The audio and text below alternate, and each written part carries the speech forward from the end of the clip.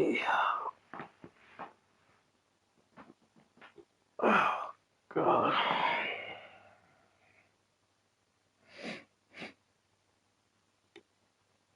Hey,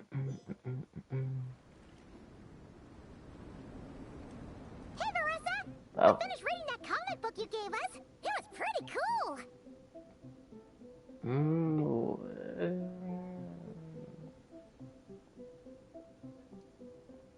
oh, that's what I remember. My sister accidentally started talking to Amber and Vanessa. Yeah, because the last time I played, I was in Sumeru, I think.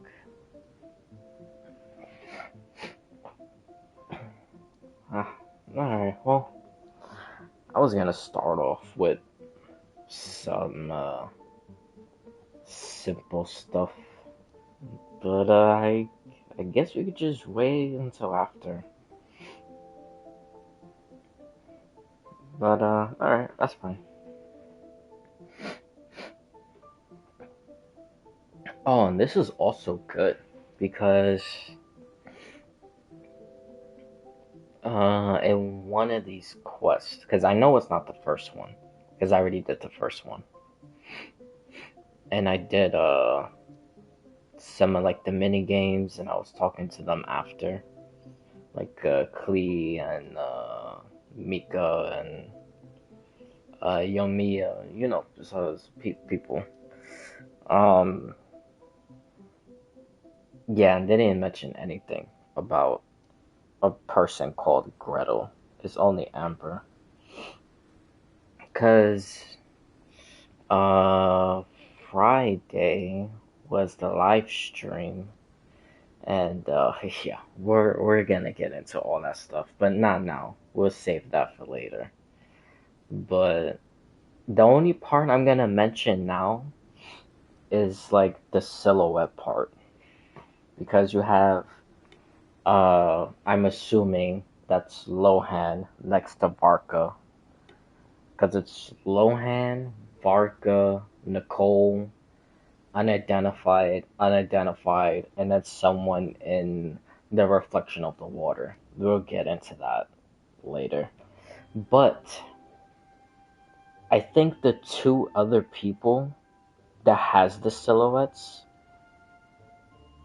because the short one, which is next to Nicole, her, I'm pretty sure it's her, that she looks like she's wearing like some type of like like armor, like shoulder pads.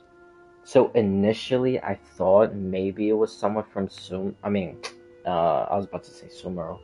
Um from Imazuma, because you know the like samurais, they have like the shoulder pads. But I thought that until I was watching some other stuff. We'll also get into all that later on. But because I was watching a lot of theory stuff, which was pretty interesting. Some of them I think it's possible. Most I don't think it is. But yeah, like I said, we'll get into that later. But in one of the videos that I saw, they were talking about the silhouettes, and the short person with the shoulder pads could be the person that Amber mentions in this event. I don't know which day of the quest, because like I said, I definitely know it's not the first one, because I already did the first one, and I didn't see her mentioning someone named Gretel. But yeah, supposedly that's the little person in the silhouette video. It's supposed to be Gretel, which Jean put in herself, which that's interesting. I wonder I don't know. I really got no thoughts on that. Maybe when I see what else Amber says about Gretel, or maybe she just only mentions that and that's it. But anyways, so that's who I think the little person is. Cause I was seeing, like I said, I saw a whole bunch of videos, shorts, posts on HoYoLab, posts on YouTube. It was it was a lot. I've been pretty busy with some stuff, but on the downtime I was, you know, seeing a lot of Genshin related stuff. Because then you also had the drip marketing for the other games. We'll also get into that later. But yeah. But yeah, I was seeing a lot of people say, like a lot, like a whole shitload of people saying that the little person is supposed to be the doll of the third descender. I don't know where in the fuck they got that idea from. That's like beyond insane. Because one, I'm pretty sure it's a little girl, and the third descender was a man, so that's one. Two, if the Sharista is planning to resurrect the descender with all the gnosis, then she will need body and soul. So that was had to be related to Wanderer and Child. So that's another thing. So I don't know. I don't know. Maybe people saw some like, quote unquote leaked stuff about future characters, and one of them said the doll of the third descender, I guess. But I don't know. I don't believe that for 1 second. If there is this quote unquote doll, maybe it could be the person in the reflection of the water, not the little one. But anyways, so that's just what I think. I think it's Gretel that Amber mentions in this update or in this event. And then the person next to Gretel, we actually already seen her before in the first Luna update when we did Aino's event. Because I honestly completely forgot about it because I didn't think nothing much of it. But there was like a picture in the event that showed Aino doing something, and then it was like some people around her, but like all the way in the back, like hiding. Um, I think from like peeking around a corner or peeking out of a door. I know it's her peeking out of something. We actually see that last silhouette person because it matches the exact same like silhouette because it has like the little angel wings on the side of her head, and then she also height wise. So that's who I know mentions in one of the voice lines. It starts with an L. Anefa also mentions her, which is pretty interesting because I know and Anefa they talk about her, and she's also part of the Adventurers Guild. Um, but that girl is afraid of robots because every time Anefa approaches her, she like runs away, and she never accepts a gift from Aino. I forgot how to pronounce her name. Like I said, it's with an L, and it's one of the voice lines. So, but yeah, we actually saw her in the first Luna update. She has pink hair, and I assume it's like the angel wings. I mean, to me, it kind of looks like angel wings, like on the side of her head. But those are also pink.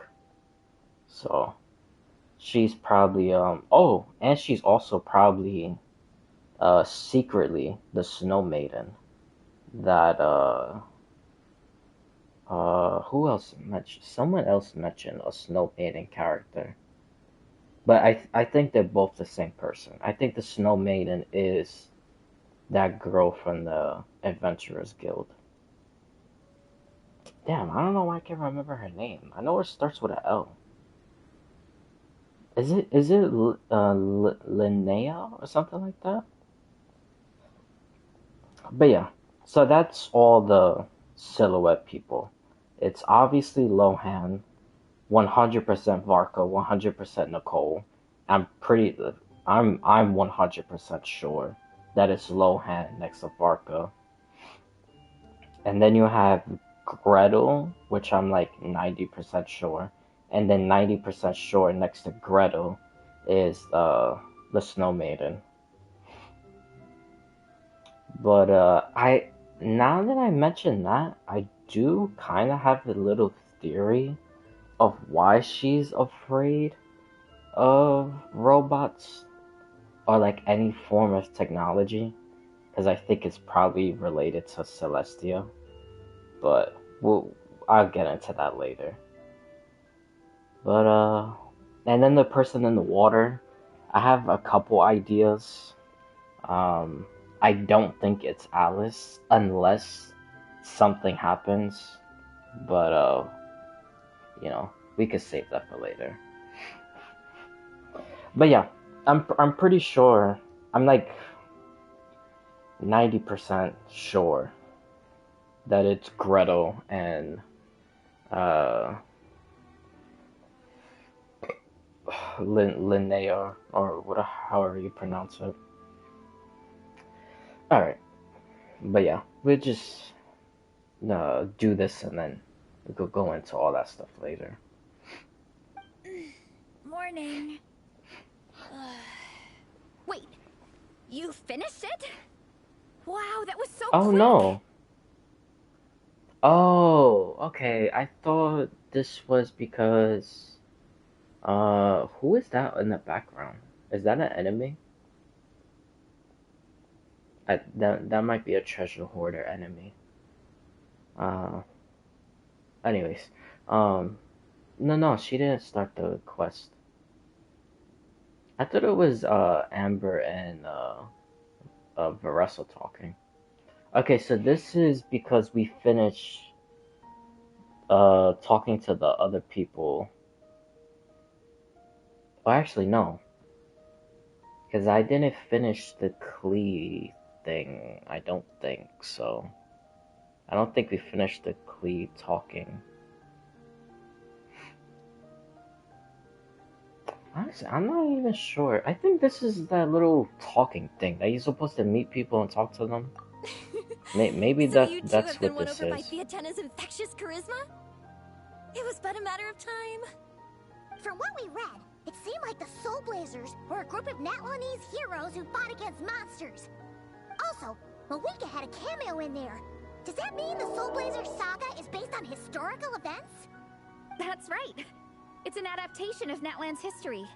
All the characters are based on real people. But of course, it's mostly for entertainment. You can't treat it as a history textbook. The Soul Blazers were warriors who fought against the monsters of the Abyss. Their mission? To protect their nation. The finest warrior of all the Soul Blazers was Fiatenna. Ah, She I is know, our hero, like, our role model. not stuffy. The Pyro Archon has some real cool fight scenes too, though. She fights with real passion. But there's a whole bunch of other comic series that deal with her story specifically. This one is more focused on Fiatenna's story arc. Her motivations, her rise to greatness, and so on. No matter how desperate things got, she never lost hope. Thanks to her dogged determination, she went from rookie warrior with no understanding of strategy to a formidable commander. Along the way, she became friends with a group of fellow warriors who stuck with each other through thick and thin. Fiatenna! She's my hero. This story really means a lot to her. You know what I just remembered also? This is gonna happen a lot. Because the silhouette thing. Because I was looking at the one from last year and the one from this year. Last year had 7, and there was technically one missing because Anefa wasn't a part of it. But this year, there's 6, even including the person in the reflection. So that means we're missing one more person. Because I think the 8th one will probably be something almost like Anefa. Because, technically you can't really count Anefa as part of the thing from last year. Because Anefa was the introduction to Now Cry. So she's like the breakaway and transitioning into a new region. So she really don't technically count. But out of the silhouettes, it was still 7. And this year's silhouettes is only 6, including, the one in the reflection of the water. So we're missing one more, which is weird. So I don't know if they're going to, like, that last character is gonna be like 2 characters that starts transitioning us into Shaznaya, or is it gonna be one character connected to whatever it's gonna be, like Not Cry, or who the hell knows, someone from somewhere that would be connecting, connecting to what's happening now, and like ending Not Cry off. And then the 8th character that they introduce, that person will be the one going into Shaznaya, so starting the transition. I'm not entirely sure.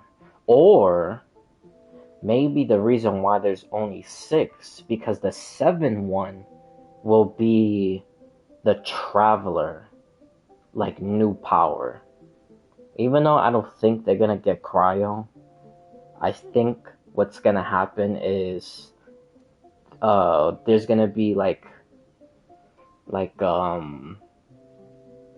what you call it, like buffs to her other abilities, and then they'll probably introduce like some type of like quick access wheel to like swap powers on the fly, or maybe possibly even in a fight.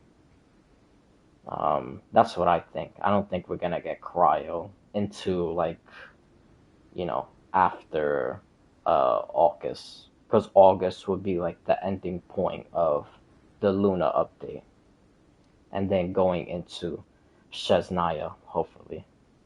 But we'll get into that stuff later, because I saw stuff that Dawe mentioned, so I think it's sort of official that the next update is Shaznaya. But like I said, we'll get into that later.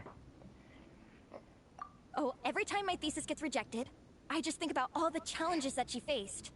And But suddenly, yeah, I literally just thought of that right now. After all. Because there's only 6 Don't worry, silhouettes. Alrani. So I wonder who I have was faith in you. the last You'll one get gonna your be. thesis approved one day. Aww. Unless it's just like a whole entire Traveler rework. Trifling thesis. You They are will no be match the for me. quote When unquote I get back to 7th the like academia, new prepare to be character, whipped into I shape. guess. So, now that you guys are into this series, you wanna join the Legion? What does it involve? It's a comic book fan club, right? Don't stress over it.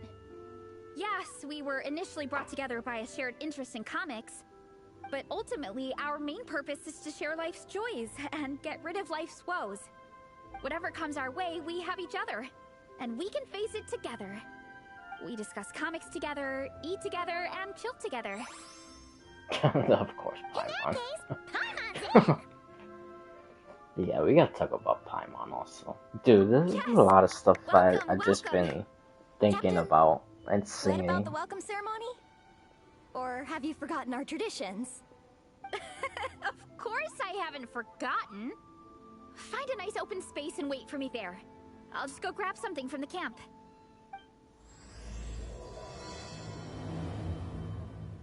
Oh, no, hold on. This is, oh, this is part 2. Oh, so what the hell is... Wait, so it talks to them and then... I don't even know. Wasn't there something... Yeah.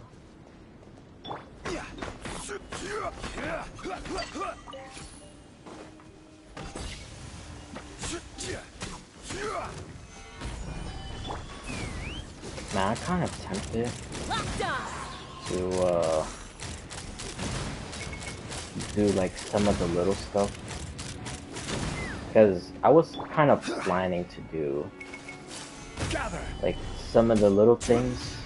Especially, like, the weekly thingy to get the constellation. Like, while I do that. And then, I probably should fight Open fire! some enemies for the drops so I could start doing talents. But, oh, now that we're over here, let's go see.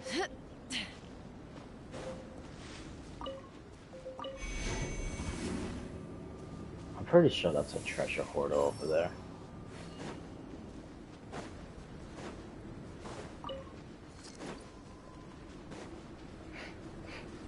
Oh, yeah. Nah, well, I'm already over here, so why not? Let's fly. Don't block fire. Don't do that, dude. Open fire! Open fire! Yeah, this is a dangerous area to be in, especially if you don't have fire. And I am too lazy to switch.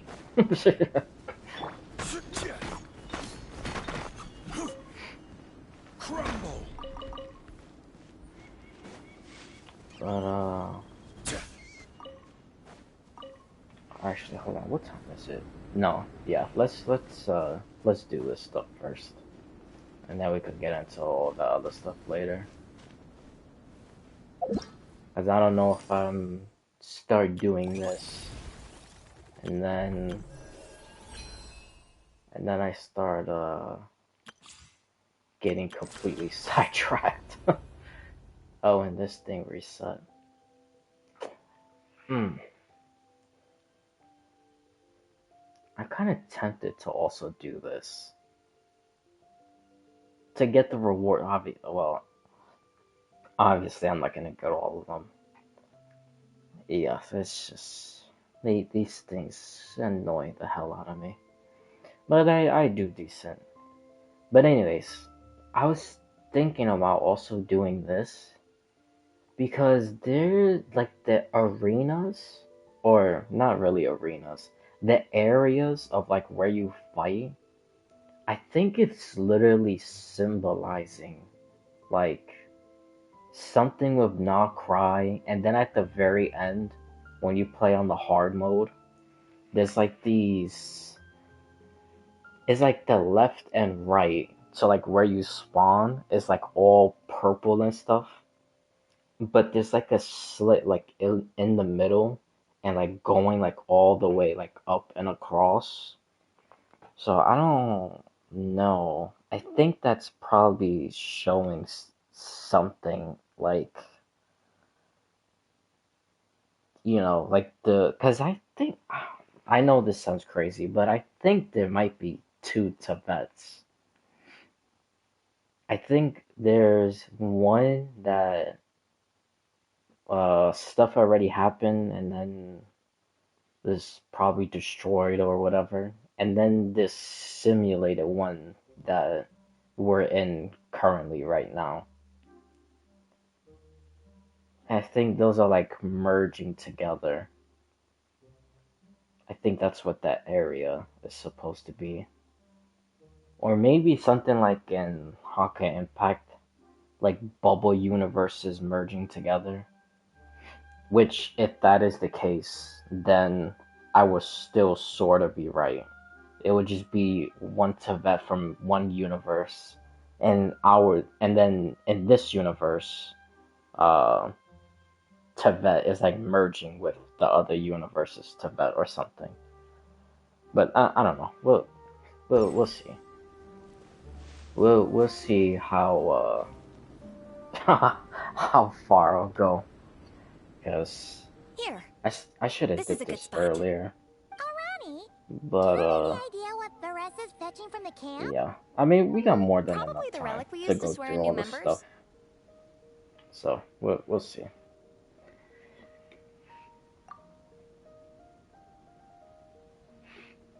But yeah, I definitely want to I'm finish here. all of this Hope I first didn't keep you waiting too before I long. start I sprinted the yapping. whole way. Here, take this. It's a Fiatenna mask. I made it myself. Thanks. Huh? Isn't this the mask you wear in combat? That's right. Fiatenna used to wear a mask in combat too. So the one I made for myself is modeled after hers. Mind if I keep going for a bit? Not at all. The floor is yours. The tale of the Soul Blazer saga is a long one, told over 12 volumes. The characters go through so many changes along the way, growing and developing as the story progresses. This mask, for instance, is just one of the 5 different versions Fiatenna wears during the story. This one is my favorite of them all. Damn, At one 5. point, Fiatenna goes through a tough phase Why where she she's got 5 disillusioned different after ones? fighting so many battles, but her friends are always there for her even through her Oh. darkest time. This is a complete long shot, and this is like, this is honestly like a 1 to like 99% chance. But I wonder if when she wears different masks, it gives her the different elements. So if she wears the red one, she's able to use fire. Then the purple is electric. Uh, the blue is ice. And the pink, I have no idea. I don't know. But yeah, that's like a 1 in 99, like odds. But that's weird though. Why did she have so many? Or it could be some type of like what you call it, like I guess like tally, like after every war or battle she won or she was a part of, then she just got granted like a specific mask. So her first ever one was probably like the purple, and then her second was the blue, and I don't know, and so on and so on. But yeah, that's weird. With their encouragement, she was able to rally and get back on her feet. And this is the mask she wore when she made her comeback. So the pink. Okay, so the pink one, though, which is the same one that Veressa wears, is the one she made on her comeback. Okay. In my view, that makes it the perfect relic to use for inducting new members into the Legion. Oh, this ceremony just got super ceremonious. Hold on to it. You're gonna need it during the ceremony. Oh, Captain, is it time? Now, Traveler and Paimon, join me in reciting the Legion of Soul Blazers Creed, which we will cry out at the top of our lungs. Okay. Yeah, just imagine you're bursting with praise for the chef after a sensational meal. Or, for me, sometimes, I get so happy hanging out with my friends that I just want to shout, "Thank you!" as loud as I can. When you believe in something, you shout it for the whole world to hear. Exactly. I couldn't have put it better myself. Now, repeat after me. Okay. Through pain and defeat, we shall never fear. Through pain and defeat, we shall never fear. I will always champion love and imagination. I will always champion love and imagination. Great! Okay. Soul Blazers, as of this moment, you are now members of the Legion. Sounds like that like Green I can't wait to Lantern tell thing that they Xilonen be the good saying news. If I'm not once mistaken, they she's out training with get Minnie a and ring. Yigong today. Got it. All right, let's go. Oh, I just realized this. Hold on.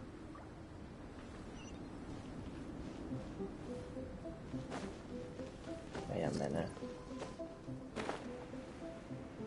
I don't know if I... Oh. Let me see.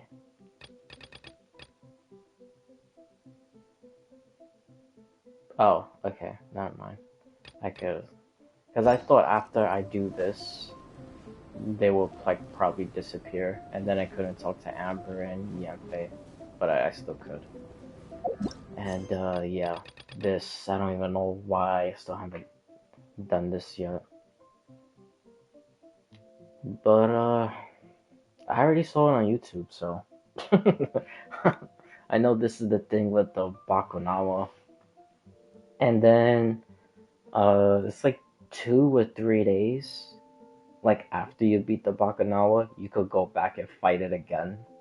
And there's also a letter like in that area also, but it only appears like the 2 days or 3 days later after you beat it the first time. But it's interesting though, because I wonder, because you know the first time when you go, I'm pretty sure it's Angel that he helps you, because then he leaves, he says some stuff and then he leaves, which basically kind of implies that he's the lava walker. And then if he completely leaves and you go and fight the Bakunawa the second time, does he come back to help you, or you actually have to fight it on your own? That I'm not sure of.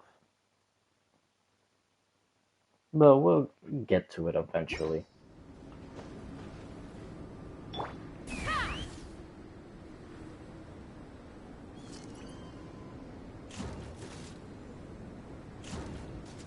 Oh yeah, these are the stuff related to that treasure thing. This it gives you, I don't remember exactly where it is. I think it's somewhere, yeah, somewhere here maybe. And you go like in this little cave or something, I think. I don't remember. But it gives you the 4-star weapon. Which is, I could show you right now. Yeah, this was also another mission. It gives you this, that one.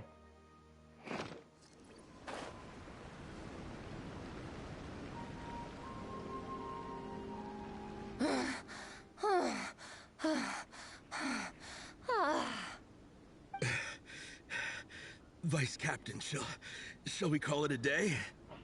That's enough strength training for now. But we still have racetrack familiarization training. We can't afford to skip it. Attention, Soul Blazers! Da-da-da-da! It gives me great pleasure to introduce 2 new additions to the Legion of Soul Blazers. The Traveler and Paimon! Alright! Induction complete! Now we're officially Soul Blazers! Ah, welcome to the club! Unfortunately, I don't think we'll be able to hold a welcome party for you today. Minnie and Yigong have been training for ages. They are completely exhausted.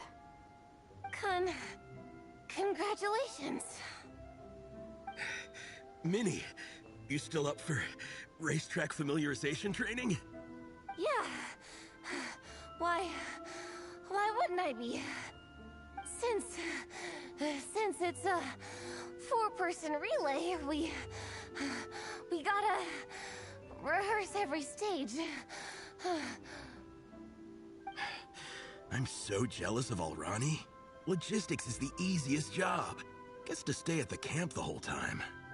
Yeah, they seem totally wiped out. Alright, we can skip the welcome party. We pretty much know everyone anyway. Shame you have to miss out, though. I feel kind of bad. Let me think. Ah! Okay, here's what we'll do. Why don't you join us for training? We still need to practice on the race course itself, so we could turn it into a team-building event. In this cold weather, there's no better feeling than running around and getting the blood pumping. We'll all feel toasty and warm by the time we're done. What do you say, Traveler? Come on, it'll be fun. We can chat while we train. It'll take your mind off it. Count Paimon out. She is not cut out for this at all. Paimon's never run a day in her life, cause she can fly. Flying's way faster than running. Is it now? We should race sometime. Put that theory to the test. No thanks. Paimon flying is faster than Paimon running. Not Veressa running. Alright, we'll let Paimon off.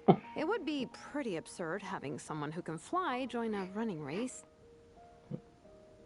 I'm I all still would have rested liked up, to see so that. I can join you instead. Would have been like that Superman and Flash As thing. for Minnie and Igong, if you guys want to keep training, then pace yourselves and stick to slow jogging. But if you're worn out, feel free to stay put and recover. Thank you, Vice Captain. Yeah, I'm not moving. I'll just rest right here. I'm down to keep training. Okay, that makes 4 of us for training. Me, Veressa, Minnie, and the Traveler. Let's split into 2 groups then. Shilonen and Minnie can do a slow jog. I'll be sprinting full speed on the race course. Traveler, you join whichever group you want. We're just happy you can join us.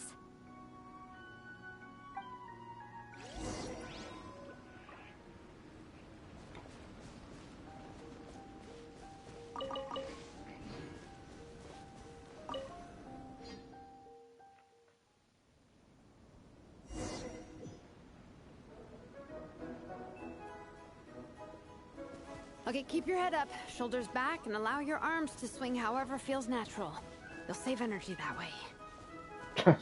She's not even running. Oh, there she goes. Minnie, Okay. your baseline fitness is still limited.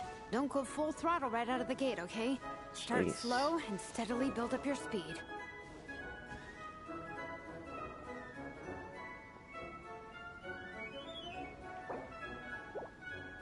No, I wanted to pause it. Because I wonder, like, if they're doing stuff like this, because in the future, there's gonna be someone that we meet that's gonna get a vision, and then they're gonna become playable. There were some monsters up ahead, but I chased them off. They want to fight Like the training. something, even though that woman is not playable, and I forgot her name. But the one in Sumeru, that you do the Aranara quest, but like in the end of one of them, of one of the Aranara quests, the Sumeru girl gets a vision, and then she just disappears. But that's unfortunate. And it's been years since anything. It's just like, what's that other girl? Even though she didn't get a vision. Or at least not yet. Because I'm pretty sure she will get one in the future. That girl in the desert. Jet, I think is her name? With that, robot. But yeah, anyways. So I wonder if they're gonna introduce something like that again, like with the girl in Sumeru, or something like the girl in Sumeru, that would do a quest, someone gets a vision, and then later they become playable. Hopefully that would happen. They should do that. And Jet needs to be playable already. I don't even know why the hell she's not.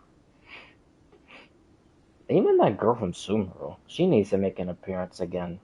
And she needs to be playable. How's it going? But yeah, I You wonder feeling with okay? this. Is this I'm some good. form of Minnie's like farm is so much better than last time. something hinting towards the future with like another I still character think or whatever? I need more practice. The course goes into an uphill climb from here. It's gonna get pretty tough. It's fine. I'll keep going. I gotta get a good ranking. I don't want to drag this team down. Even so, you shouldn't push yourself too hard. Health and safety always come first. Results are second. Thanks, Veressa. I do appreciate it, but the thing is... You need this, don't you? For personal reasons? You mentioned some kind of deal with your parents. I'm guessing it's something to do with that? I noticed you had a certain look on your face when you first brought it up, like you were trying to suppress how you were feeling.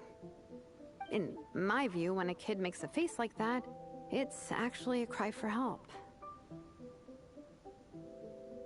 So, what's really Yeah. going on? I think You can tell us. I kept If you on keep it to stopping it yourself, too many we times. can't help you fix it. The lips is not matching up to what they're saying. I remember Minnie saying in one of her letters how she hoped to go to Inazuma one day and work as an assistant comic book artist. That or become a prop maker, building true-to-life comic book items for fans. But her mom and dad aren't very supportive of her goals. Could that have anything to do with the relentless training? Oh, okay. I'll explain. Veressa's right. My mom and dad don't approve of me moving abroad for work. I'm the baby of the family. There's a huge age gap between me and my older brother, and I was a pretty sickly child, so my parents worried a lot about me growing up. They don't like the thought of me moving so far away from home. They say they'd always be worrying about my health. Also, they'd rather I pick something more stable. The idea of trying to make a career in the comic book industry is crazy to them. They think I need to be more realistic, get a real job. But what employable skills do I even have? I can do art, and I can build stuff, but I'm no good at anything else. Jeez, man. Hoya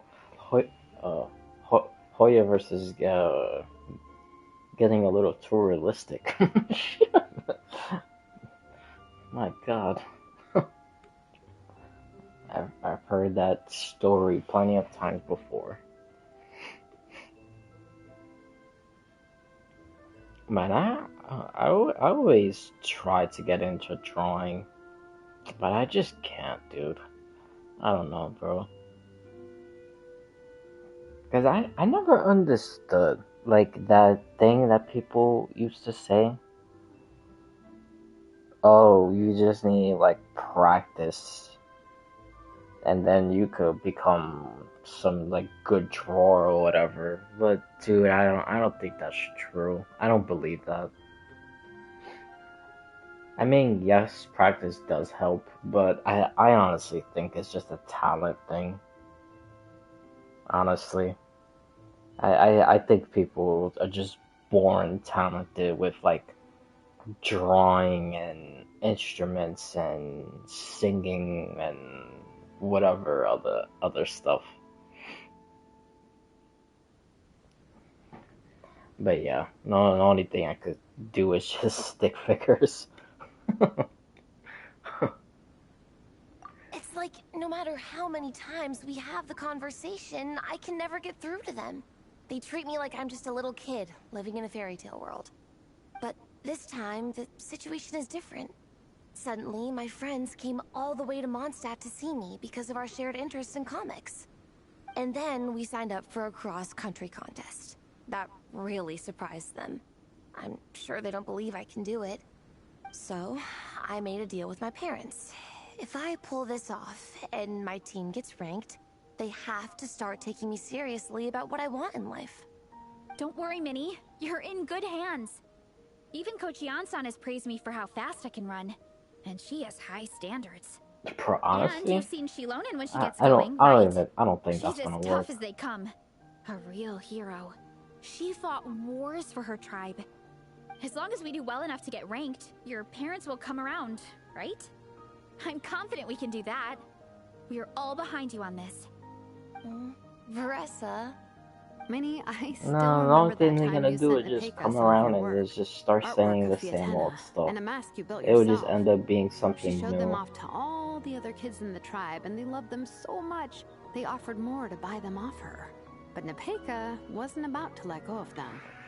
Huh? Hey, how's it going? I had no idea It's anyone going would want alright. to pay It's for going my good. artwork. Why wouldn't they? Your creations have real value. And while that's subjective in emotional terms, hey, the offer of more is a pretty objective measure.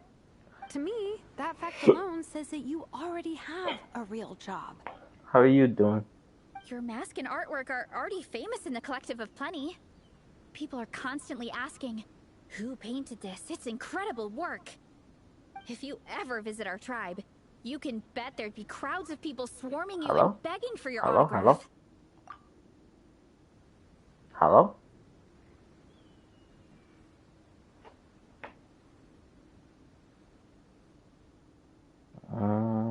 This thing is working, right? Hello? Hello?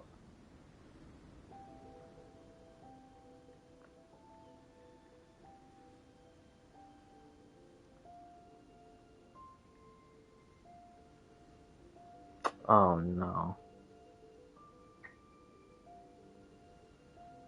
Hello? Hello? Hello? Hello? Hello? Hello? Hello?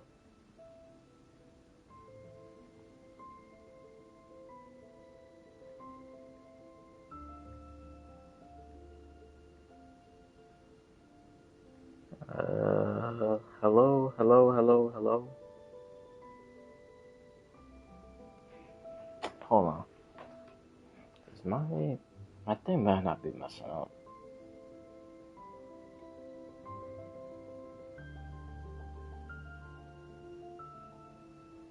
Hold on. Hold on. Hold on.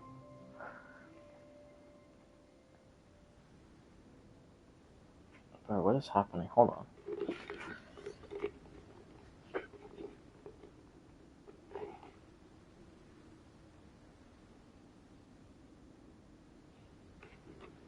Hello? Hello? Hello? Hello? Hello?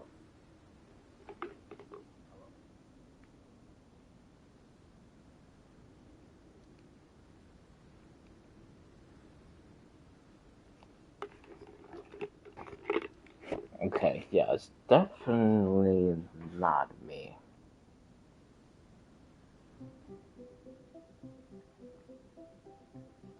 I hear myself.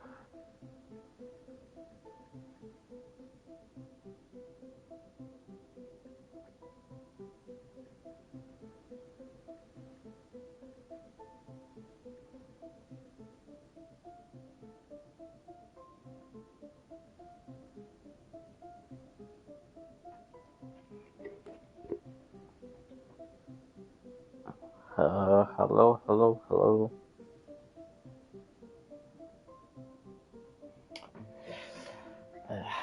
I don't know what's going on.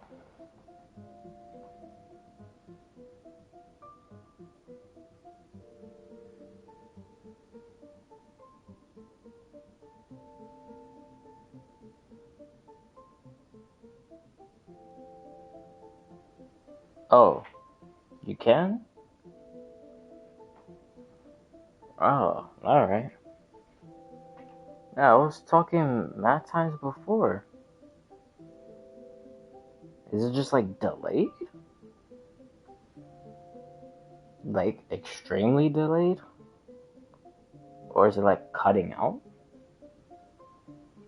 What other games do you usually play? Just mostly other gacha games. I'm trying to slowly go back into regular games like what I used to play. But most of the time it's just this Wuthering Waves, Zenless Zone, or Star Rail. I'll definitely visit one day. I had no idea I had fans already.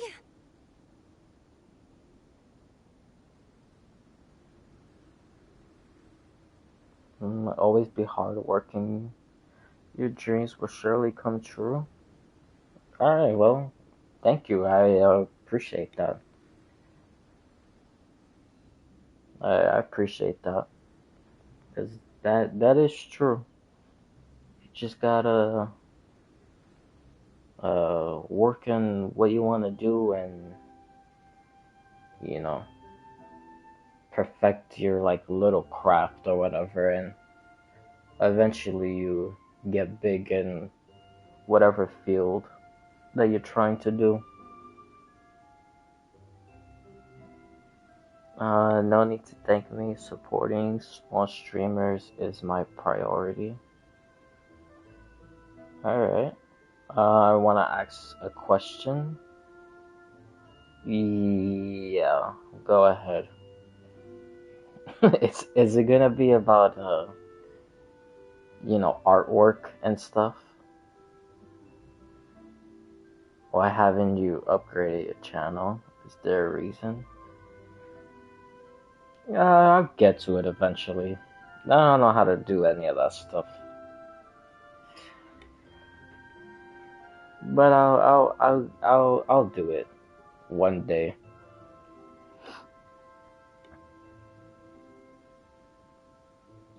It means there are no. Oh, yeah. Okay, so it is. I don't know, man. I don't. A lot of people say that about all this artwork stuff, but I see people with artwork and they're basically kind of in the same boat that I am. So I don't really understand that argument. Especially if they're like brand new also. I don't think just having a logo automatically like shoots you up to like 30 viewers or something. I don't get that. Like I don't know. Can I show you my portfolio just to have a look? You will love it. Oh my god. Bro. I'm not doing that Discord thing today. I'm not no. All in good time. We can talk more about that later. For now, I think you need to stay here and get some rest. Thanks, both of you. I'll make sure to rest properly. Good. I'll stay here and keep you company for a while. The Traveler and I will keep training then. Might as well finish out the track.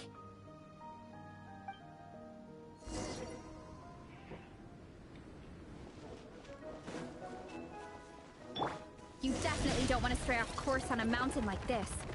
It could get dangerous. If you find yourself getting cold, there are some torches off to the side in this section. Just set one alight and warm yourself up.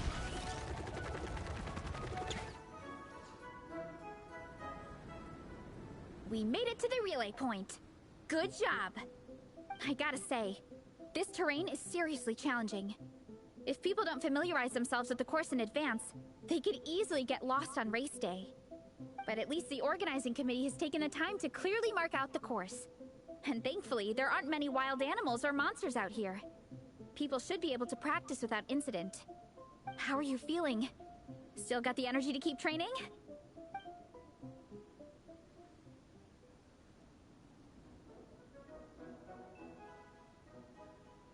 Do you have an Insta? I'm not doing that logo artwork thingy. No. Oh, why is it so, and like every time I'm on Twitch, it's like always that. Are you guys like some like in like this like a little group or something?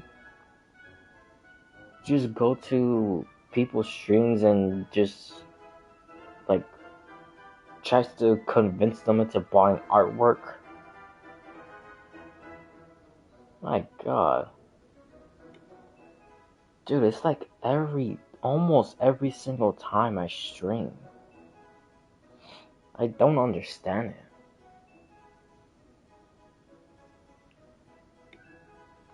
Awesome. Then let's get back to it. Whew.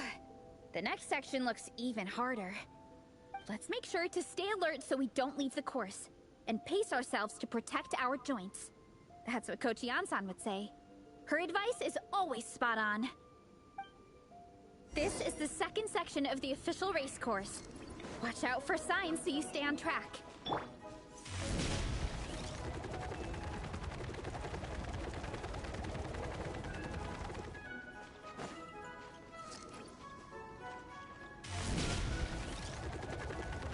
Watch out for that pit. Don't fall in.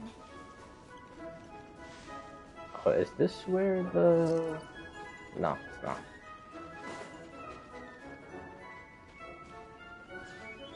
Oh, it's right there. Yeah, it's over there, where the sword is.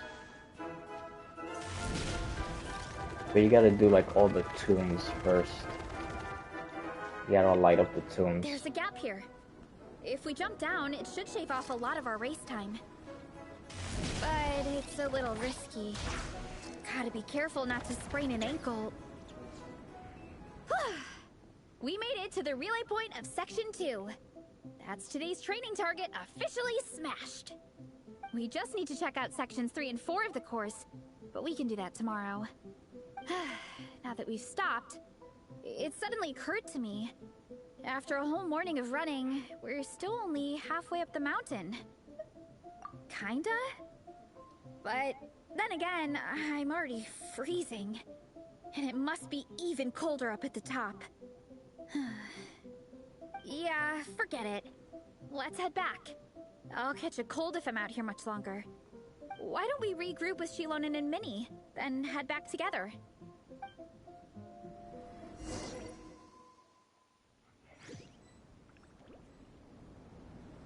Hey, you two. We're back. 3, actually. Yigong came to join me and Minnie while you were out training. Yeah, I felt bad slacking off while everyone else was going the extra mile.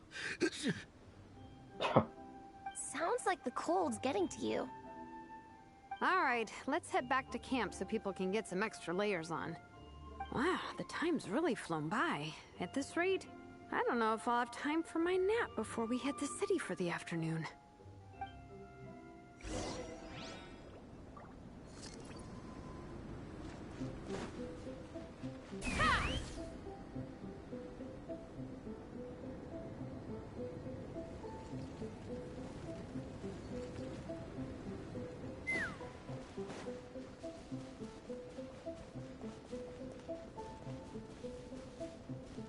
Let's fly.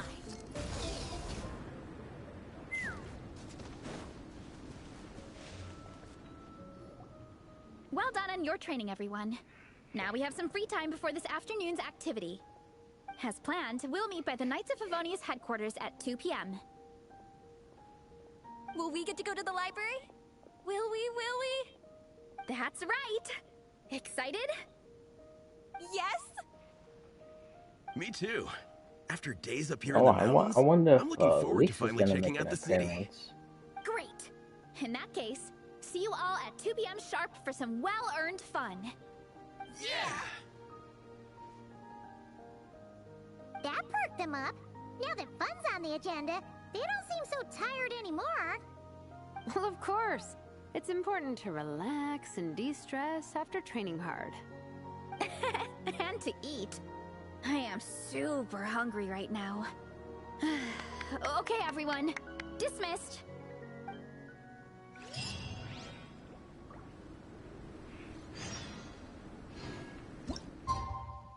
Oh. Oh, not fast. Alright, since I'm here anyway, might as well just do this. Nah, they're not talking.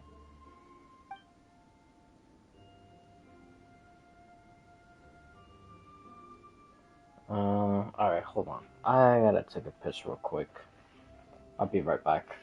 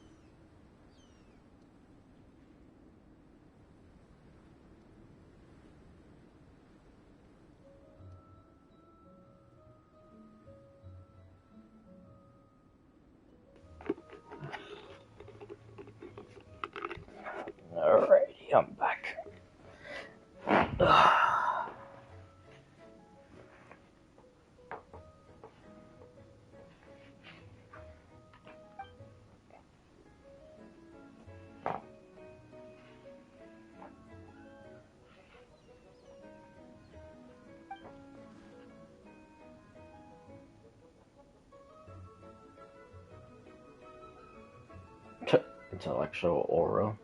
What the hell? Alrighty.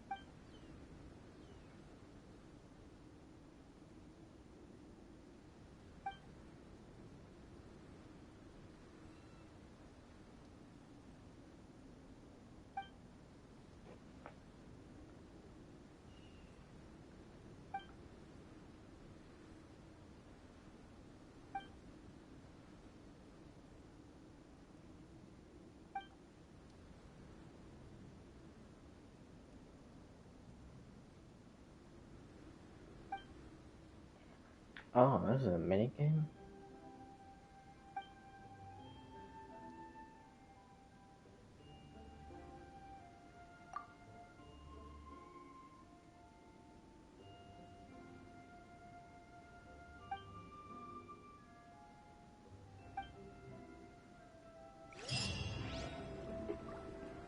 I didn't even know this was a thing.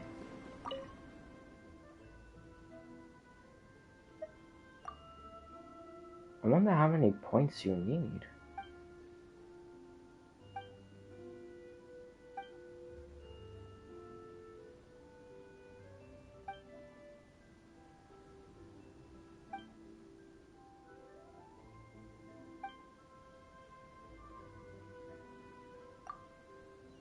Oh, whoops. Cut out that last part. Oh.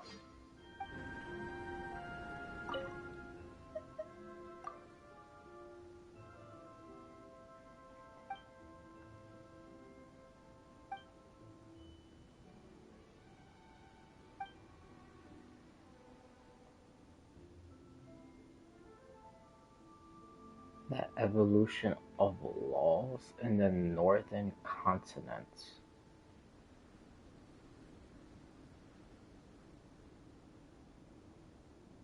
You know, I've always wondered that also. Cause all the places we've been to already, that's not even like the whole entire Tibet. Cause there's still like way more on around the planet. And we only been to like what, like a quarter of the planet? So is everything else like in the abyss or something, or like what, like why is everywhere else in the entire planet is like completely just like non-existent? Kind of reminds me of like Seventh Zone. Like New Eridu is like stuck like in the middle because everything surrounding it is considered the dark wall. So like everywhere else on the planet is like corrupted besides that little patch of New Eridu, which that's also weird, but we could get into that later. I don't know. I just find that so weird. Cause it's the exact same thing with this. Like technically, all the stuff we've been to is basically like one continent out of like the whole entire planet.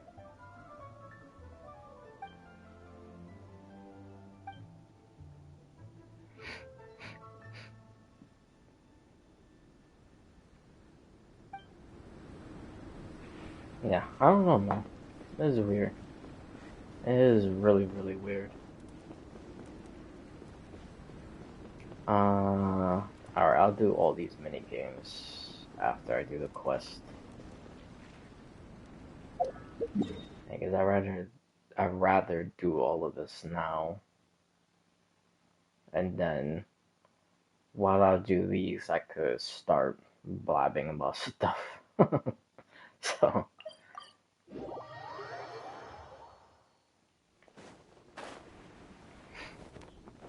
Oh, let's do this. Because last time I flew over something, and when the Okay, cutscene people, ended, I time to died. go. So I wonder what the Mondstadt's comic collection is like. Don't let me down, Mondstadt Library. Shilonen, we made it! well, the only thing it would be Nice, is everyone's official, here. if I'm Let's not go. mistaken, Minnie and Varessa are right? already inside. Because all the other stuff is like fairy tales. I know, isn't the official story, isn't that a fairy tale also? Not really like a comic book. Hold on. I doubt. Yeah, she's not here.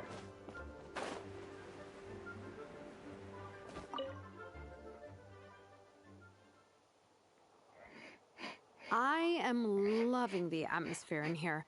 The peace and quiet, the subtle scent of flowers in the air, plus the chairs look really comfy. Whoever runs this library has great taste. Ooh, that being said, what happened to actually running the library? I don't see any staff anywhere. Lisa's probably taking her afternoon break at the moment. Afternoon break? I'm the one who should be on an afternoon break. So, That's it. Okay, I am taking a nap. You guys go hang with Varessa. I'm gonna find a table to pass out on. Yeah, it's just too cozy here not to. It'd be a alrighty. shame to waste the opportunity. There, that table. I have been eyeing it since we got here. It has nap material written all over it.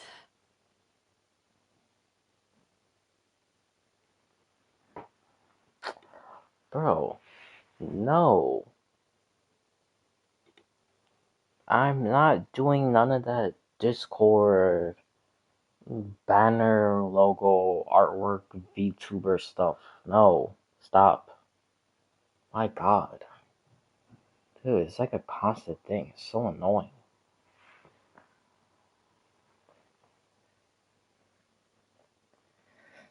Ay, ay, ay. No. No. No. That's literally it. No. Jesus Christ, dude.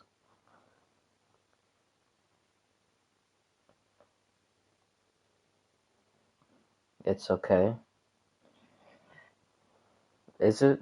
Are you gonna keep on asking? Or are you gonna stop?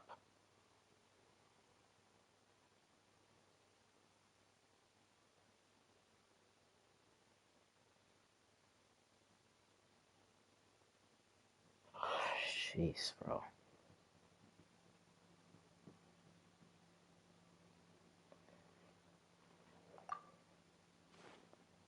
Paimon has a funny feeling that Lisa would approve of Shilonen's commitment to afternoon naps.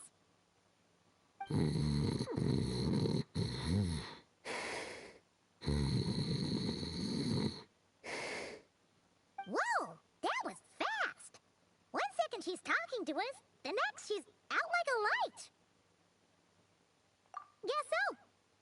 Happy napping, Shilonen.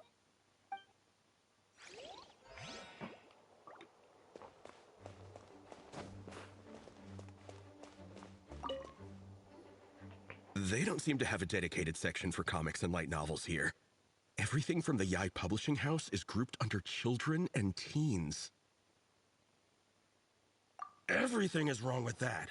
Would you put the Soul Blazer Saga on the same shelf as The Boar Princess? Hey, watch it. What have you got against the Boar Princess? Oh, sorry. I didn't mean it like that. To be fair, The Boar Princess is a pretty good read. I bought the whole set from the Wan Wen Bookhouse. The Soul Blazer Saga Armored Assault Volume 1. Ah! The Soul Blazer spinoff! Yep. This book was my first introduction to the Soul Blazer universe. It abandons traditional modes of human combat, instead housing the heroes within giant armored mecha, each the size of the Jade Chamber. And since it isn't canon, it's free to delve into territory that the original series can't explore, like aerial combat.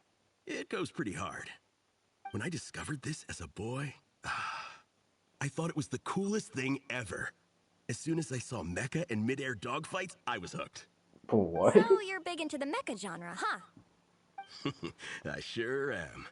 After that, Huh. I was hunting down books in the Soul Blazer series wherever I could find them. I even bought the Mecha Warrior action figures released by the Yai Publishing House. I Okay. gotta say, though, it really did a number on my Okay, savings. Those that's action very figures are so interesting. expensive and there are so many to collect. Yep, That's that's how it interesting. goes. Seems like every other day there's a Soul Blazer reprint, collector's edition, spin-off series, sequel. So much to keep track of. Yeah, the thing is, the publisher knows exactly what they're doing. They keep milking their cash cow for all it's worth, because chumps like me fall for it every single time. Me too.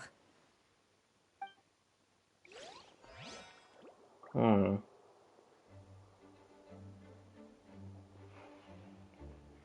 That is very interesting that they mention that.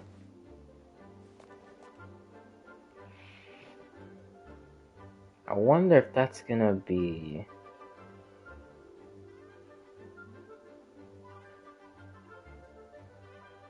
Huh.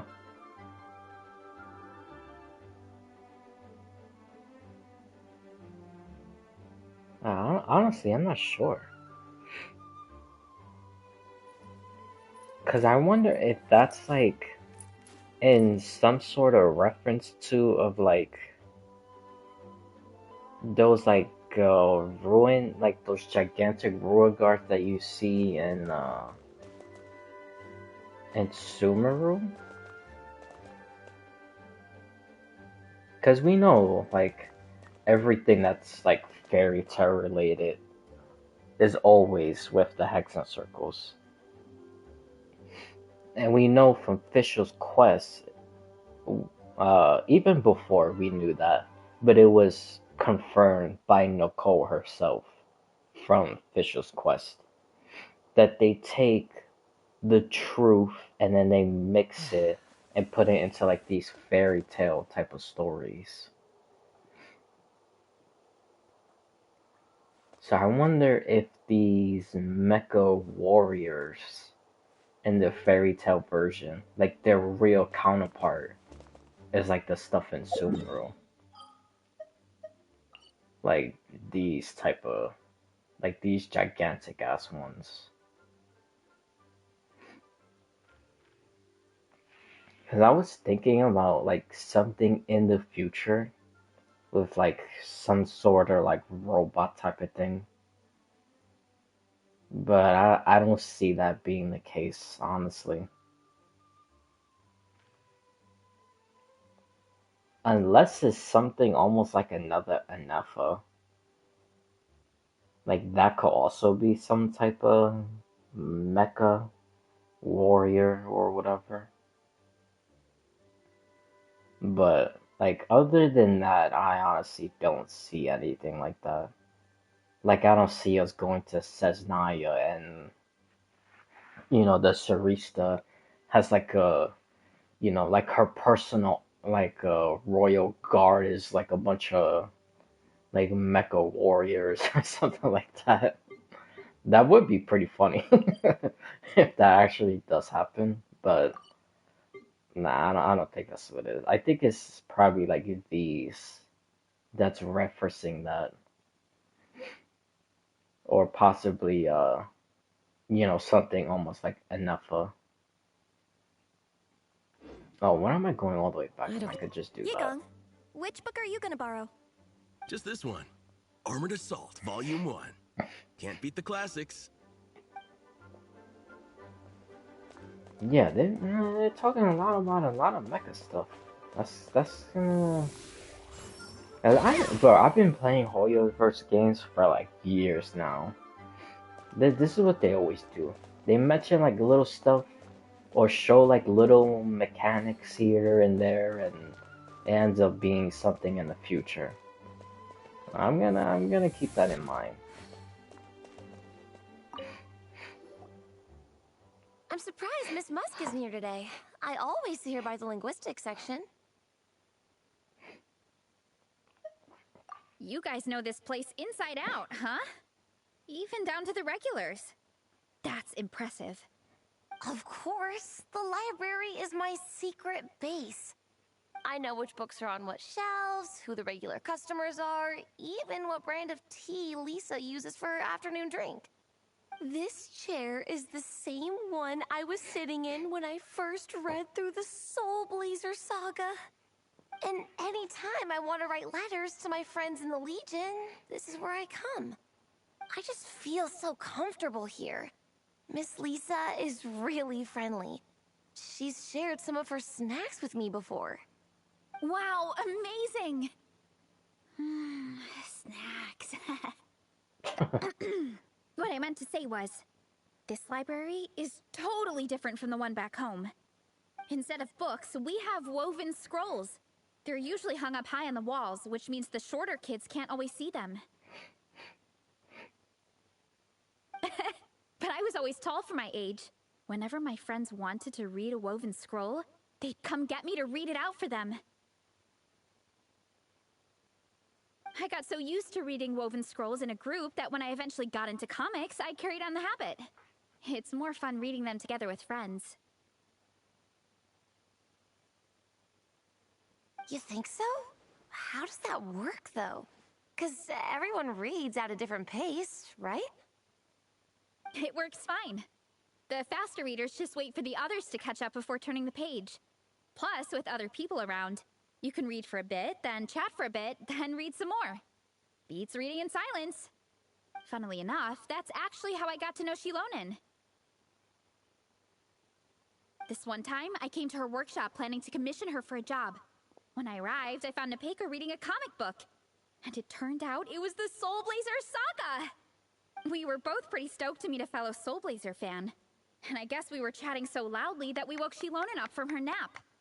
She came over, intending to quiet us down. But that turned into us roping Shilonen into reading comics with us. Next thing you know, it was the middle of the night and we'd been at it for hours. Shilonen was so tired. She just laid down in between me and Nepeka and went to sleep. Ever since then, we've been the best of friends. That sounds so nice. I really want to meet Nepeka too. I hope I can visit Natlan one day. We can make that happen. I'm sure Shilonen would be more than happy to introduce you. And don't forget to invite me too. It's just... Hey, don't feel down. A deal's a deal. As long as we get ranked in the contest, your parents will have to respect your wishes. Yeah, that's not So gonna let's put happen. all our energy into doing the best we In can. a perfect world, it We're would. gonna get that ranking. But And all you're that's gonna gonna happen go on is that trip. they're just gonna complain about something else. I'll do my best.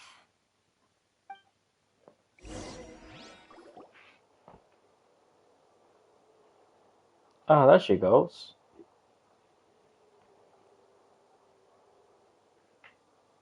My. Looks like a lot of visitors snuck in while I was on my afternoon break. Hello, cutie. Hello, little Paimon. It's been too long.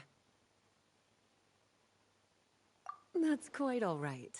I'm sure your Natlanese friend here has read the library rules carefully and intends to abide by them.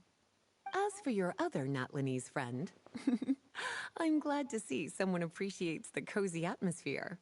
She looks like she's having a wonderful nap. Now then, has everyone decided which books they'd like to borrow? Yes, ma'am. I'd like to borrow this copy of Armored Assault. And I'll take this one. Vera's Melancholy. Minnie recommended it. No problem. What about your, Vera's leopard friend? Melancholy. Did she want to borrow a book? Huh? Borrow a book? Oh, yeah, no need. Thanks. This one was great, but I won't be checking it out. Let's see. Along with Divinity, you have very good taste in books. Oh. Or should I say, good taste in pillows? Oh, yeah, sorry, that's my drool. Ah. Sorry. Okay. Sleep. That's clever. I know what they're doing. That's clever. Along with Divinity, and she slept on top of the book, showing that the Heavenly Principles is still asleep. Oh, That's good. That is good. I wonder if anybody caught that. That is extremely clever. Man. Yeah, we're gonna get into all that stuff later. Cause I don't think the Heavenly Principles is asleep. I think they're dead. But yeah, we're gonna get into that. With them being, you know, dead or quote unquote dead. Because I have a couple possibilities. But yeah, anyways, like with their death or quote unquote death, uh could be some form of like heavenly principles like sleeping or whatever. But yeah, I just want to hurry up and finish this stuff because once I start talking, I'm gonna completely forget about everything, and I'm not gonna be able to do everything because I would have forgotten. All right, let me fill out the register. Then you'll be free to take your books. But that's really really really clever. Sleeping on along with divinity. Very clever.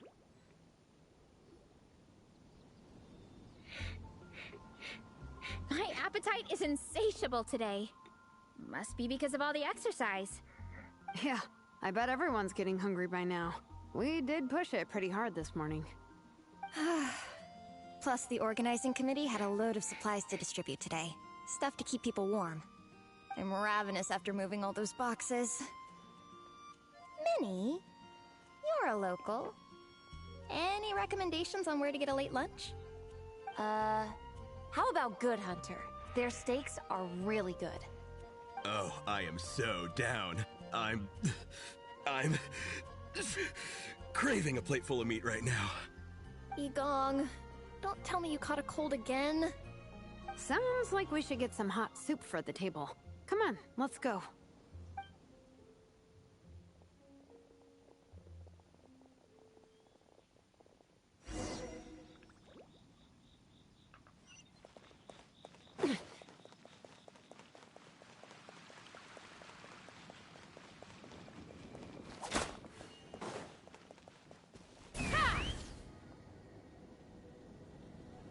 Oh, I wonder what this conversation is gonna be after we fight the doctor. No, because it's still the same thing. Yeah, with the captain.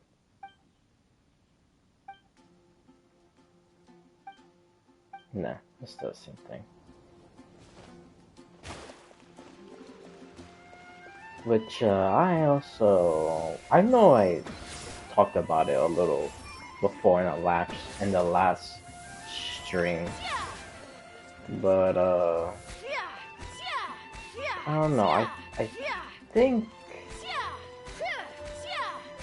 I think I know why the captain is still rank number Everyone one. loves Good Hunter. My family eats here all the time. It's a I think the little doctor small, is gonna though. end up We'll freeing probably have to him split the group from that across 2 position, tables. but Ah, bummer. Well, never mind. We've we'll done we'll plenty of save group that. activities recently. It won't kill us to split up just this once. Captain's already been hypnotized by the menu. It smells so good. Meat stew? Seafood? Are you ready to order? Let's see. I guess I'll get the ball rolling. Let's start with 30 plates each of tea break pancakes and flaming red bolognese, 7 bowls of calla seafood soup, and, yeah, 30 meat natos. As for appetizers, 12 apple roly-polies and 12 sauteed matsutake. Oh my god. Don't want to overdo it. Jeez, dude. Don't want to Anyone else wanna add overdo it. Or we could just start there and add stuff What later. the hell? Looks like Beres's appetite is as crazy as ever. Thanks, Sarah. That'll do for now. Are you sure it's not too much? Oh, I promise you, none of it will go to waste. If you say so. Well then, I guess I better get cooking. Nothing beats eating a nice big meal when you're hungry for it. That is true. No matter how many times I witness it, the Veressa versus Food show never ceases to amaze me. You gotta hand it to the collective of plenty. They can pack it away, and they can pack a punch. Well, you gotta eat so you have enough energy for training. And as Fiatena once said, even a beast of the abyss knows that being a picky eater is an unpardonable sin. So all the more reason for us to eat our fill. Greed. Oh, I know that line. It's from that standalone special, Fiatena versus Abyss Lecter, Battle of the Meat Feasters, right? Oh, yeah, you see? Well, that doesn't confirm it. But that kind of confirms some stuff into my theory about the different mask. I think the different mask is um after every like major battle she had or a war that she had.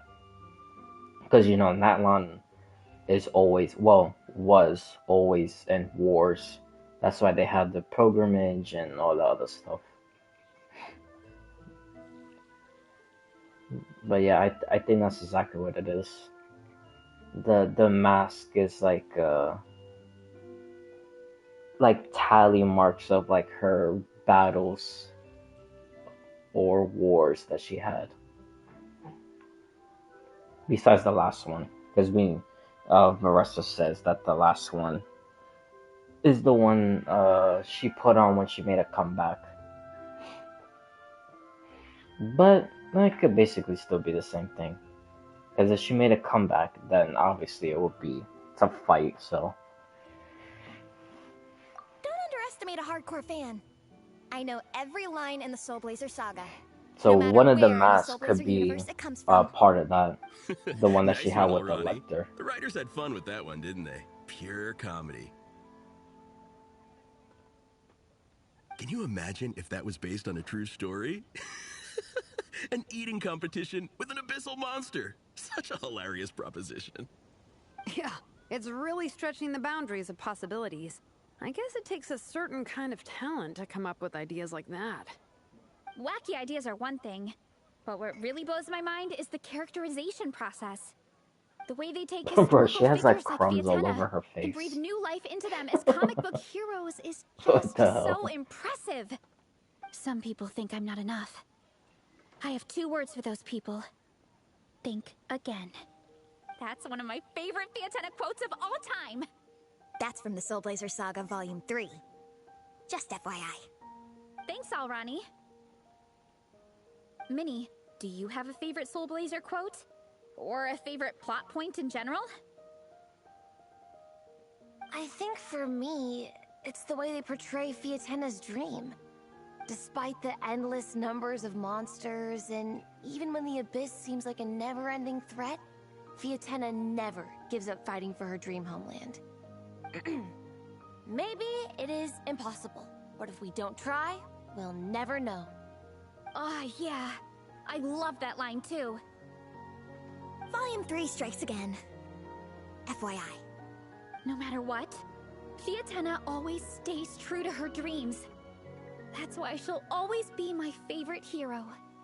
Same, but when I look at my own life, I wonder, will I ever have that same kind of tireless dedication? Following your dreams is so hard sometimes.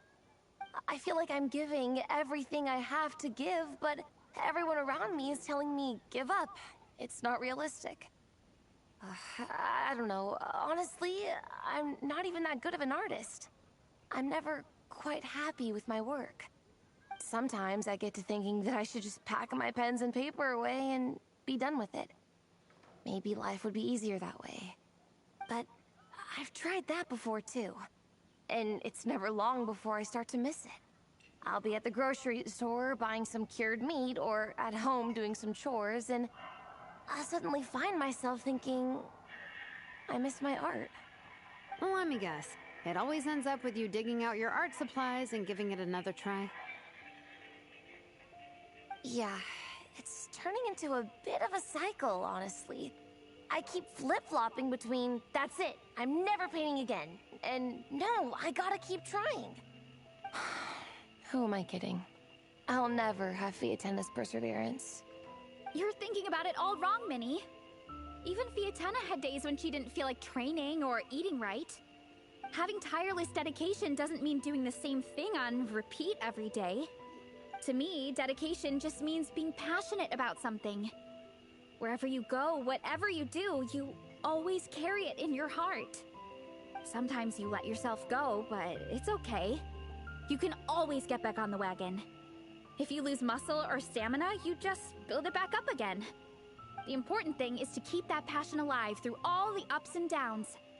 As Fiatenna said, there is only one eternal power in this world, the power of love.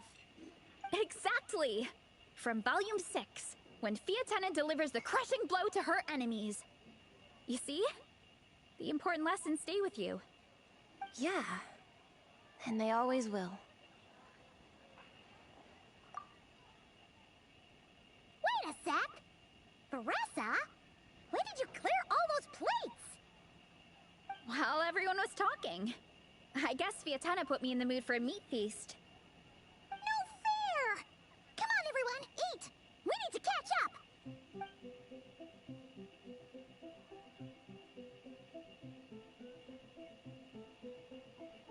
So full.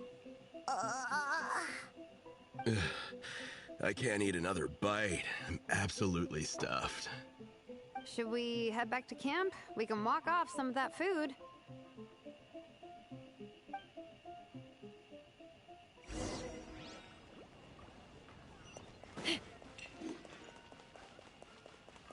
Ad Astra. Do this. I still gotta Thank you for do completing today's the what you call it.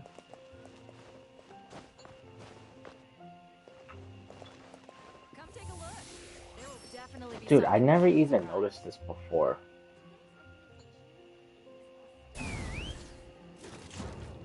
I literally never even noticed this. This is... That is interesting.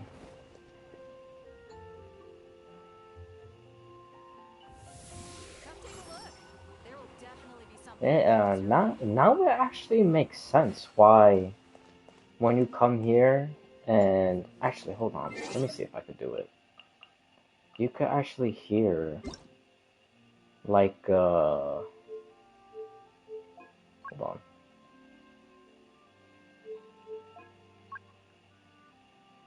What is happening? Oh. Pressing the wrong stuff. Wait, no. Does this need to be up? And then the other stuff needs to be... Paimon coming in. Hold on.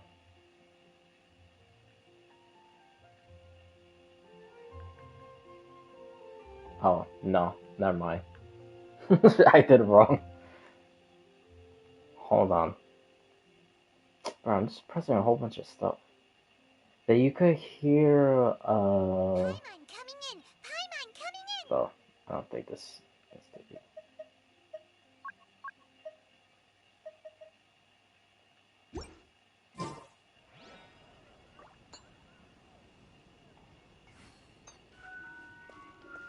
Yeah, you hear it?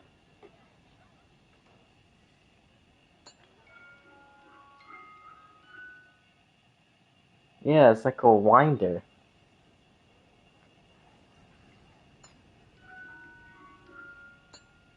It's like the same one that Herta has.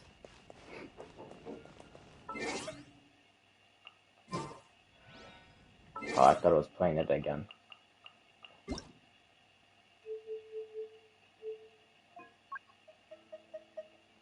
But yeah, I wonder if, Paimon coming in. Is this level okay? You're Isn't this like a secret Paimon achievement coming in! also? Paimon coming in! Is it okay? Can you hear I Paimon? think I already have that achievement, if I'm not mistaken. I know it's something about doing with her voice. Man, I never even noticed. I mean, I knew there was stuff above, but I never really looked into it.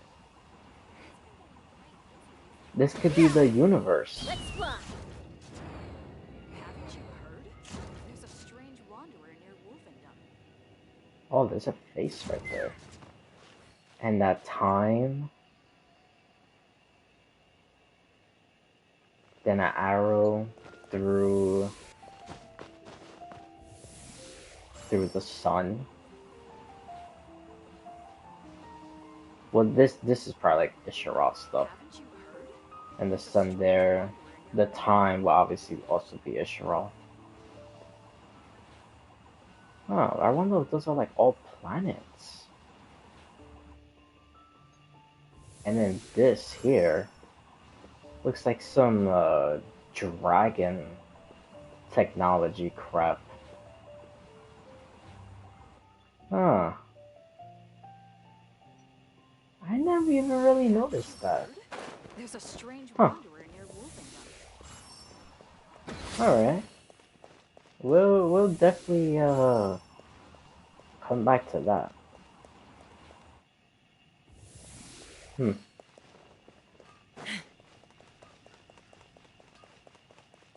Take me up!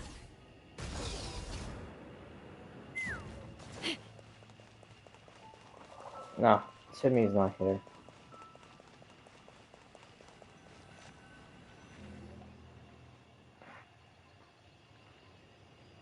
But he shows up there. Okay. There's no more group activities today. Oh, maybe he was Once we get back to camp, the everyone's time, free to do their own probably. thing. That's a relief. I'm about to go into a food coma. Oh, Minnie, where have you been? I've been looking everywhere for you.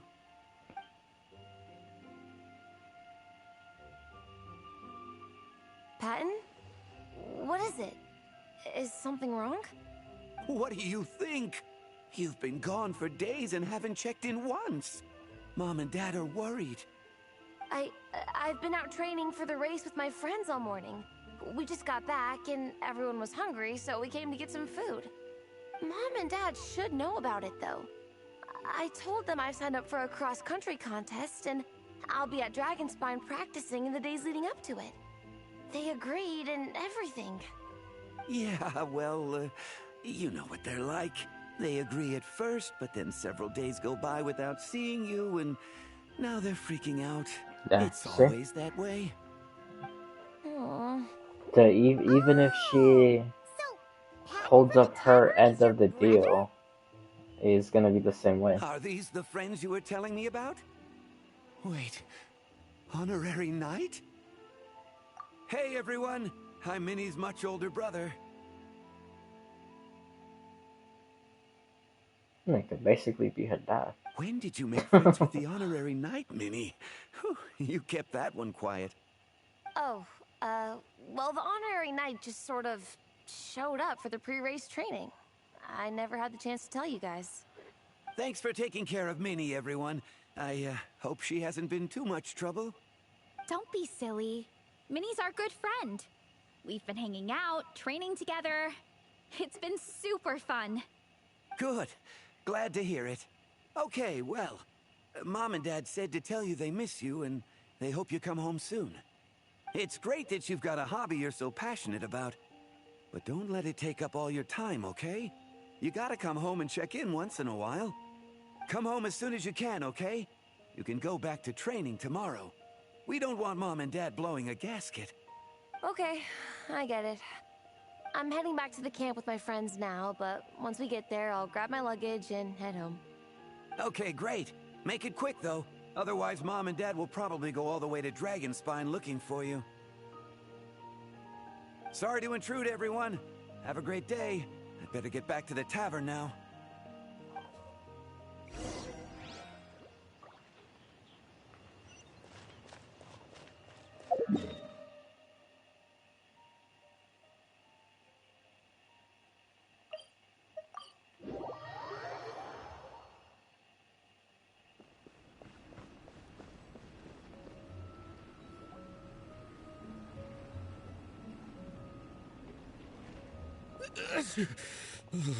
Man, I almost forgot how cold the mountain was.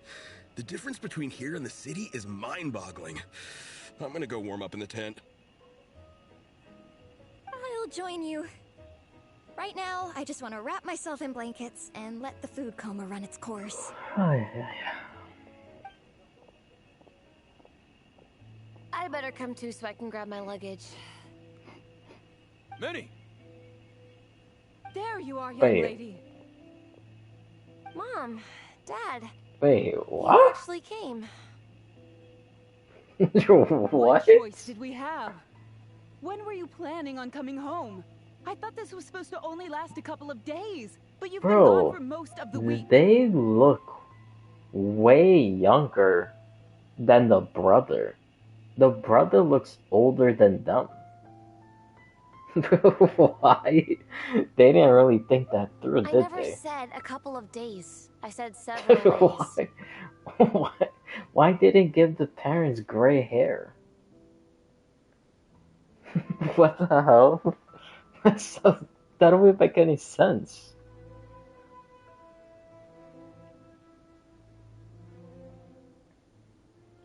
How the hell the older brother looks older than the parents?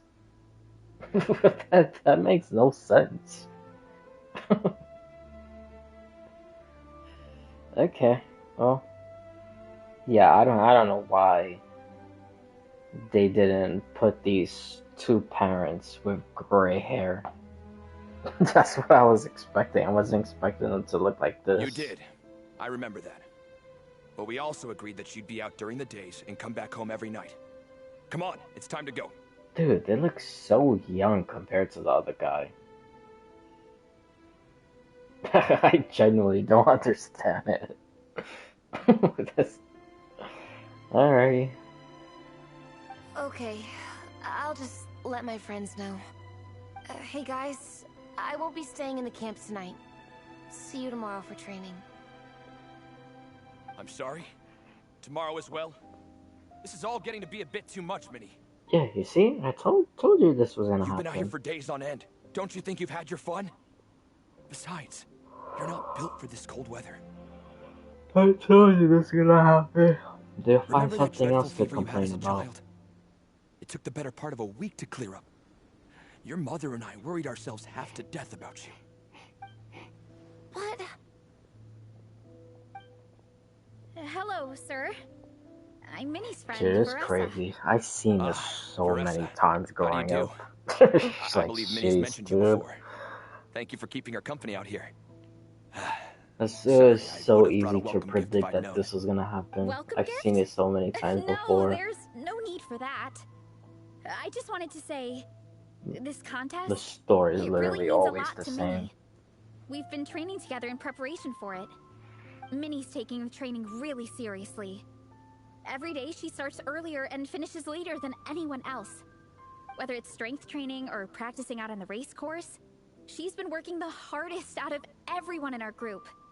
Didn't you make a deal with her? I heard that as long as Minnie gets ranked in the contest, you'll consider letting her do what she wants with her life? Her greatest wish is to work in the comic book industry, and she's putting so much work into it. Surely you don't want to see all her efforts go to waste. Of course not. But the thing is, Mom, That's enough! What's more important? Your comics or your health? I don't know how Oh many my times we've told god, you. It's dude. great that you have a hobby, Bro, I but you can't need to learn the stand difference people between like work this. and play. When's it going to stop, Minnie? When you ruin your health in the name of fun? don't take your father's words too hard, Minnie. Both of us just want what's best for you. You're still young, and it's great that you have something you're passionate about. But at some point, you need to think about your future. I've seen your artwork, and I do think you have a wonderful talent. But being a comic book artist just isn't a stable career. Oh my god. I'm sorry, Minnie. I didn't mean to be so harsh. I know how much effort you're putting into this. We both do. We really admire your determination. You're our daughter. And we love you so much. But surely you can appreciate where we're coming from. Dreams are great. But at the end of the day, they don't put food on the table. Mom, Dad, can we please continue this in private? Yes, of course. Let's move over there.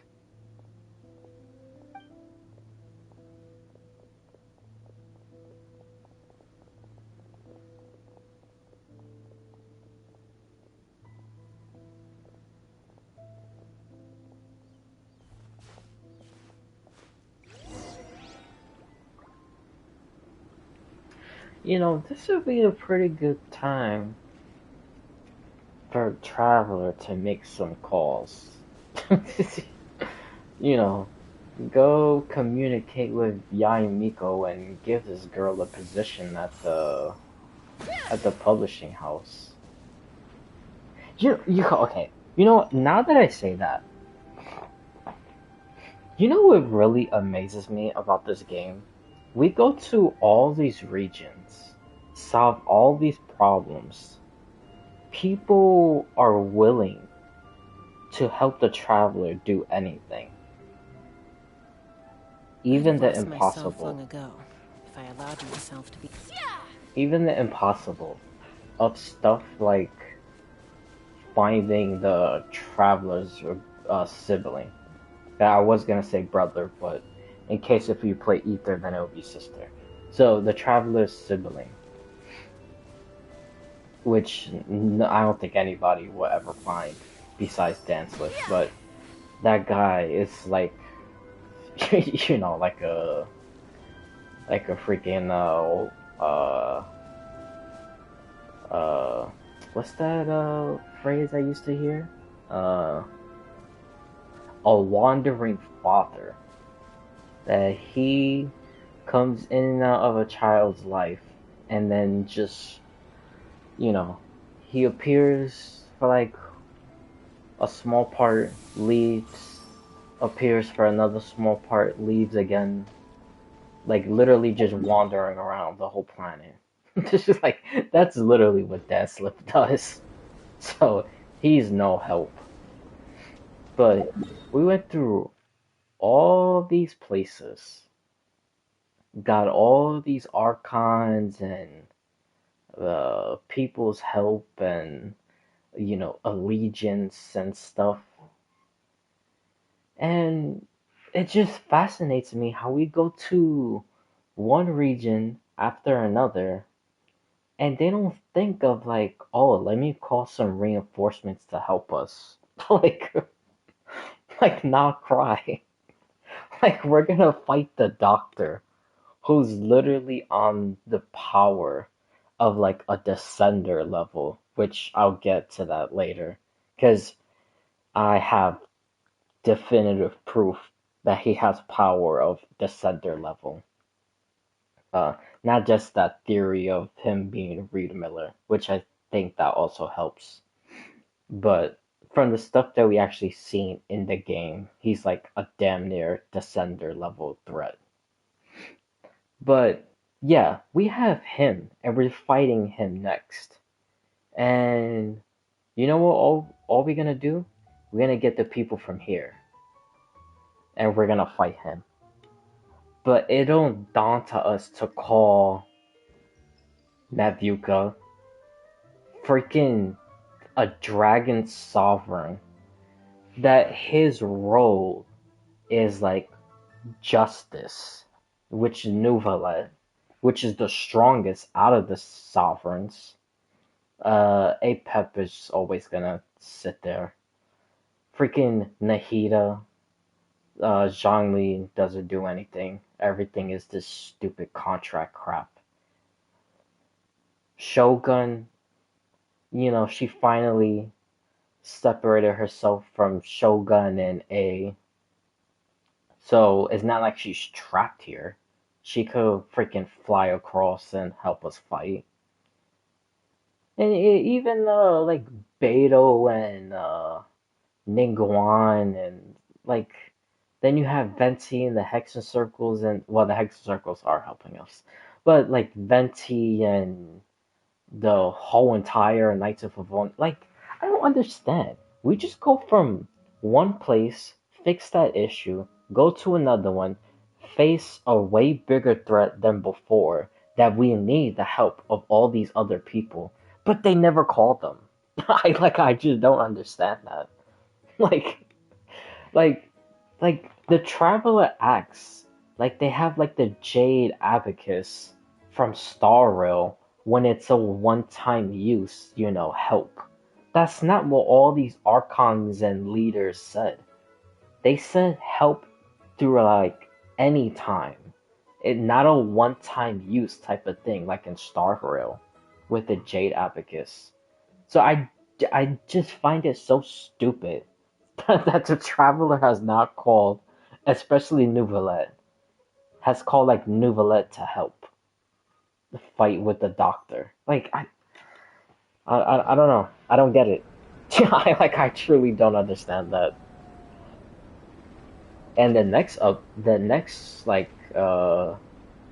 update, the next region, which again most likely be Cesnaya. So that fight is even gonna be worse, because you have the whole entire Fatui stronghold. The third Descender will most likely be alive at that point. The Shades are most likely gonna intervene at that point. The Abyss, as always. So and I guarantee you, once we go over there, they're still not gonna call help for anybody. I don't know. I think the Traveler honestly has this secret death wish. like they don't want to meet their sibling at the end of the journey. It's just I don't know. I truly don't get it. But yeah. Oh, things got pretty intense with Minnie's parents there. Even Paimon didn't dare to interrupt. Yeah, I kind of wanted to speak up on Minnie's behalf again, but I didn't even know how to butt in. I mean, it sounded like their hearts are in the right place. They said they have her best interests in mind, expressed concern for her health, tried to comfort her. It's always like but that, the though. whole thing still just felt kind of off to me. It's always like that. I can't quite pinpoint what it was, though. I mean, whether I'm training, eating, or heading to bed for a nap, they're all smiles. But Minnie's parents, neither of them were smiling when they spoke to her just now. Their words were caring, but their tone was so angry. I don't understand it. It sounds like they don't want to let Minnie take part in the contest. But then all her hard work will have been for nothing. What are we gonna do?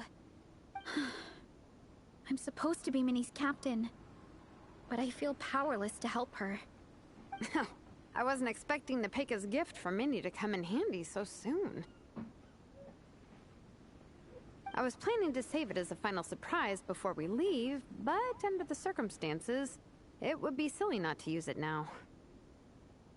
I can't put smiles on her parents' faces, but I think I can make sure Minnie gets to participate in the contest.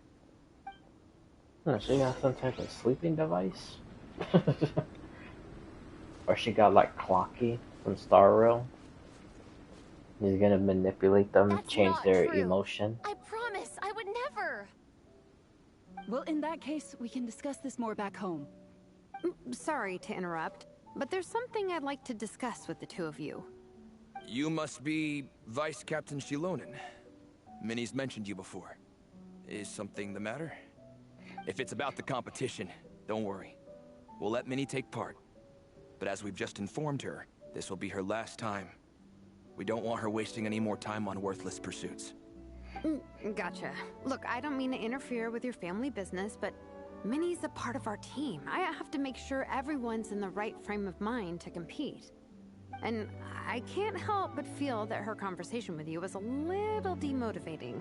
I'm concerned it's going to impact her performance on race day. I also don't think you're really validating her efforts when you brand something your daughter is passionate about as wasting time. Like I said, not trying to intrude on your family business or anything, but I thought you should know that a student of mine back home simply adores Minnie's artwork. She's not here to speak for herself, but as her teacher, I felt like I should pass along the message. I agree that Minnie has artistic talent. But I stand by what I said earlier. Hobbies are hobbies. Work is work. A couple of fans isn't going to get you anywhere in life. Yeah, about that. Take a look at this letter.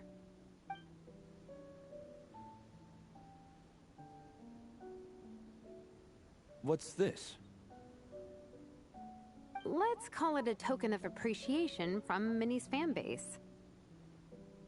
They wanted to write one letter each, but I told them I couldn't take a whole sack of mail on a long-distance trip. So instead, my student Nepeka arranged for them all to make a group painting for Minnie. In the end, so many people participated that it was pretty much one brushstroke per person. Nepeka's so thoughtful. Sorry, Minnie. Nepeka wanted me to give this to you as a surprise after the competition, but given the situation, I made the executive decision to give it to you now. So how many people is this?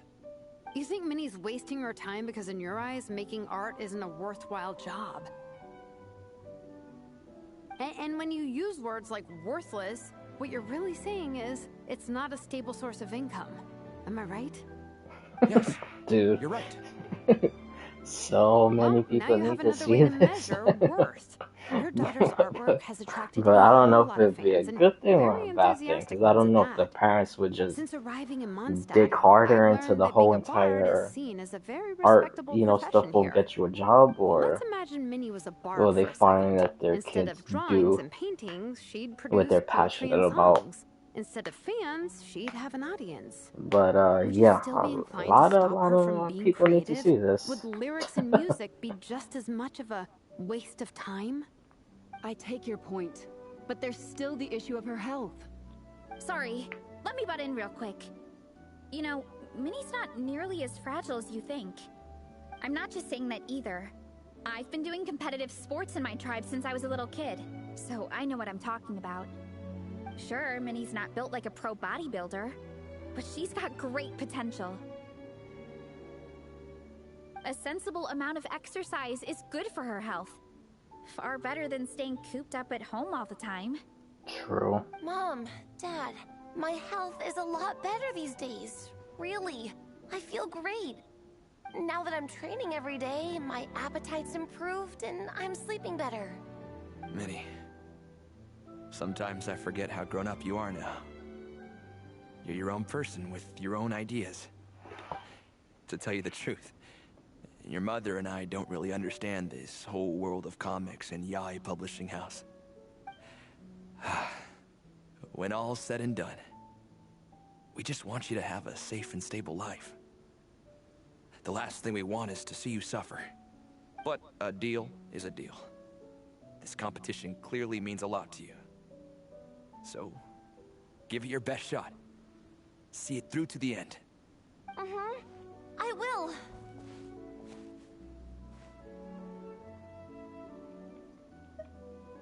Thank you, Honorary Knight. It really does ease my mind knowing that you're on the team. I think I've said enough for one day. Minnie, you're free to attend training and attend the competition. But you're not to stay out at night. Come home and sleep in your own bed. Understand? Yes, Dad.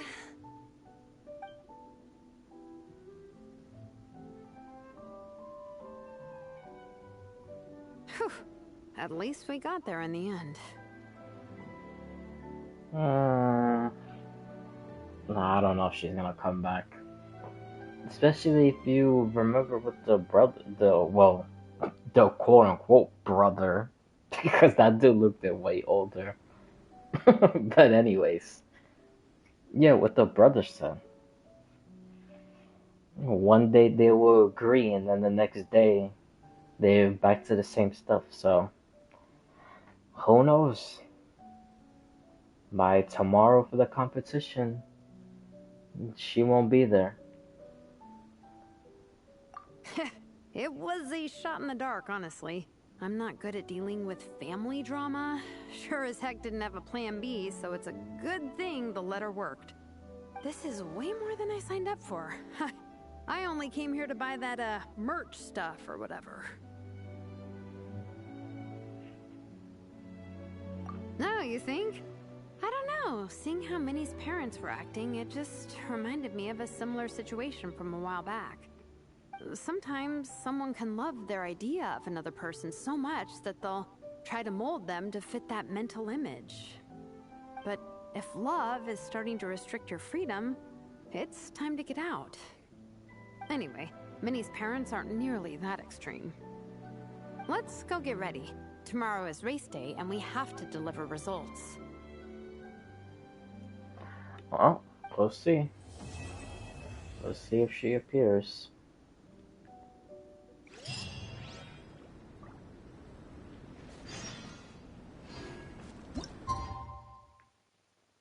I think the literally same thing is gonna happen.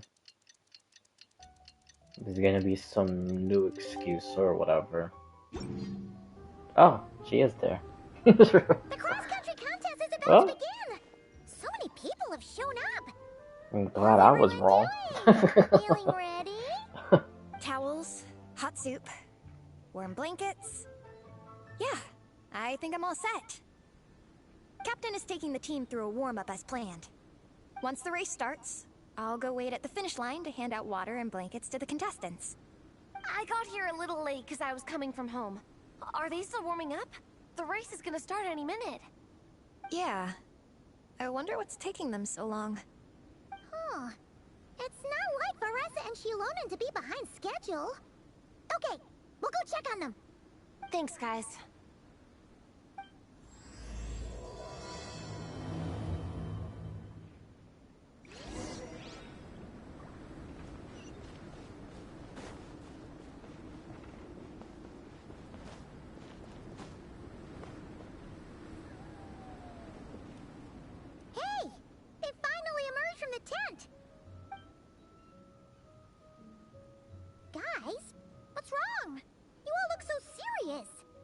It's Igong. He's come down with a fever. I wish I'd acted sooner. I've been checking in with him constantly since he started sneezing. And he said he was fine, but still, I should have known better. He probably hoped he could tough it out until the end of the competition, but now it's broken into a full-blown fever. He doesn't even have the energy to get out of bed. We've been in touch with the organizing committee, and they're making sure he stays warm and takes his medication. They actually sent a medic to look after him, so he's in good hands. Well, that's good, but what about the race? You're one team member short, and it's about to kick off any minute! Yeah, what are we gonna do? This race is a huge deal for all of us. Minnie's parents are already waiting at the finish line. Our only hope now is... That was our first thought too. You've trained with us, so you know the course. Plus, you have a good level of fitness and plenty of outdoor experience. I don't feel great about roping you in at the last minute, though. There's nothing worse than someone dumping an urgent job on you when you least expect it, and making you feel like you can't turn it down. We'd love to have you on the team, but only if you're willing. That last part with Shilonen that sounded like a shot at Mabuka. Because Mabuka always does that to Shilonen. Tumani to the rescue once again! You'll always be Natlan's hero, Traveler. Wherever you go, we place our pride and our hope in you. Alright, let's save the fawning for later. We don't have much time. The order for the relay will be as follows. First me, second Traveler, third Veressa, and finally Minnie. Your section of the course is the first uphill stretch. Remember to pace yourself and conserve your energy. Don't try to sprint the whole way. Once I hand you the baton, follow the signs until you reach the statue, where you'll hand it off to Veressa. We can do this, guys.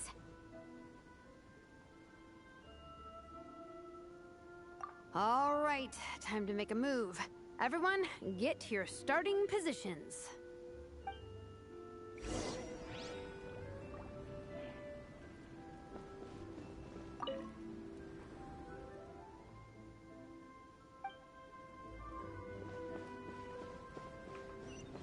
Oh, it's this way. Stupid. Was it going backwards?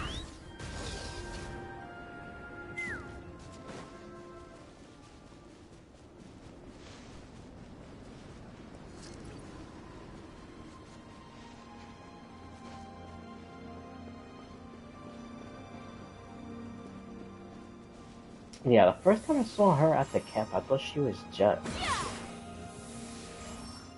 But this girl is still a no-show. There's just some random Ermite. Is it Ermite or Evermite? Whatever it is. Mercenary. Contestants, spectators, welcome to the Dragonspine International Cross Country Challenge. My name is Draff, and I'll be serving as referee for today's proceedings by appointment of the organizing committee. Celestia. Let me start by saying I wish all our teams the best of luck, and I look forward to a day of new personal bests, fantastic results, and of course, playing by the rules. Just real quick, because like with every single update and region that comes out, more region than update, even though throughout the updates it seems to be getting closer and closer and closer. But I wonder, by the time we go to Cesnaya, like the Heavenly Principles is gonna be like directly above Cesnaya. Like, especially the Pale Palace, where the Cervista is at. And then by, like, near the ending of Cesnaya, it's just gonna, like, start, like, descending down. And then we're gonna have to, like, fight Celestia during the Cesnaya region. Or probably fight one of the Shades or something. Or probably fight all the Shades. Who knows? And then it will probably end the Cesnaya region like that. And then with the next update, so 8.0, will probably be like when we actually start fighting against Celestia itself, like the Heavenly Principles, and of course the Abyss is gonna do like the biggest like major attack. So we have be fighting like on both sides. But yeah, I don't know. I think it's gonna be something like that. Because the way Celestia gets like closer and closer and closer, that we could basically see like, basically like the literal like full outline of everything, and it wasn't blurry like how it was like years ago.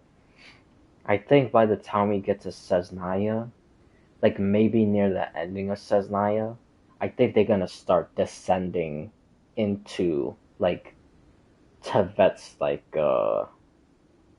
airspace, you could say. I'm also obliged to remind everyone how important it is to remain within the bounds of the official race zone. The terrain on Dragonspine is hazardous, and the last thing we want is anyone getting injured or worse. The organizing committee has taken steps to remove all hazards from the race course, but the rest of the mountain remains a danger zone.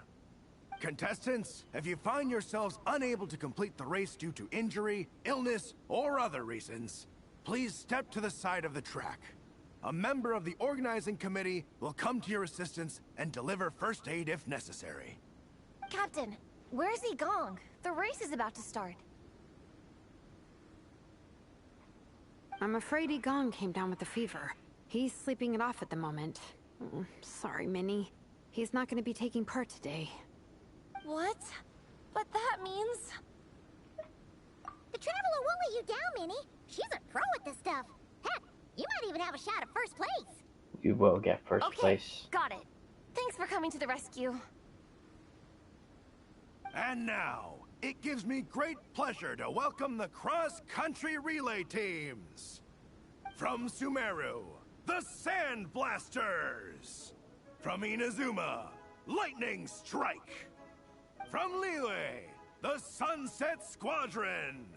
And from Fontaine, the Frostbite Friends. They're probably gonna get last place. Next, we have the Adventurer contingent. Dragonspine must be scaled.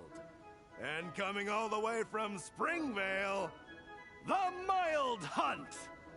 Last, but by no means least, we have a team that brings together contestants from all over Teyvat. The Soul Blazers.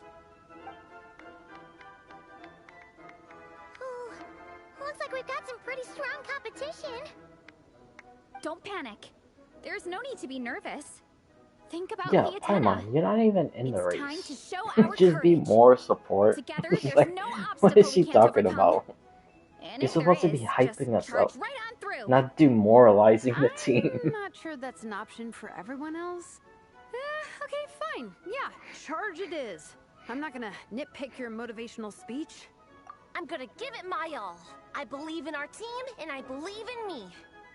Will all contestants please proceed to your starting positions?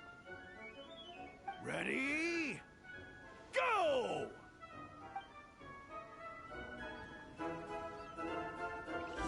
Not even like a set go. You can do it! Ugh, yikes. It's even colder today. Just my luck. Boost your stamina here! The traveler's up ahead. Time to pass on the baton. Eyes on the road. Whew, made it. Great, I'll take it from here.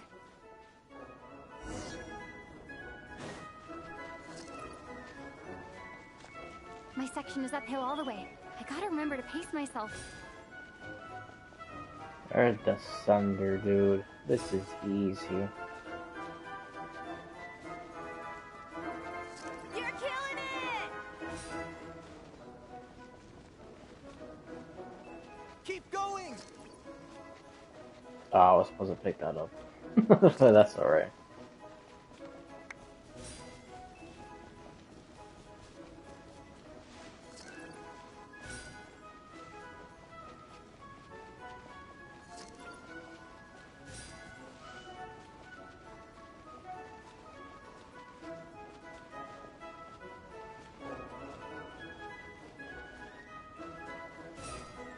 There's the statue. Varessa's waiting. Come on, almost there. Whew. Varessa, I did it. Thanks. My time to shine. No time for a detour. Just gonna jump on down through the gap.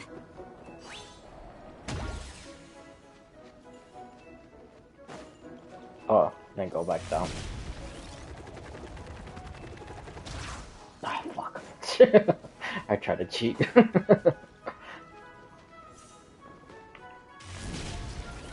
the downhill stretch. Full speed ahead. Minnie's waiting for me. Are we actually gonna play as Minnie? Speed demon! Minnie, you take it from here. I'll be right behind you. All right, here goes nothing. Oh, we're going through,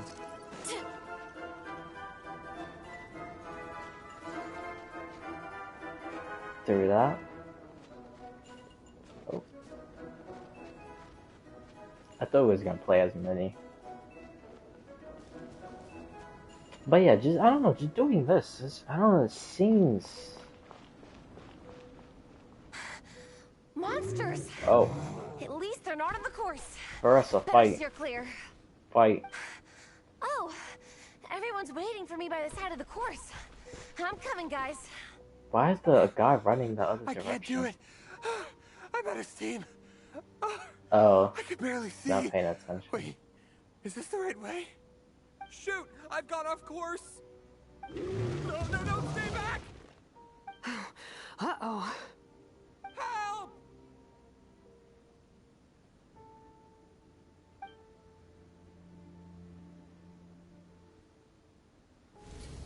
It's fine. I'll keep going. I gotta get a good ranking. I don't want to drag this team down. I believe in you, Minnie. I do too. Let me help you. I know I should keep going, but... I'm sorry. I can't ignore this. Quick! Over here! Someone's injured. We have to help them. Vressa! Traveler! On it.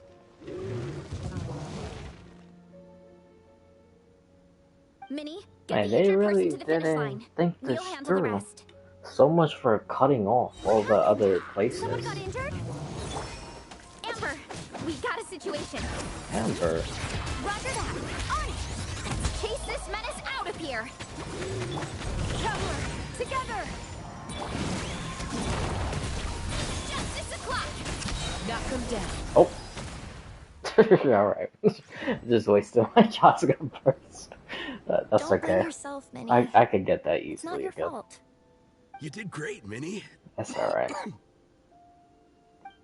Ollie Gong, don't force yourself to speak if you're not up to it.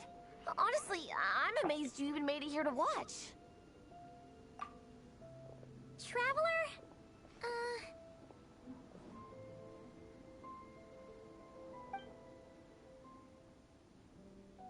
It's okay. I'll explain.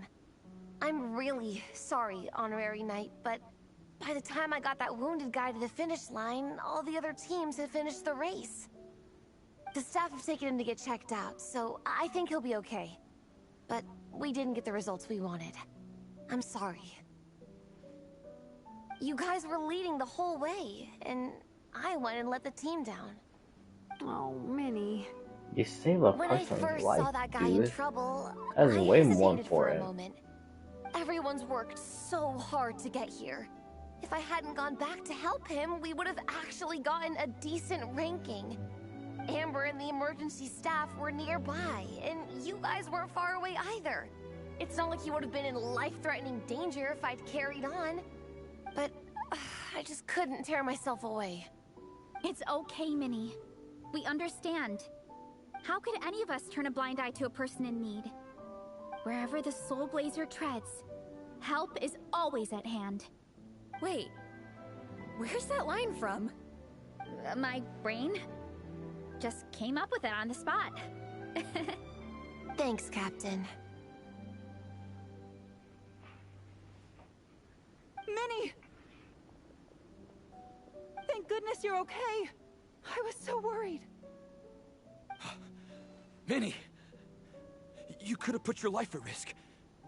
Please, don't ever scare us like that again. I'm sorry.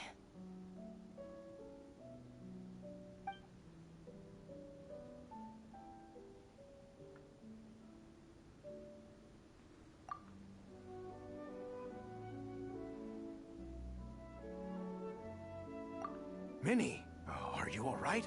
Are you hurt at all? Oh, hi, Ref. No, I'm not hurt. I'm all good. It's you. Hello. I'm Kenzo from Team Lightning Strike. Because of your help, I escaped with no major injuries. I can't thank you enough.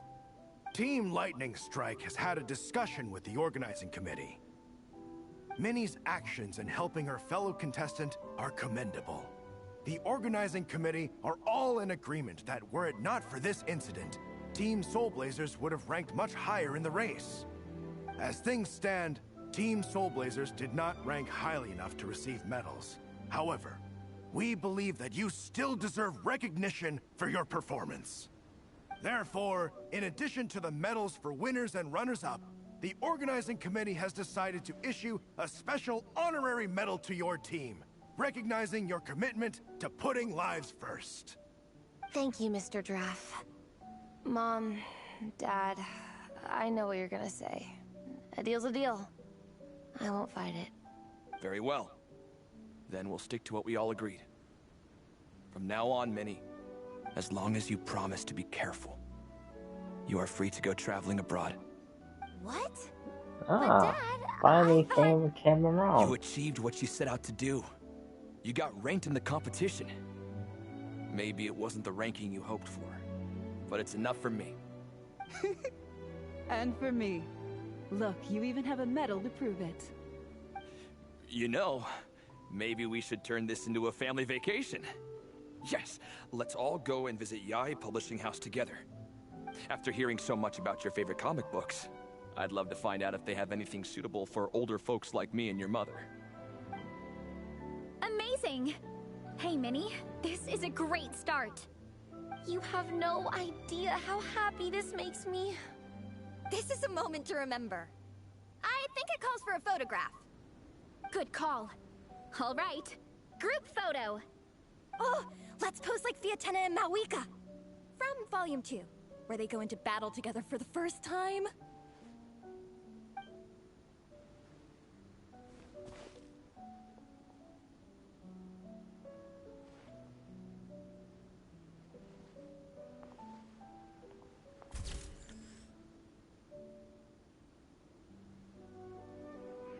Nice.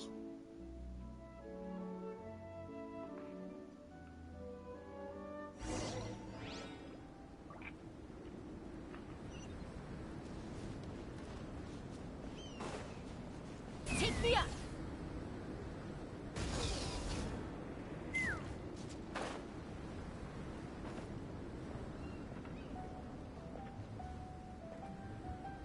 Hmm.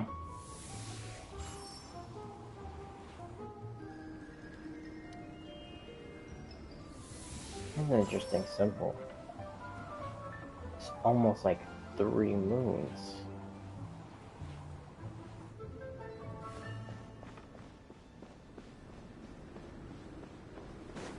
I never even really thought about that. I don't think those are moons. I'm just, you know, kind of looks like it. I don't even know what those symbols mean. Doesn't But this is from Inazuma. But aren't these same symbols on the backs of what's that group from Naruto? Oh, the Uchihas, right? Wait, is it them? No, is it? Wait, is it the Leaf Village or is it the Uchihas? Honestly, I don't even remember, and I don't know. I know it's something. Kind of looks like it.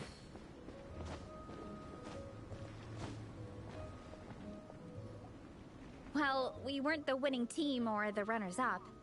But one way or another, we still came away with medals. I'm sorry. I picked the worst time to get sick, didn't I? Don't even think about that, Igong. Just focus on getting better. It's a shame we didn't all get to compete together. But at least we got a group photo. If anyone has regrets, I say we come back next time and go for gold. I'll be back. Take it easy, Igong.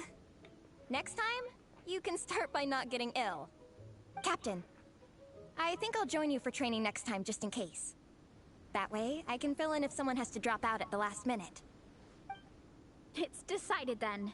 The Soul Blazers will return for the next cross-country challenge. It's a deal. I wonder how. I wonder how long that's gonna be. They're coming out with so much stuff that could be yearly, but it's not, because then they're coming out with something else that also could be a yearly thing. So now everything is like an every other year type of situation. I think the only thing that will always be yearly is Lantern Rite. That's literally it, honestly. Oh, and the summer event. Those are the only 2 things. Oh, before... Hold on.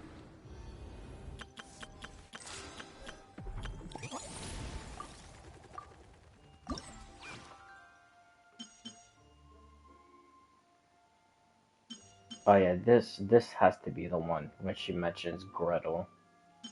Yeah, because I was wondering, well, when the hell, I'm supposed to, what you call it? Oh, fuck. Oh yeah, let's do this one, because this one is... I mean, it's a cool little event, but I'm not really interested in it too much, so... I only did it halfway.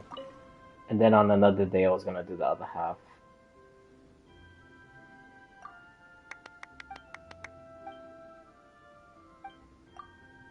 Oh, this is just...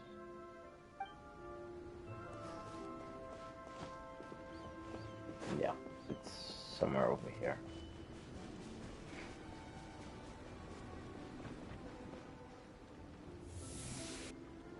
Oh, this is it, right? Oh, now that I see her. Dude, I actually really like her Lantern Rite costume. I think... Oh, that's hard. Because I was gonna say, I think that's the best out of the 4-star characters, her costume. But I really like Kaya's also. I think those are like neck and neck. But she definitely has one of the better ones. Like she's either number 1 or number 2. And then Nouvelette's costume. That's Nouvelette's costume. I actually like also. I don't know why people don't like it so much. I will agree with people on one thing. When you do his burst, his legs kind of look like pencils, and they like kind of like stretch a little too long. That it looks kind of dumb. But other than that, like the actual design itself, I don't see the problem. Maybe I'm just a simple man, but it looks really good. I actually like it. Dude, there's so much stuff like coming out, especially in these gacha games. Oh my god. Now I'm honestly considering trying to get them. Then you still had the Void Hunter's costume in Zenless Zone. Then all that other stuff. That spending event, which I'm not gonna do. That someone did the math on it, which I'm actually kind of surprised, but not that much because Zenless Zone was always generous. But it's actually way cheaper than I thought. Even if you did all of the rewards in the spending event, it's like way cheaper. Like compared to like the spending event in Star Rail, like what they did in Cyrene's weapon, that was insane. Cyrene's weapon was insane. It was like 300 plus. And then in the anniversary they also had a spending event that was also like closer to 4. But for Zenless Zone, to get the rewards that most people want, which is the character and their weapon, it's 150, between like 150 and like 160, because you gotta include like taxes and all that other stuff.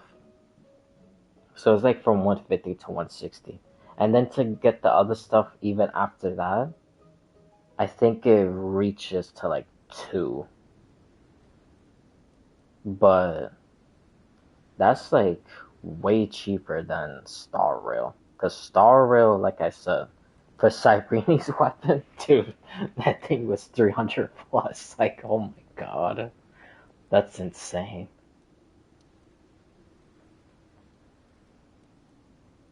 But yeah, then you have that.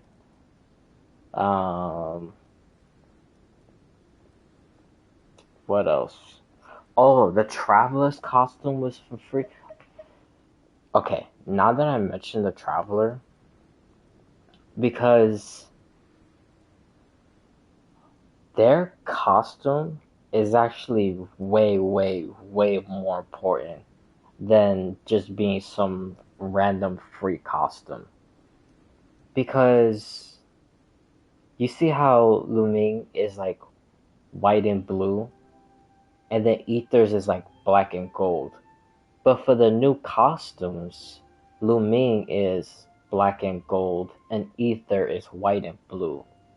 I think them doing that is like showing that it actually doesn't truly matter who you pick as the main character in this game, because both of them, even though I know I went through this like a while ago, but even though Lu Ming does represent the moon and Ether does represent the sun, and usually the sun is a descender and moon is like the person that comes with the descender, which I classify as ascender. That at the end of the day, it doesn't even matter who you pick, because this is just some type of like simulation with like the first descender. And with the first descender, I think he directly connects into the fourth one, which is the traveler and the sibling. So I think with that costume, with both of their new costumes, that are like mix matches the opposite person's colors, I think that's like in itself just showing that it doesn't matter who you pick, because the whole point of the fourth descender's journey is to break their own like fate. So Ether won't, by the end of the game, he won't be tied to the sun. He'll most likely end up going to the moon. And then with Lu Ming, she won't be tied to the moon. She'll end up be going to the sun. So like breaking like their fate. And like the whole thing with like the Descender's journey. But yeah. So and with their costumes, dude, their abilities, like they're like actually worth playing, like the Traveler now, because the Traveler could do like weapon infusion, because in the live stream when they were fighting with Pyro, the weapon was infused with Pyro. And then when they did Hydro, the weapon was also infused with Hydro. Basically almost like the Mannequin, because I think that's what the Mannequin does. I know I've seen them fight like before, but I haven't fought with them like that personally. Even though I did the Wonderland thing like a little bit here and there, but that was like so long ago. And I honestly don't even remember. But anyways, yeah. And then there's also buffs for like each specific like element. Like for Geo it's like 15% defense. And then when you go to Pyro it's attack. When you go to Electro, I believe is elemental. Dendro, I don't remember. Maybe Dendro is elemental. Or is that energy? I don't know, something.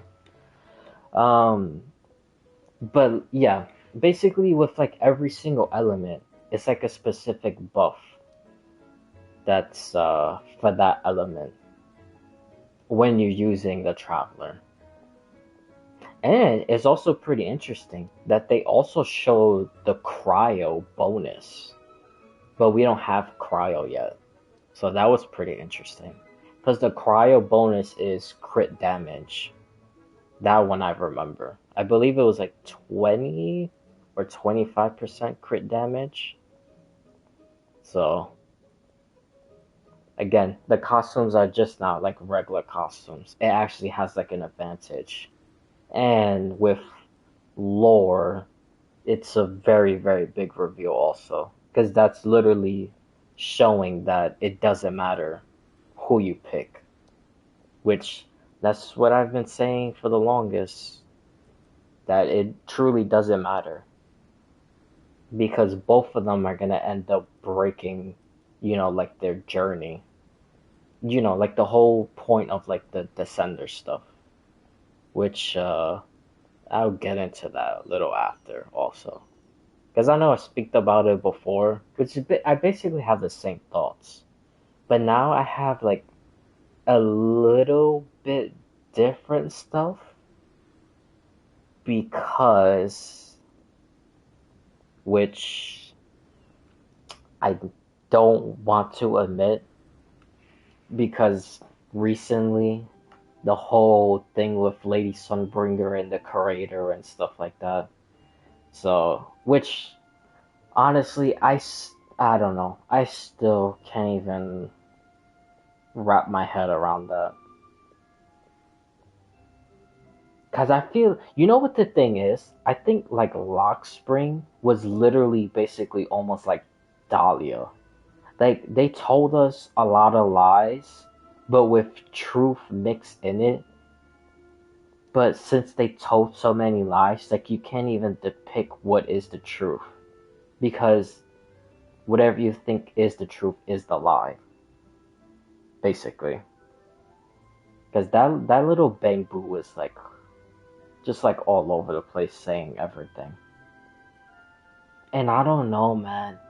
I don't truly believe that the Curator stole some of Lady Sunbringer's power. I mean, I don't know.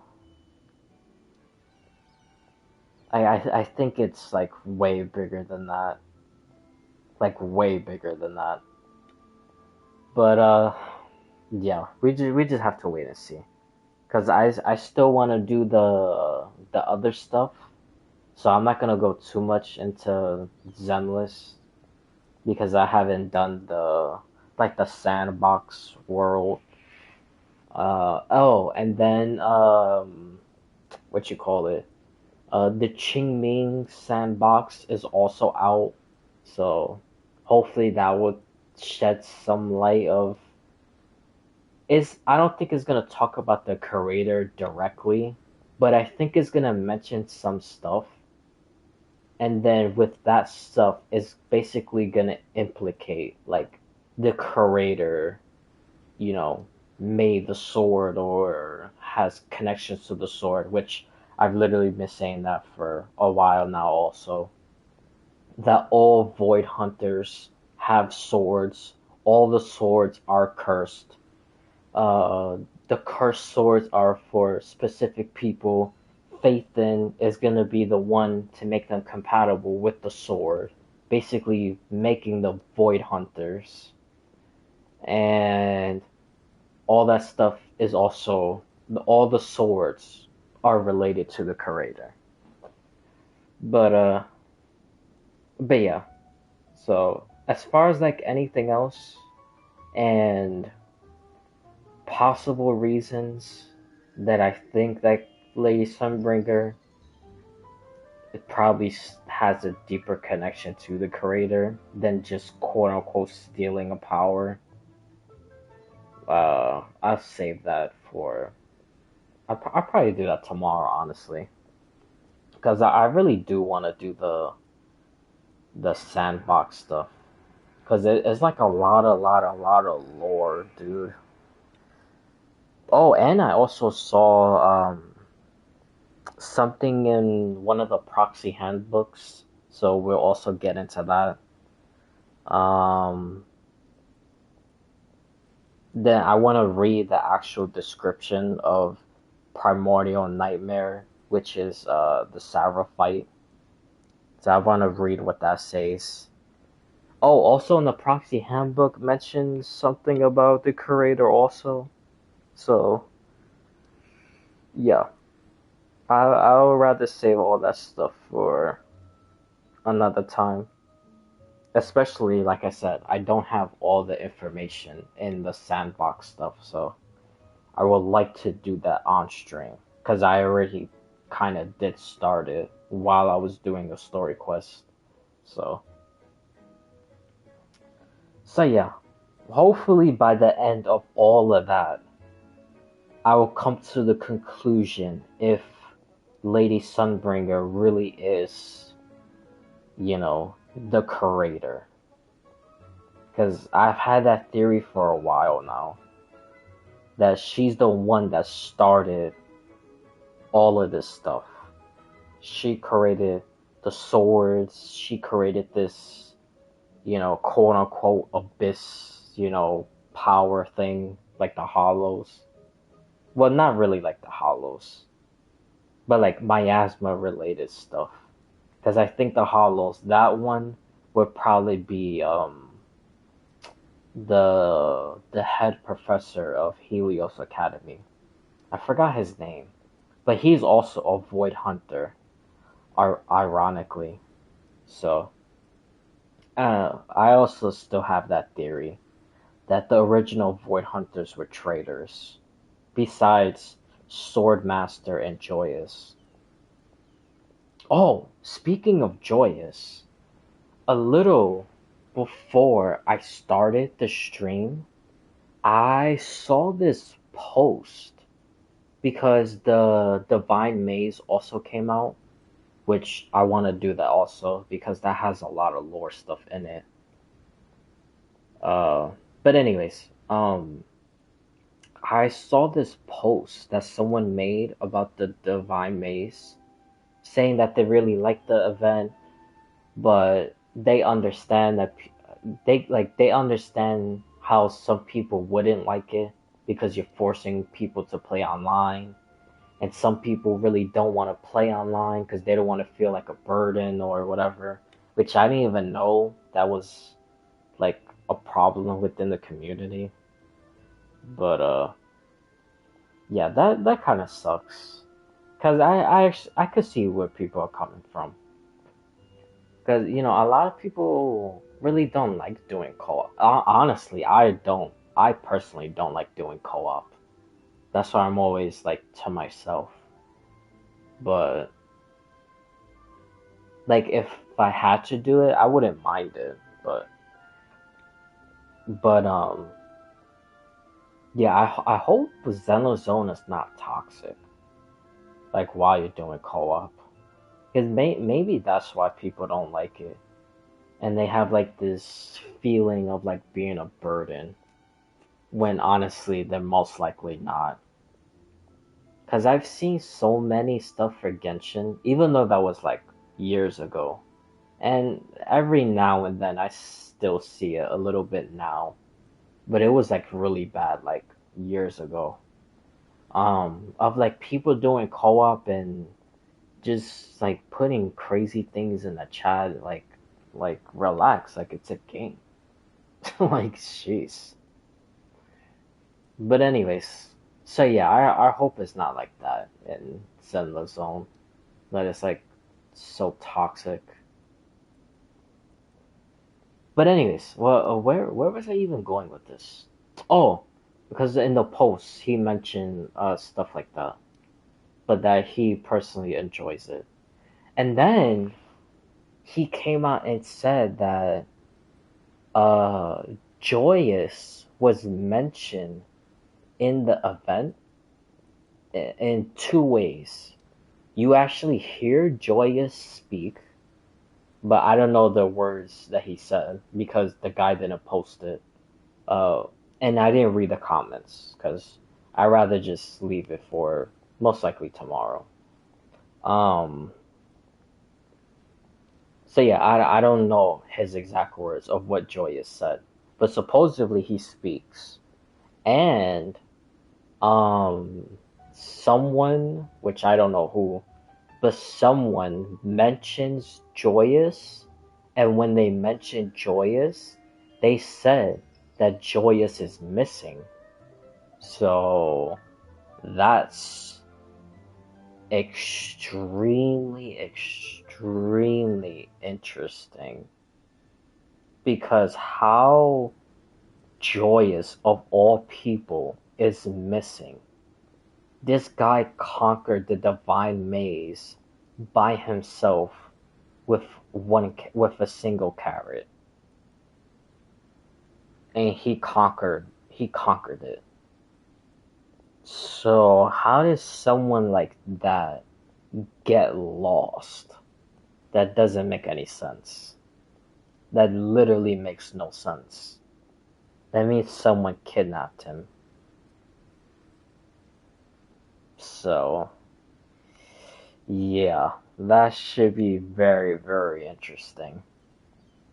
So, yeah, like I said, hopefully, which most likely, I will do Zenless Zone tomorrow. Because I really, really want to start getting on the bottom of all those things. And then, like I said, especially Lady Sunbringer. Because, I don't know. I don't know. I don't buy into it. That the only connection is the creator stealing her power. I just don't believe that. I don't know. I can't like wrap my brain around that. I don't believe it. But but yeah. So that's pretty much it for Zenless Zone. Oh, and the drip marketing, which is two Angels of Delusion, two out of the three. I was honestly kind of hoping for all three of them to come out uh in one update, but two things. That would be crazy for a triple like new character in a single update. That's OD. And if all three of them came out, then that means one of them will have to be a 4-star, and people will like lose their shit if one of them is a 4-star. So it is what it is. Honestly, I don't mind if one of them is a 4-star. But actually, you know what? Let me check. I doubt they made any post, but just out of curiosity, because I'm pretty sure they only did those two, and that's it. Yeah, yeah, it's only those two. Aria, which is the girl that has the robot, and then Suna, the one that has the blue hair with the pistol.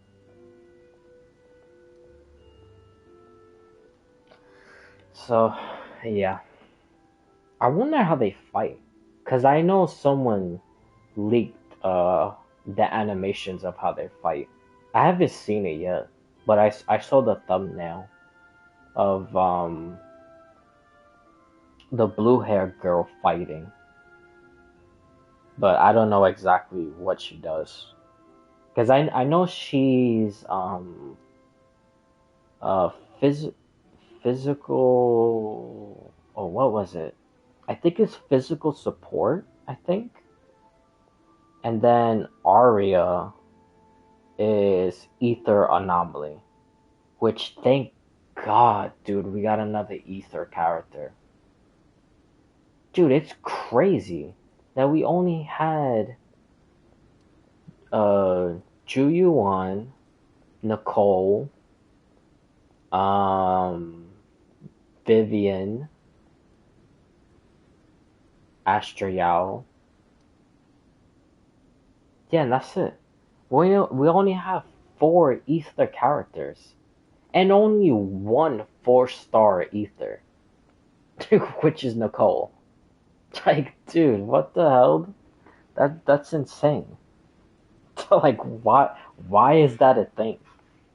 Like, there should be way more Ether characters, especially at the 4-star. Like that's even more ridiculous.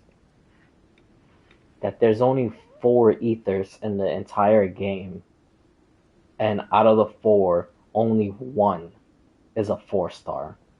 Like, that don't even make any sense. But yeah, anyways, we finally got another ether, so that should be good. I wonder if her animations also came out. But yeah, honestly, I really want to look at her animations, but the problem is, because when I looked at Conlabina's, Saibao, and Iluga's animations, dude, I saw a whole bunch of stuff. I saw world bosses, secret bosses. I saw, which I actually still have the screenshots. I'll delete it once the update actually comes out because it makes no sense to have the screenshots. But the screenshots of the descriptions, like the story of the 2 new artifacts, I have that, which the Conlabina set is about the moons, and Nubelong left, then the pale star came with a winged descender on a pale star descended into Tibet. That's like the exact words. Which is talking about the primordial one, which is Thanes. Yeah, and then the other one, the artifact set for the Hexen Circle members, or the people who got the Hexen Circle buff, which is Klee, Venti, Durin, Albedo, Mona, and others. Them, they have a specific set that's gonna come out for them, and in that one, it talks about Decarabian and Old Mondstadt.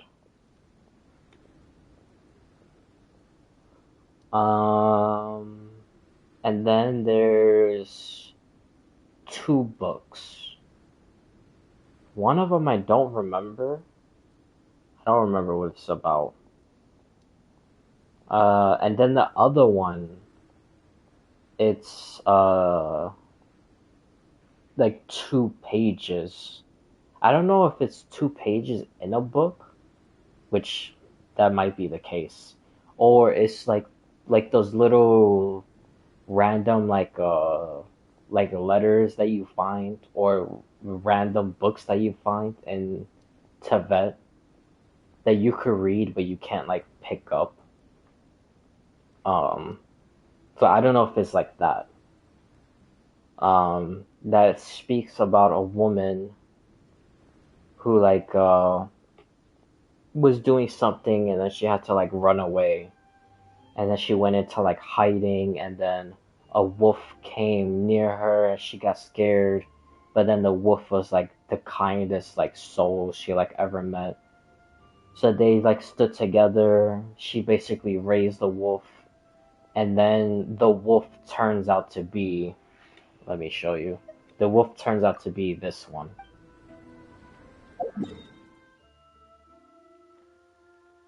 Him. The wolf turns out to be him. And then he leaves to go up north, which is weird, because going up north, especially if I think where I think it is, which might be Cesnaya, where they were at, or maybe, I don't know, I'm not entirely sure. But anyways, to go north and come like over here to the city of like Freedom, basically, or the area of Freedom, and basically like be free there. You find out that the woman resides currently at the Pale Palace. So that woman was the Sarista. That is not confirmed. That's my theory. The wolf is 100% him because it mentions him by name in the book. That's 100% accurate. But as far as the woman who resides at the Pale Palace, that could be anyone, technically, but it's obviously the Sarista. So the Sarista raised him. Which even bears the question, why is he in Mondstadt? Is he watching over Venti? Because she hates Venti now?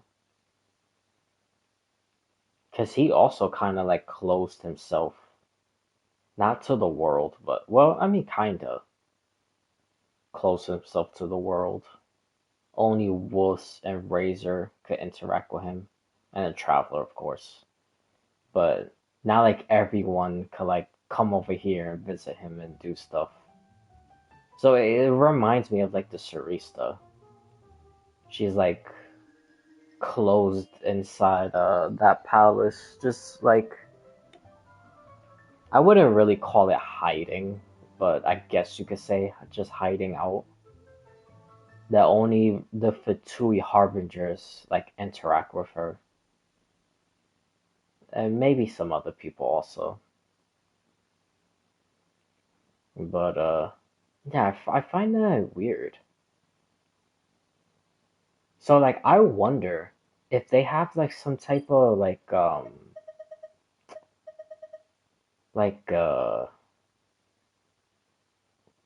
well, this is gonna sound a little crazy, but not exactly like some telepathic type of bond, or maybe something similar to like a telepathic bond, or even a telepathic bond, that like when one does something, the other also does something, because they could like just like feel it in their bones, I guess. Kind of like the whole thing with like twins. Even though all that's not the case for all twins, because I personally know that. But anyways, you know how they always say that thing about some twins, like, like if obviously I'm just gonna make up some random thing. Like if one like bumps into a wall and like gets like a bruise and it hurts, then the other one could feel like dumb, like a pain will start like, hurting also. Like they'll start getting a pain like if they got hit by the wall. Like that type of thing. I wonder if they have that type of bond between the both of them. But oh, that's not what I meant to do. I meant to do this. Because I wanted to see what... Oh, it's the ice one. That even makes more sense. Even though they have other ones, but, the top one is the ice. Oh.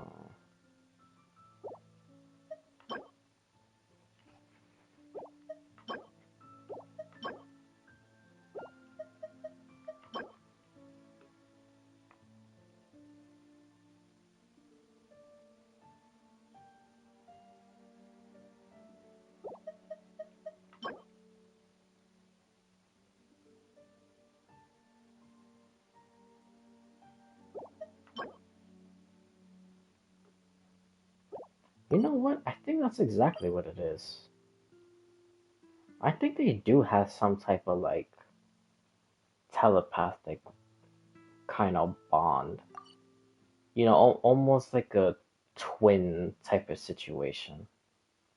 Like one gets hurt, the other one feels hurt. So I think, if I had to guess, it would be the Sarista. The Sarista started feeling hatred towards Venti, and then that's when he came over here and secluded himself. Just like how the Sarisa secluded herself in the palace. Cause yeah, I'm calling it right now. Well, I said it before in one of the other streams, but yeah, I'm still calling it that this wolf was or the woman who raised the wolf was the Sarista.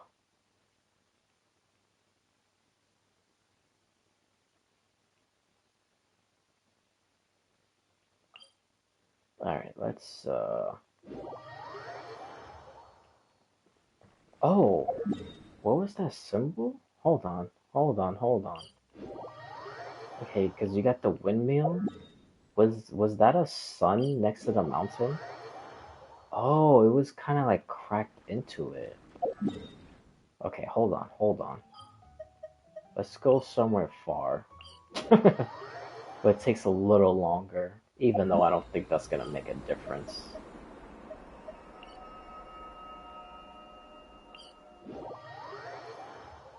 Ah. It kind of looks like a sun within, like the side of the mountain on the right side. And then under it is, the ice symbol. Wait a minute. Oh, okay. Wait. Because we know there was an ancient civilization here. Then it was destroyed.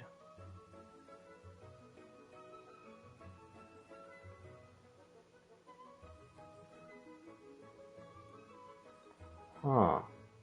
But they never said who exactly lived here in ancient times, did they? Wait a minute, hold on. Let's see something.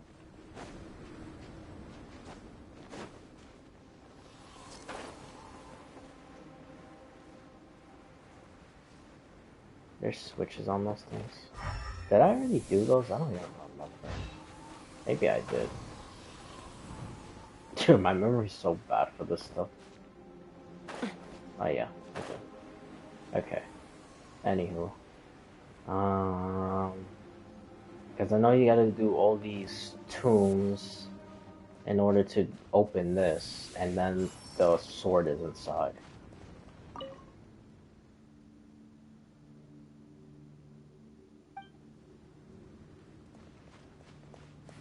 Maru. Yeah, then the sword is right here in the middle.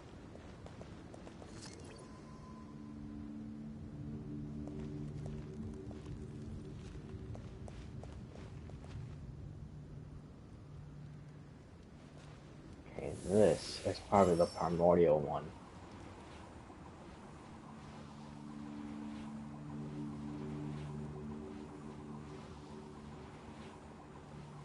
And then he's giving... What is he giving? No, is he's receiving. Right? Is he receiving or is he giving?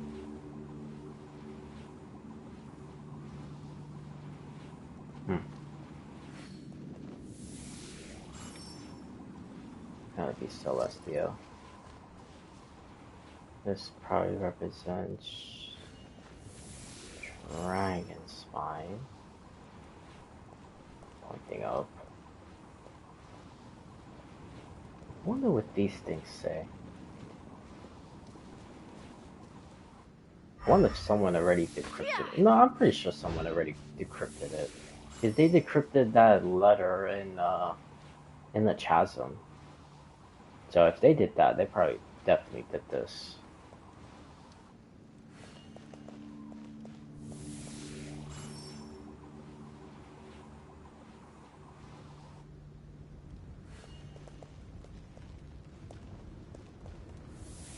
That's the same thing now.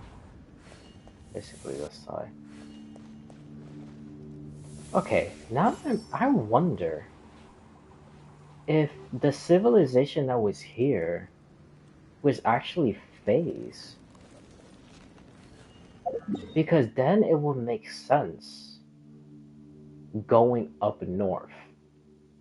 Because obviously up north would be here. The City of Freedom. And why she was scared. But that's okay.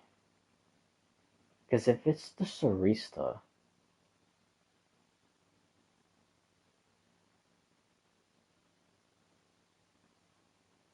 well, it said, you know what? Let me pull it up.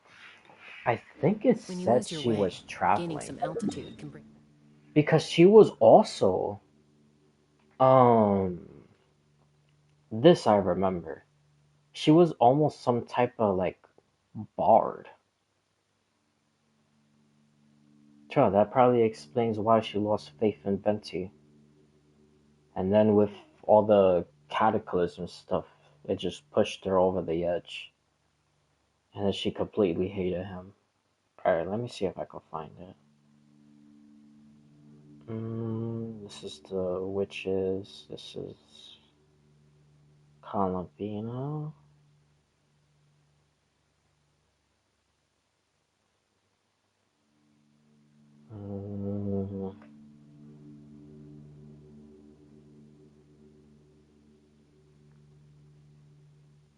What is this one?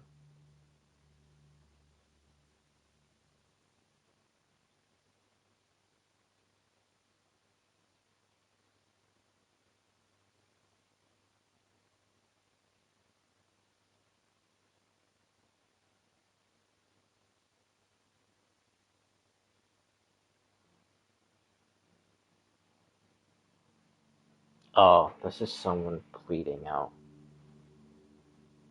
And that, oh, this is the story of basically how someone became the first Seelie.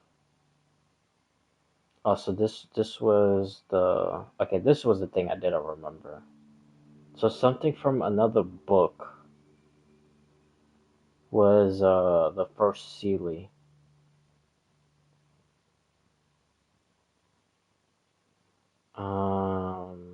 This, okay, this is the Sarista one.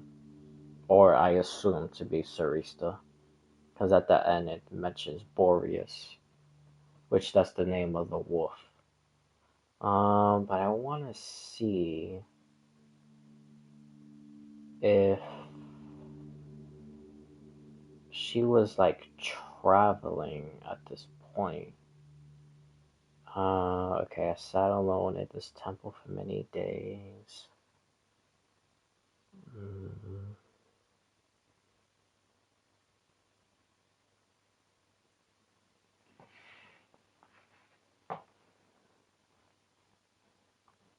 Okay, she was unable to recall the past. She lost her memories.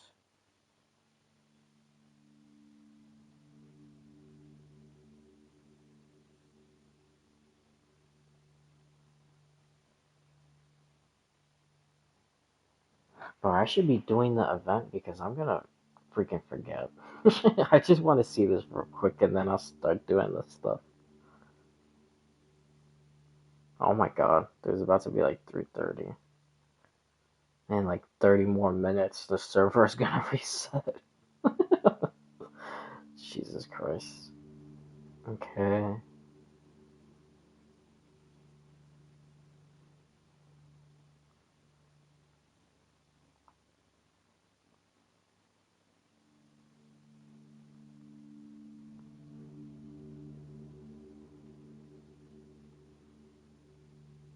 Um,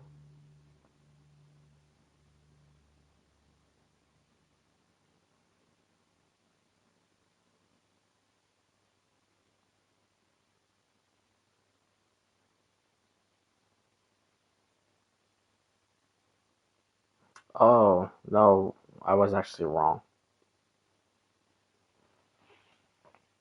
It was going south. It wasn't going north.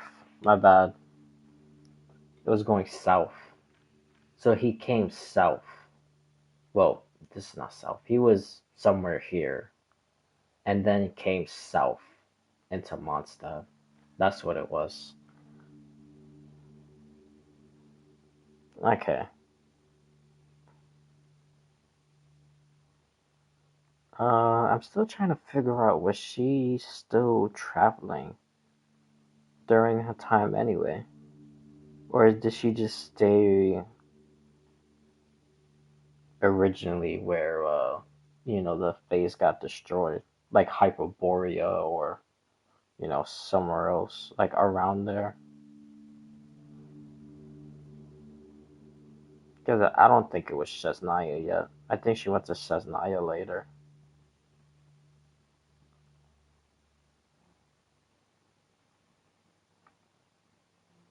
Oh yeah, she did leave. So she was traveling. But it doesn't say from where.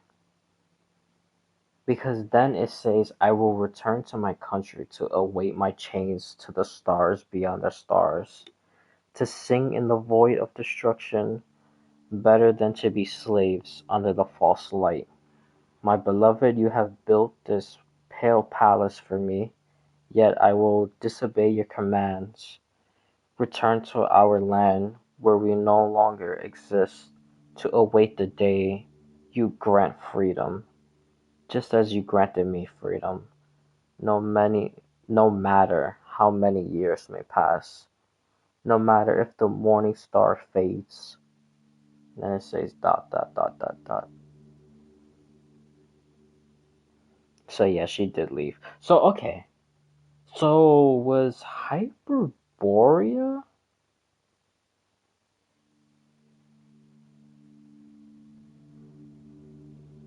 Because we know this like ancient Cesnaya, which is almost like Cesnaya. It's like Snezograd or some crap like that. Then obviously you had Notcry.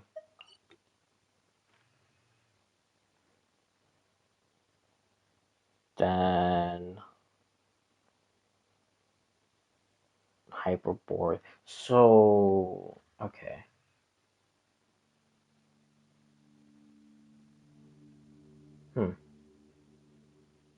Because I know I've also heard people's theories, which I think some of it is confirmed, but honestly, I don't remember. I'm not entirely sure. But supposedly, this is made up of like moon remnants. But the theory is that all of this together was the fourth moon when Columbina was born from the other three moon goddesses. And then they sent her to the future just for her to go back in time, which is the thing that happened in the last quest. And then that's why you see those these little things.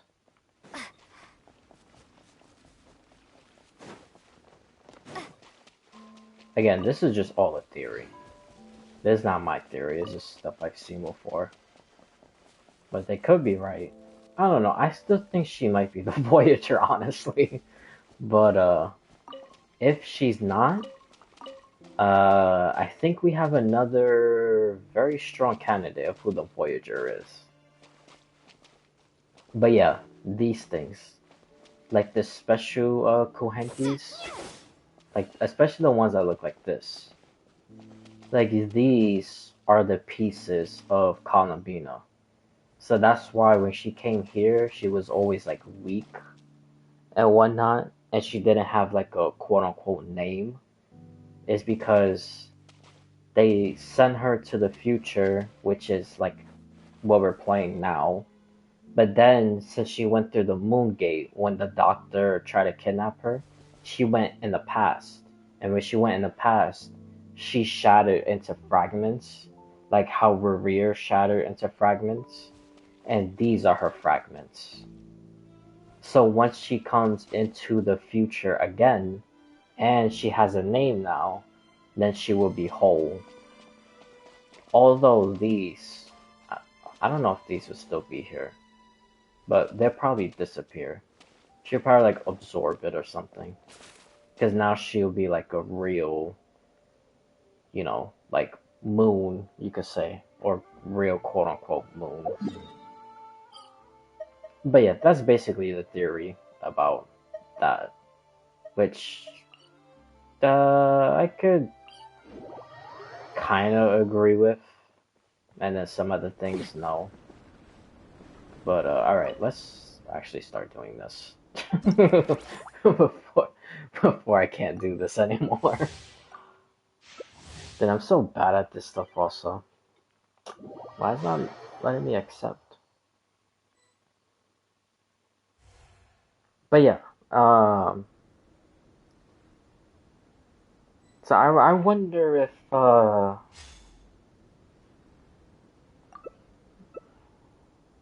wonder exactly where this fight happened. Because Hyperborea was destroyed. So, oh, maybe? Not entirely sure. But maybe. Dude, people are so cracked at this also. Because I remember I did I don't know if that's a good hiding spot, but anyways,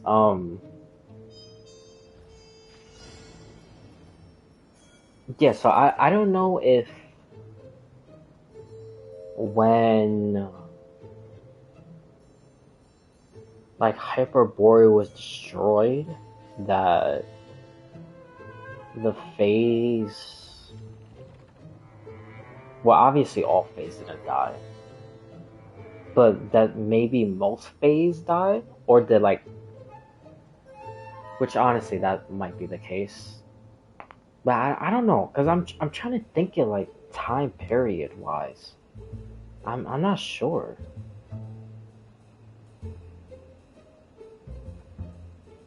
Because if the third descender built the Pale Palace for the Sarista,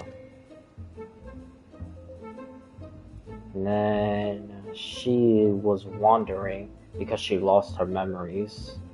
I think that's honestly a really big question. How did she lose her memories?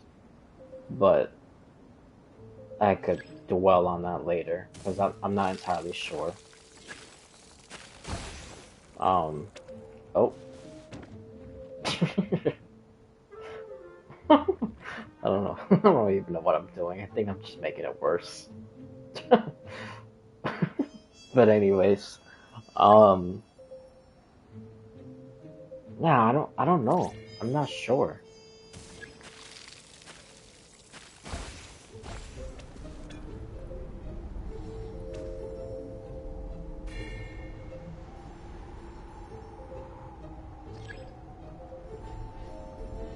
It's such a dumb spot.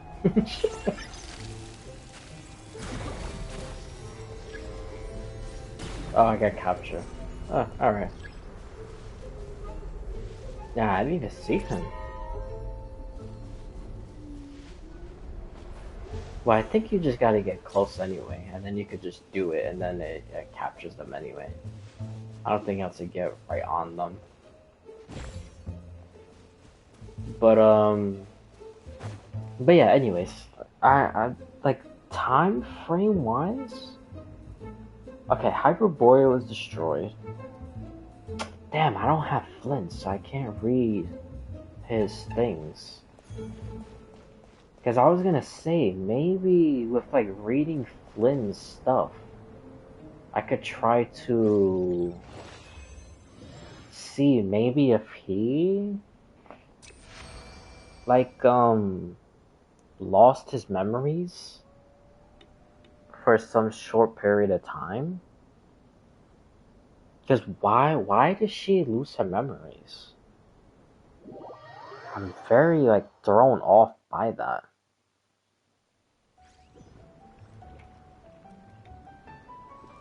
I don't know.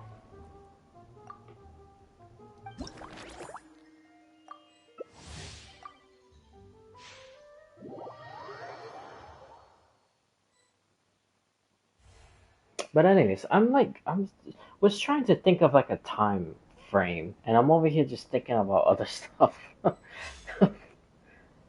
I don't know. I'm honestly not entirely sure.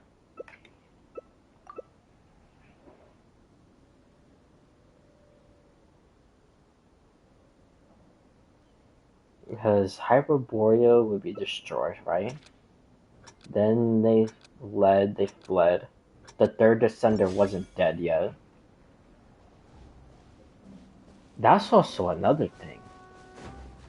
Exactly when did the Sharista probably realize he was dead? Because two things. I don't think she died or he died in front of her. And I don't think when he died, she knew about it right away.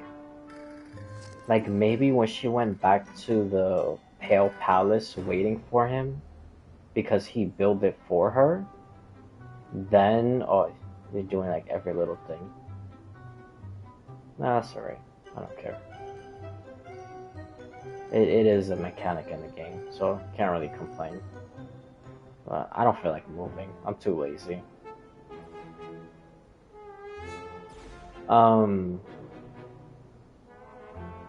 Yeah, so I don't know if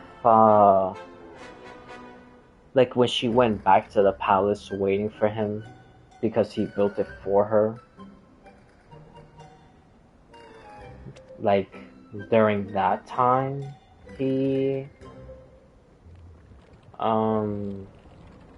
like died, or maybe when she was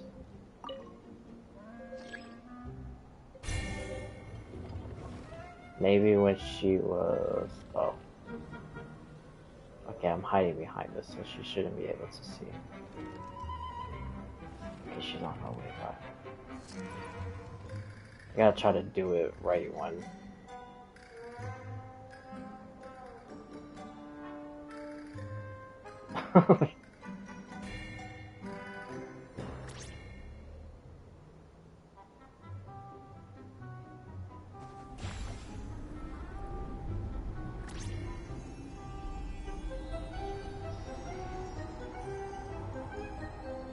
What is that blue symbol right there on the map? Oh, is that like the special character that's hiding, which is supposed to be Sayu or something? Sayu or Klee? I don't remember who the third one was.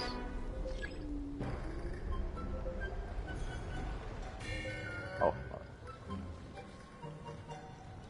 Oh, I see her. I see her. Did she see me? I think she saw me.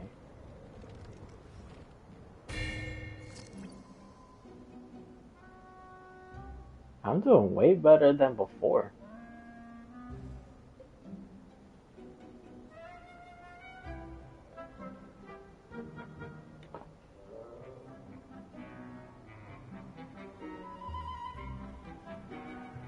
But yeah, I don't know. I'm not entirely sure. I think once we actually... There's two things. When Hyperborea was destroyed, and when... trying to make sure she don't see me also. I gotta hide like right behind here. When I go in the fire.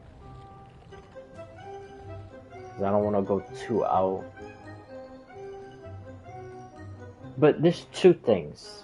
Exactly when Hyperborea was destroyed, like time frame wise with everything else, like as soon as like, you know, the first angel fell because of the stuff with the Voyager, the forbidden love and whatnot.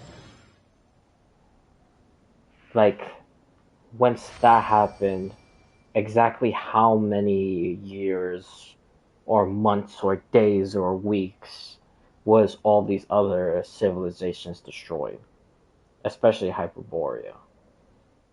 And then from there, when did the third descender die? Or did the third descender die and then Hyperborea was destroyed? Which I don't think that's the case. I think it will be after.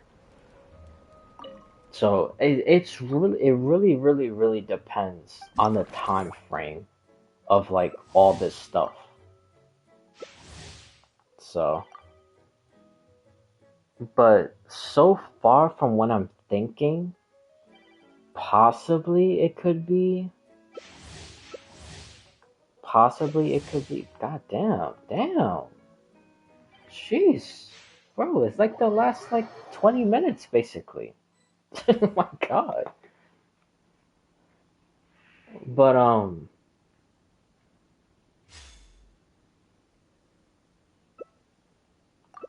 yeah, I don't know. I think it will be Nicole and Voyager fell in love. They were punished. Other angels were punished. Not the first angel. One of the angels became the first Seelie, wandering inside the halls, as they say it in that book. Oh. Well, yeah, I guess I better.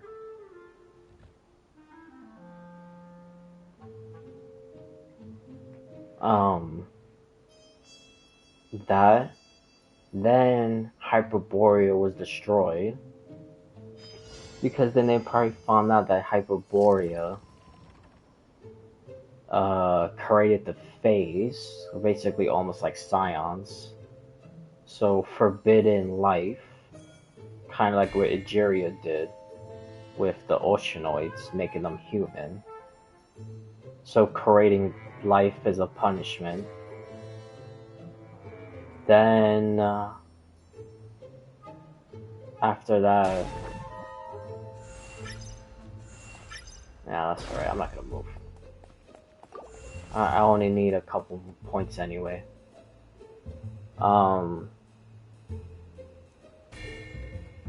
Then wait, where was I anyway? Oh, the first Seelie, Hyperborea being destroyed. To be led by the whispers of the abyss. Surviving is tough. Taming the beast within. Oh my god. Is tougher. Okay, thank you, Chaska. And then Hyperborea was destroyed. Phase died. Not all of them, obviously. Oh, that could be it right there. Hyperborea was destroyed. The Tsar went to war. And then, because when the Tsar went to war also, there was also that abyssal creature that they were fighting around that time also, which was called, I found the Bard. Oh, well, I will find the Bard and not cry, because he mentions the creature's name, which was the abyssal monster. Which, speaking on the abyssal monster, I wonder in the live stream where you go to in the next update, because there's a part where there's like an eye, like in some like mountain place. I wonder if that creature is the same one as the eye. I wonder, but well, we'll get to that later, because I think it could be, but then also not, and I'll get to why I think it's not later. But anyways, back to the creature. So probably when Hyperborea is destroyed, then the Tsar declared war on Celestia, and the Abyss probably also declared war at the same moment. Then all that chaos happened, and then that's probably when the third Descender died. And then probably during that time, is when the Sarista went back to the Pale Palace, waiting for him, and then she most likely eventually realized that he died. And then, I don't know who, maybe Piero? Yeah, might be Piero. He probably told her exactly how he died, maybe when he died, and what happened to his body. And then that's why she's collecting the Gnosis. And then she became cold-hearted towards everyone else, especially Venti.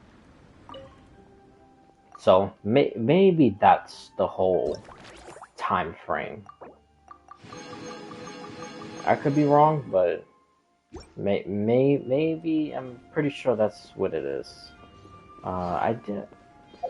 Hold on, let me just check out this.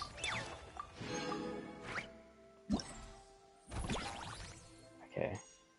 Oh, so this is the only. How many? Oh, shit. Oh, fuck. Uh-oh. Oh, no. Oh, no. No. I still have to do, the amber thingy. Oh, fuck. Okay, yeah, I got it. Let me do this. Is this like a time thing, or is this, can I... It has to be 3 minutes? Wait, I can't just, Okay, no, I just gotta reach the time. I mean, not the time. The hit thingy. Oh, fuck. Shit. Oh my god. I'm supposed to wait for both of them to come. Okay, this is... Shit, this is long. Oh, fuck. Dude. Oh no. What am I doing, man? What am I doing? Why did I wait till the last minute to do all this stuff?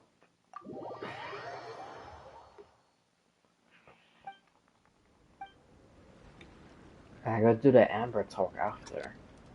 And I don't want to skip through that whole thing. Oh my god, dude, I have to do the... I have to do... I gotta do the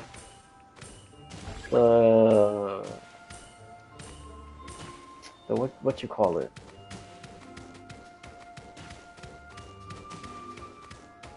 The resin thingy.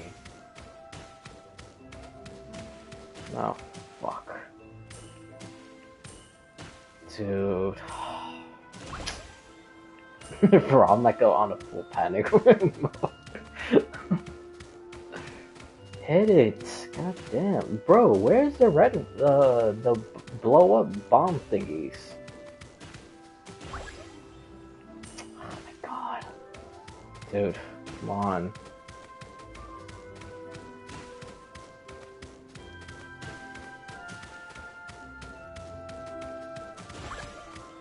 Well, at least, even though Star Rail, we have the whole entire update, but at least with Star Rail, I'm not so far behind. Because in Star Rail, I started I didn't finish it, but I started that Chimera thingy.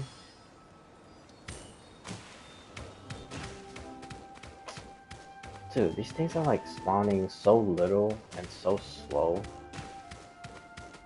And there's no bombs, man.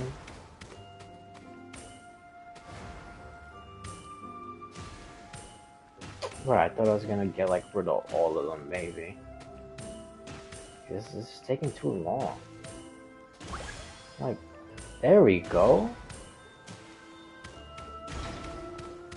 There we go.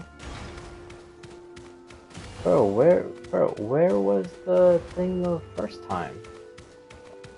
Or all the other times.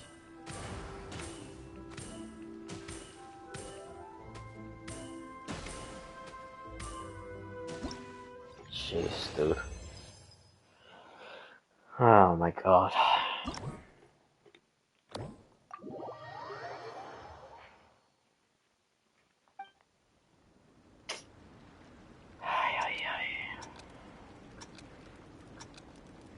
I did not think this through.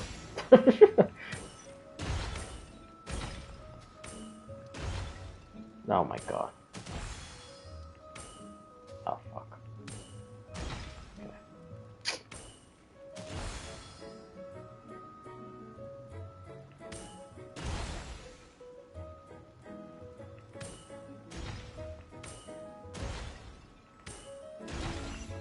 This is what we're talking about. What is this? Fuck.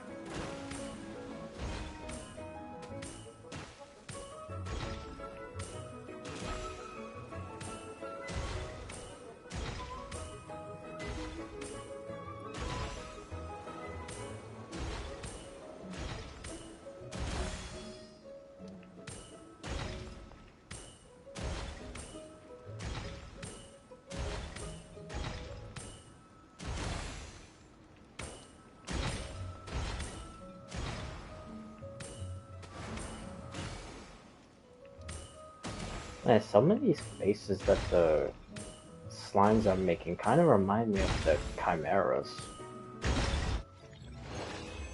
Okay, one more.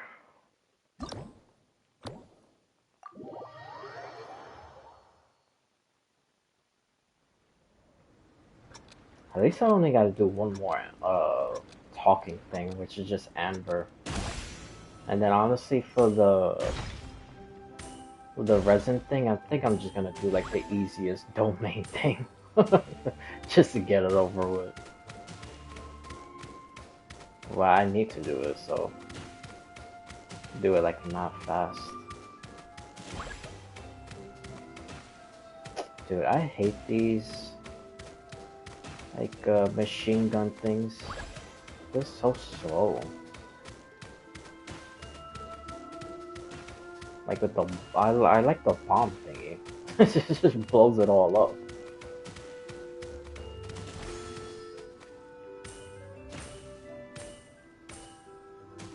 Oh, come on. Oh my god.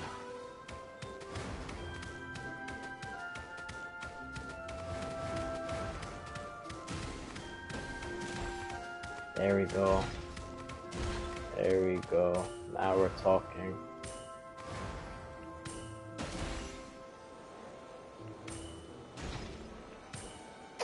No, it's just being fun. I thought it was gonna shoot.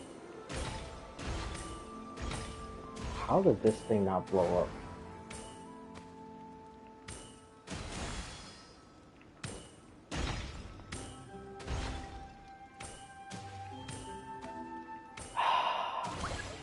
Damn it, dude, man.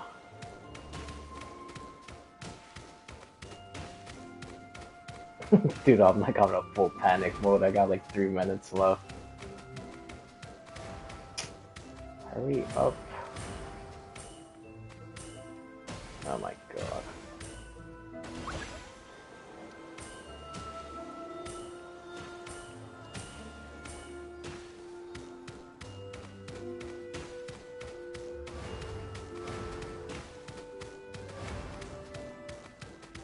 Come on.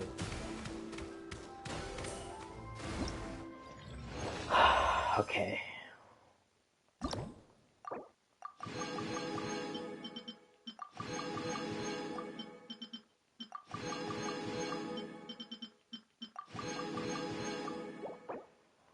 All right.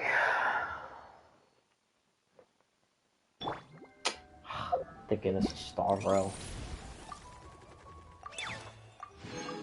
Okay.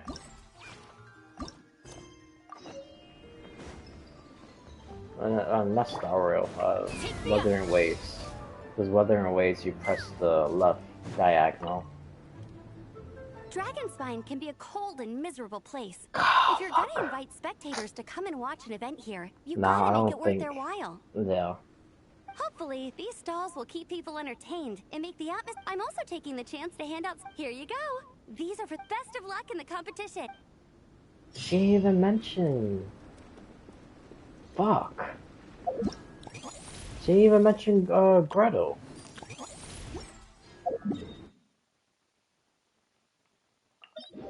Bro, I don't think I'm gonna be able to do it. Oh, maybe hold on. Can I do a triple? No, just do one of these easy ass ones.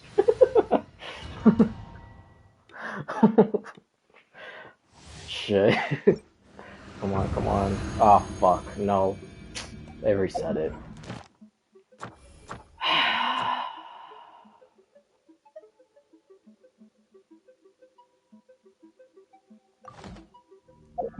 Dude, what a fucking waste.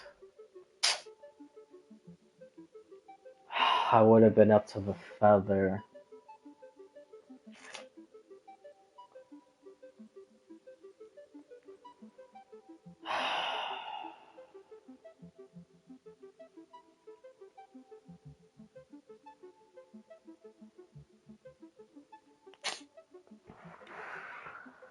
Oh my god. Dude.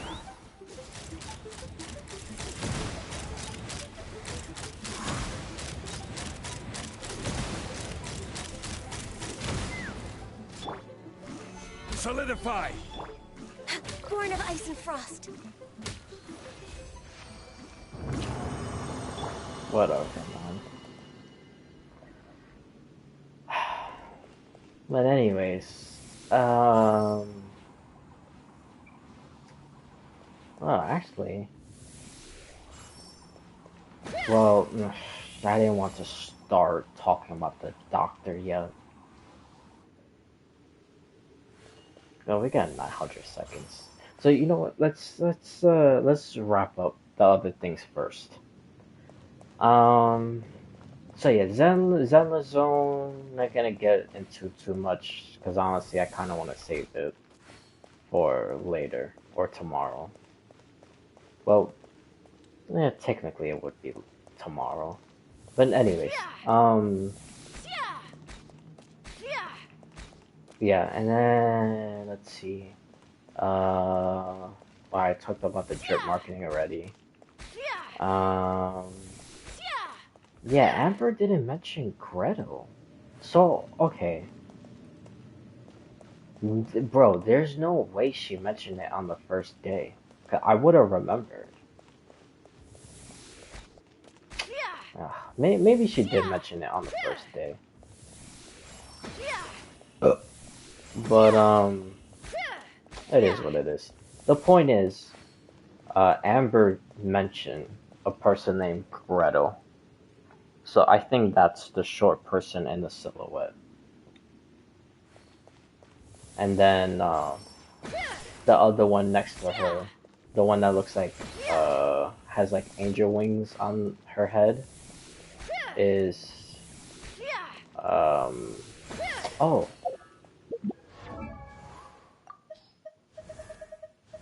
I got Aino. Where is Aino? Here she goes. Oh, what am I doing? I could just do this. No, I can't. Stupid. I was doing it right. I don't have it unlocked, but it's her. It's right under Varka. Linnea, her. She's the one that's right next to the short one. Cause she has pink hair. She has like the angel wing type of thing. The little floating thing next to her, I have no clue who that is. But oh, that's what I wanted to talk about. Well, no, I'll get back to her. let me talk about Wuthering Waves. Well, Wuthering Waves is not that much. The only thing is the trip marketing. Oh, and one of the world quests, I haven't done it yet, but I've seen a whole bunch of posts about it on YouTube. About a robot, and supposedly it's like so sad. So, yeah, we're gonna have another encore situation. That I've done it 3 times and I still cried in all three. All 3 times I did it. But yeah, dude, I don't know, that encore story gets me every time, man. I just can't. But anyways, yes, I saw that about the what you call it? The Why am I stuck on stupid? The robot. And then I saw, although I don't know what the story is, but another world quest. And then by the end of it, you can meet Mornay for like some secret interaction. So I also saw that. I don't know exactly what the conversation is about. But there is a secret interaction. I think that's it. I think the other stuff is just drip marketing, which is insane. We'll save the pink-haired girl for last. But Luke, I kind of figured was gonna become playable in the next update. But yeah, the way that they were showing him in his like little trailer was pretty interesting. Especially with the golden blood. I wonder exactly what that means. Cause when you was like talking to him throughout the quest of this current update, like I noticed he has like this line, or I guess you could say like a vein, but it's not really a vein, because it looks like a robotic type of vein or whatever you want to call it. But it's like this line that's like going through, I believe, the left side of his body. That's like kind of like a bluish like light going in it, and also some gold. So I don't know if he's like some type of like, I don't like manufactured human or something. I have no clue. Or maybe he got hurt and then they just put like robotic stuff in him or whatever to keep him alive. I got no clue. Because even Mornay, well, she's like way more like suspicious in terms of like her body, because her whole legs is like crystals. So I don't know what the hell that is about either. And I'm pretty sure she didn't have those crystal legs when she was a little girl, when she met Rover for the first time. Which I also still holding to that theory that she's like maybe some type of like shorekeeper, or like a shorekeeper version in the Star Torch Academy. Not exactly like, you know, shorekeeper. Like, I don't think she's there. She's stuck there because, you know, she's tied to like the tether system or whatever. But I think it's something kind of like that. I'm just not exactly sure what it is.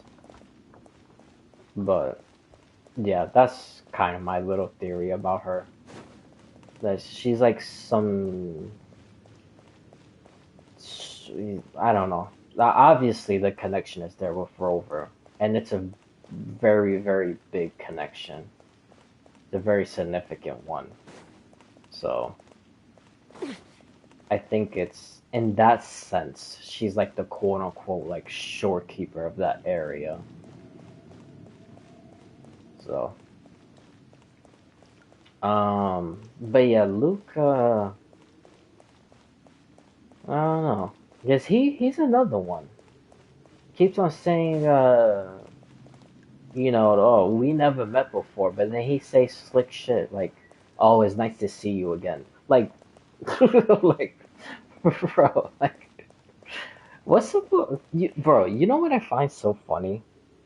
Like, these games lately, especially the gacha ones, like, everything is like being like kind of like Sireney, like this whole see you tomorrow crap, and then like memories, and then after that is like everyone is becoming some type of like Dahlia related thing. Like she just keeps on like lying to you, and then when she tells the truth, you can't even really tell because it will sound like a lie.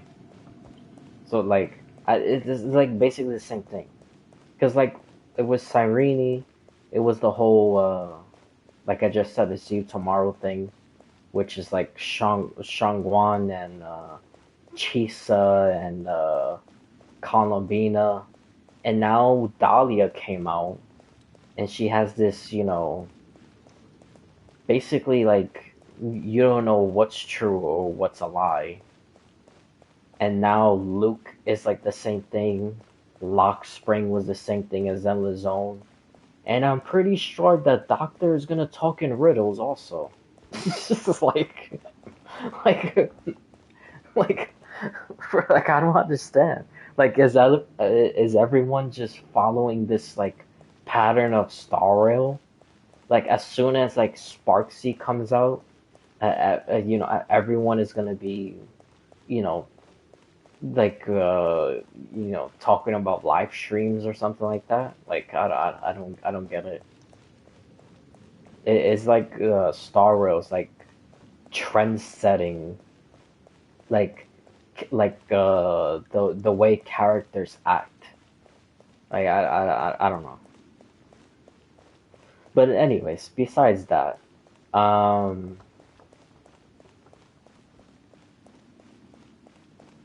yeah, I'm honestly not surprised he's becoming playable in the next update. I did think that it was gonna be him and I forgot that girl's name, but like the like orange haired girl that they showed like a while back when they showed the other resonators, because it was that orange hair, it was Luke, it was Lene, it was Mornay, whatever her name is. Then that girl with the hat. I think that's it. And then they showed the pink haired girl in the Lahai Roy trailer, but they didn't show her being playable with the other 5 characters. So I thought she was gonna be like way later on, but she's coming out the next update, 3.1. She's coming out. That's insane. But to be fair, Jinshi also came out .1, so it's not entirely like random or brand new. So, but yeah, nonetheless, I'm still surprised. And with her drip marketing, it shows her with a robot, and that robot is oh my god, excuse me. I don't know why I had to hiccup and then burp. And now I feel like I gotta sneeze. Oh my god. But anyways, um, yeah, I'll probably start walking once it's like 30 seconds. Maybe I'll do it again just to show some stuff I want to talk about with the doctor. But I could probably come back after or later. Anyways, so yeah, that pink-haired girl with the robot. What is her name anyway? I don't even know how to pronounce it. Even if I did, I probably would have forgotten, like I always do. I've been calling Shangguan the Void Hunter, and then the Void Hunter with a brother. Like, 'cause I literally just keep on forgetting how to pronounce her name until recently. But anyways, the pink-haired girl, I think, which is still going right into my theory about her being the Thernodian, because I'm telling you, I do not think she's the Sentinel. I think that person that we saw in the live stream talking about the third update, or the third quest in the update, which comes out, I think comes out pretty soon. Maybe next week, I think. Or maybe the week after that. But anyway, it's pretty close. So, yeah, that person that we meet there, I think that person is the Sentinel.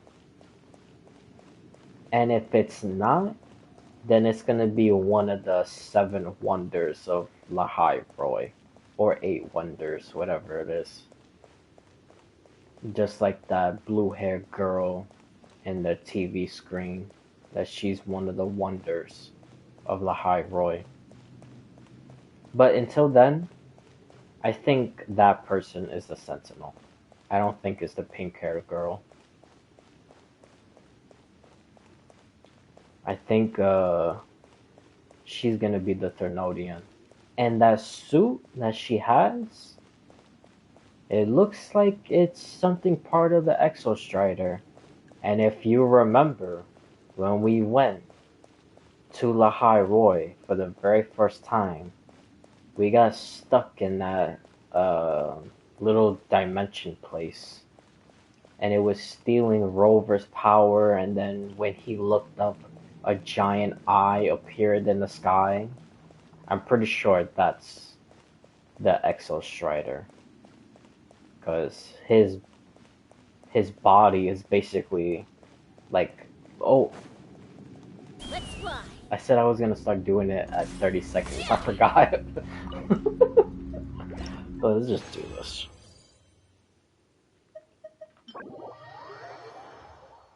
No. Anyways, hold on. That counted, right? Oh no. I only counted as 60. So even if I would have done it, I wouldn't have had time. I was gonna have to do it again. Oh well. What can you do? I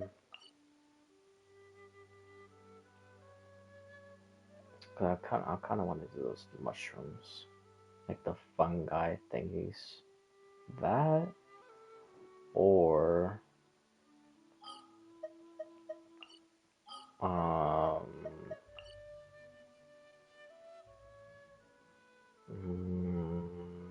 probably the samurais.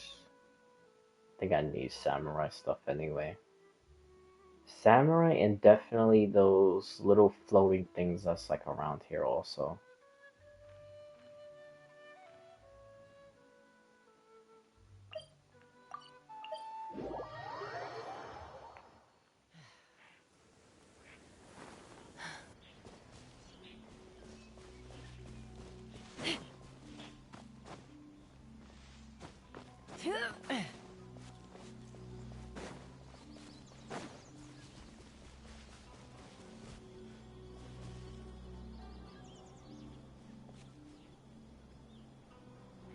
me just hold it like this, because she's gonna start blabbing. And I want to finish my thought before I start doing this. So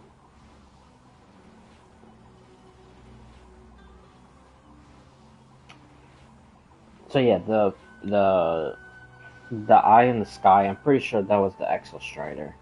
Because his body is basically literally Lahai Roy already. Like the arc in the sky that they keep talking about, that's the heart. Some of the places that like makes up like the, I guess you could say like the mountain in the area or whatever, is like some of his body parts. So I'm pretty sure the Exo Strider is literally just stuck in some type of like limbo, and he's trying to like feed off like any type of energy to probably like resurrect himself. Probably. That's why I think he was probably trying to steal Rover's power, and then why the eye appeared in the sky. And then that pink-haired girl showing up and fighting, which honestly I don't, because I think I still have that theory that Lahai Roy created some type of sentinel, like a man or computer made sentinel, and it's her, but then the lament happened, and then they like forgotten her and stuff like that. So now she's also kind of stuck like in limbo. So then she like slowly started not being like evil, but I guess like in the same place where the Exo Strider is, then they kind of merged together. You know, basically the whole thing was like Cardathia and the Thernodian over there and Renacita. You know, something basically like that. I think it's happening with the pink-haired girl also. And I think the Exo Strider became the Thernodian. But yeah. So I that's basically my theory about her, and I still think she's the Thernodian. So I don't think she's Sentinel. But we'll just have to wait and see.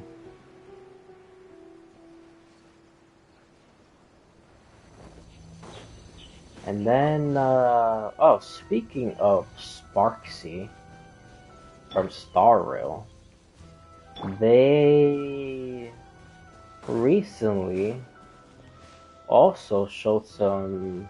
I thought I could sit on the rock. They also recently showed some drip marketing for Star Rail, which I was kind of surprised, considering that whole stupid crap between like the governments that they had to delay the planet in the first place. Which again, I don't even know why the hell politics is involved with that stuff, but it is what it is. Anyways, so I'm surprised that we got drip marketing so early. Well, early in the sense of what's going on, or between the two governments, that they had to delay it in the first place. That's what I mean by quote unquote early.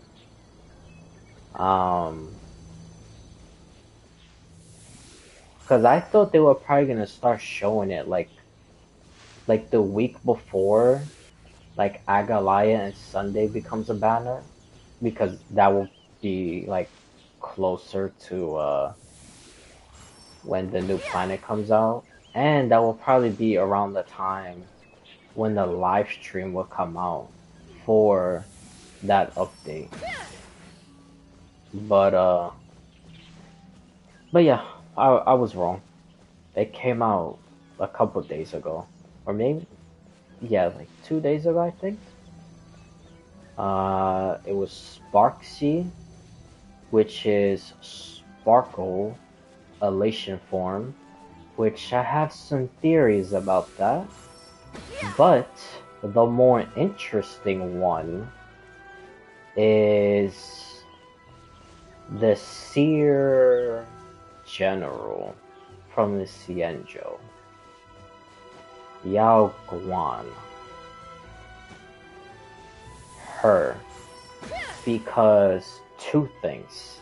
She is Elation, which is weird because I thought all those generals. Well, that's the thing.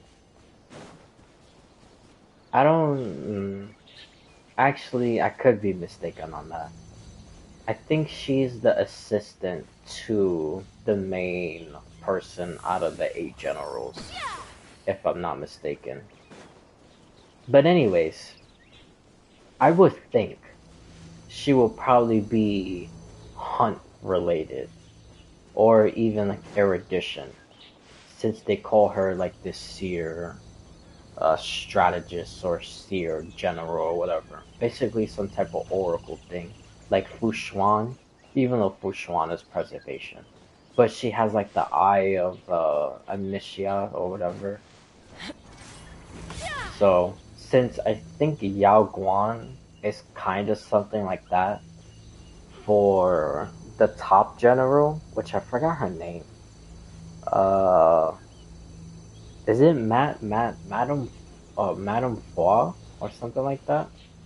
She's the top general.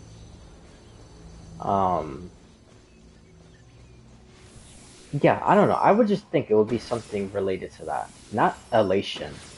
I was very, very surprised by that.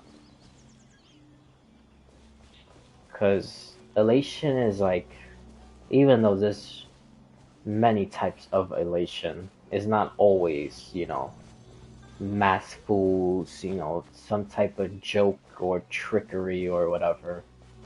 But, I don't know. I didn't see that coming.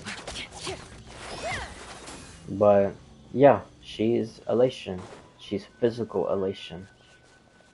But even another thing that's even more like I can't wrap my head around is because she's kind of like a peacock. Like, well, the way the drip marketing shows her is like a peacock, like attire. But if you look on the right side, like the upper right, where the feathers are of the peacock, it makes the eye of Enna. Which, if you ever looked at Enna's like picture in the simulated universe, like you have her body and it's like in puppet like form, and then you have like a planet inside her hands, and then to the right of Enna there's like a gigantic eye, and that same eye is the one that was also like watching over Aventurine's planet, because Aventurine has the same type of eye. I still think he's gonna become an emanator of the Order, but that's a completely different topic.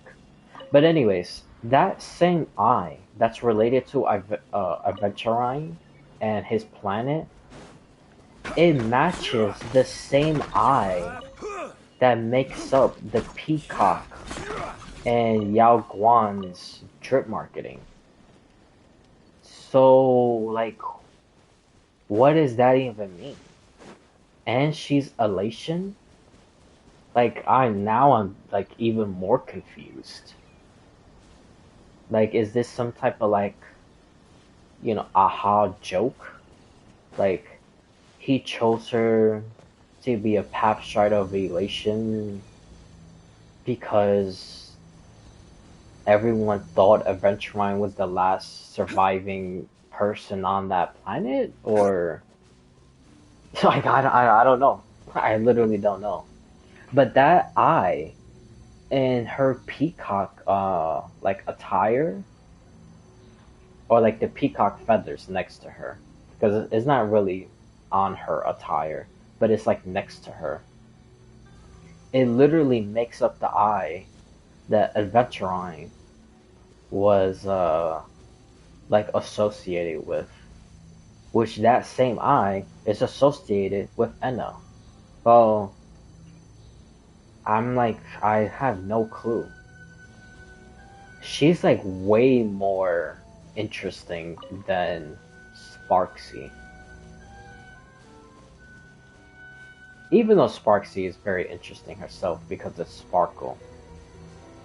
And I saw something, which I don't know if this is entirely true, but it could be true.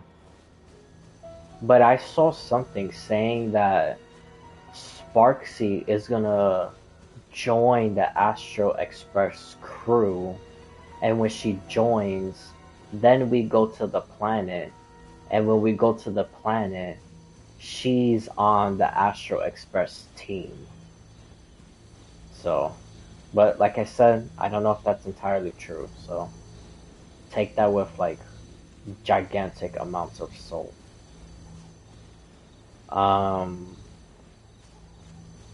So yeah, but even her drip marketing um is very interesting. Not as interesting as the other girl because she's Elation and she's associated with that eye that Aventurine is associated with.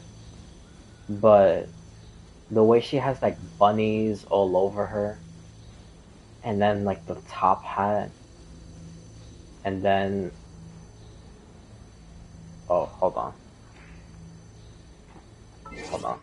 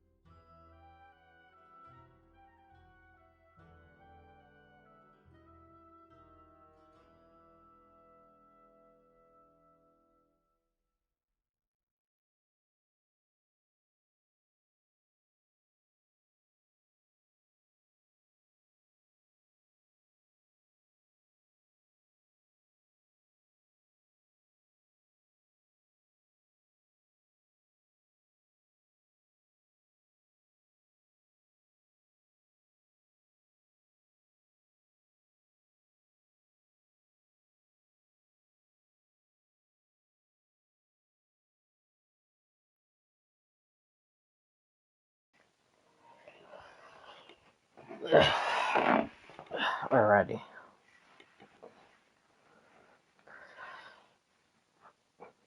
Yeah, a family member woke up. But I'm back. So, um, what was I? Oh, Sparksy. So yeah, the uh, the little top hat with the bunnies, and then on the phone is like a digital sparkle, which that's pretty interesting. Like actual sparkle. Um, but the description, actually, you know what? Let me pull up the description. Because this time, because you know, before it was always special communication and then like a description. And then Amphorius, it was like Cyrene. It was like Amphorius Saga of Heroes, and then Cyrene's like description of the people. But for this one, it's called Aha Instant, and he gives a description of the people. So I'm gonna just read the whole thing for Sparksy. Hey there, Galactic Baseballer. Welcome to the stream. I'm your good friend Sparksy. Boats are you ready for a day? Commodities back and forth. Just always just enjoy the false moon. But yeah. Hey there, Galactic Baseballer. Welcome to the stream. I'm your good friend Sparksy. Are you ready for a day overflowing with dopamine? The world is full of sparkle, so don't forget to shine brightly just like Sparksy. Now, this is the very, very, very interesting part, because I don't know which one is the mask, and I don't know which one is the fool. And I don't think it's a literal thing also. I will explain what I mean after. This is Aha's description of her. Thumbs up. Follow stream views party till the world ends. Sparksy and Sparkle. The mask and the fool are fundamentally the same. Whoever is seen, whoever is light, is the correct answer. And then it says a special shout out to Sparksy, even though this part doesn't matter, but I'll still read it. Well, the last one matters. A special shout out to Sparksy for winning #1 Plan Arcadia highlight reel machine, and then #1 most likely everywhere at once. So that's gonna be huge once we start going into the planet, because it's basically gonna be like another Penacony. Like anything that seems suspicious and out of the ordinary is gonna be Sparkle or Sparksy, or who the hell knows. There's probably even a third one. But yeah, the part where it mentions Sparksy and Sparkle, the mask and the fool are fundamentally the same. Because, like I said, I don't think it's like a literal thing. Because obviously the mask, like if it was literal, mask would be Sparkle, because Sparkle has a mask and Sparksy doesn't. But throughout the story, even with Sample, when they talk about having a mask makes you a fool. So I think, and the way that they also like worded it, because if it was Sparksy and Sparkle, the fool and the mask, then since Sparkle is second and the mask is also second, then I think Sparkle would be the mask. But since it says Sparksy and Sparkle, the mask and the fool, I think Sparkle matches the fool and Sparksy matches the mask. That's just what I think. That's one of the reasons. And then the other one, which I just mentioned, that I think you get a view of the Shogun killing a monster. But but yeah, with Sparkle and Sample always mentioning that having the fool makes them no, having the mask makes them a fool. I think that's what it is. So I think the mask out of the duo is Sparksy. Because, again, one, the way it's worded in the sentence, and what Sparkle and Sample, like, what they be talking about in terms of the mask fools. I think once you have a mask, that automatically makes you a fool. So, I think that's what it is. But it's more interesting that Sparksy is considered the mask out of the duo. Because there's really not anything on her. Well, I mean, there is a lot of stuff that could hint towards the mask. But I don't know, I'm not sure. Got like the top hat. Oh, I didn't even notice that. The top hat has bunny ears on it. She's kind of colored like an adjuster. Like black, white, and red.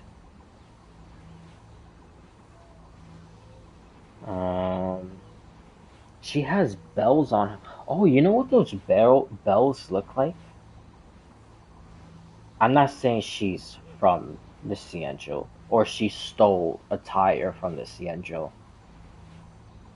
But those bells kind of look like the same bells that's on Fugui, on Jinyuan.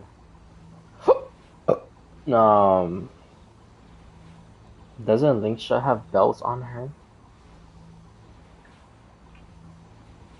It looks like the same type of bells that the people in the Xianzhou have.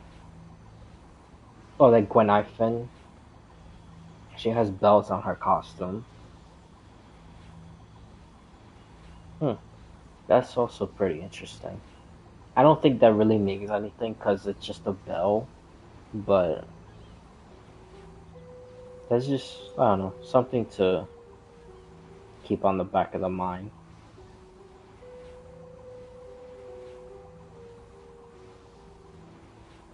But yeah, that's interesting that she's considered the mask. Oh, and then she has like a bunny belt on her. And one half of the bunny is black, the other half is white.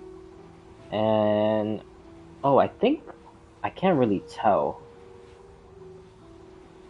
Yeah, because the way, like, her body is turned, it's like covering the top part of the belt.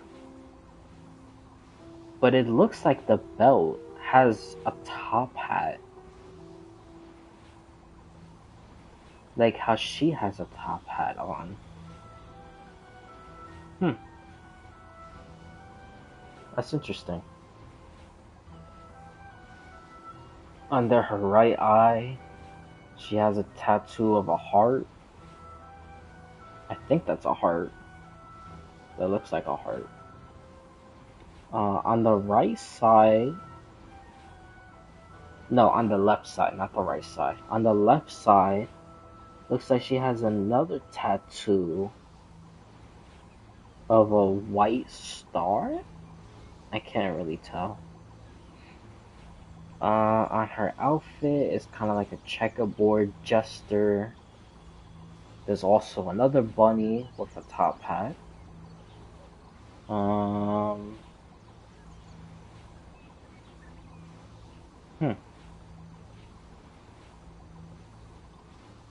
I wonder why she's considered the mask.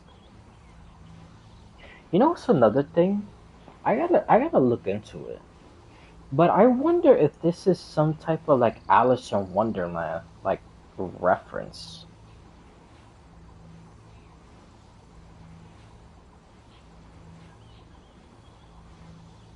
Maybe that's what it is. Maybe Spark was like some type of Alice in Wonderland kind of thingy. Was Sparkle Ed Sparksy?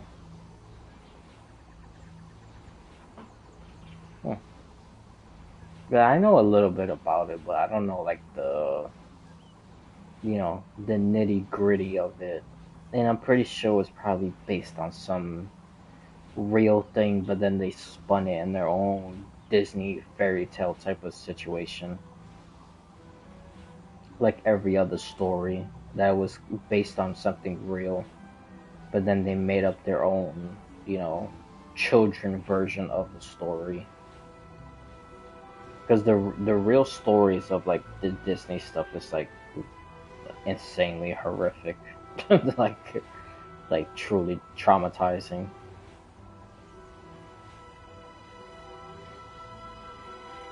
But yeah, that's interesting. That's very interesting. And since she's obviously gonna have a gigantic role in the story, I wonder if the Trailblazer himself is also gonna have some type of Alice in Wonderland type of role. I wonder if everyone is gonna have a Alice in Wonderland kind of thing. Huh. Well, you just gotta wait and see.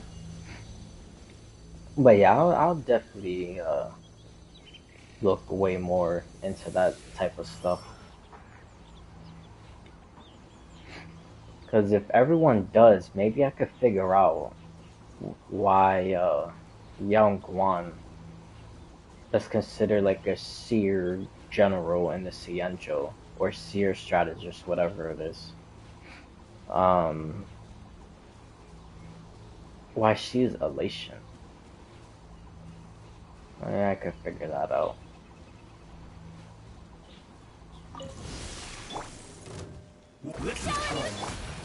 Gather! Fall before me! Take me up! Locked on! Locked on! Bullseye! Locked on! No touching! Cut down! Rise! Oh, boy. Locked on! This will end you! You win!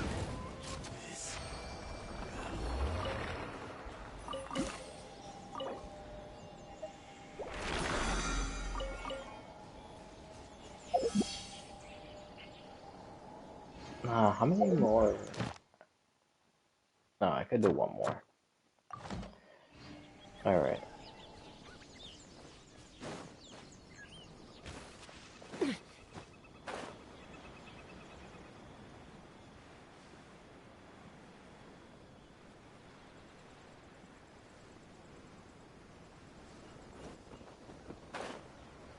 I'm trying to think of anything else.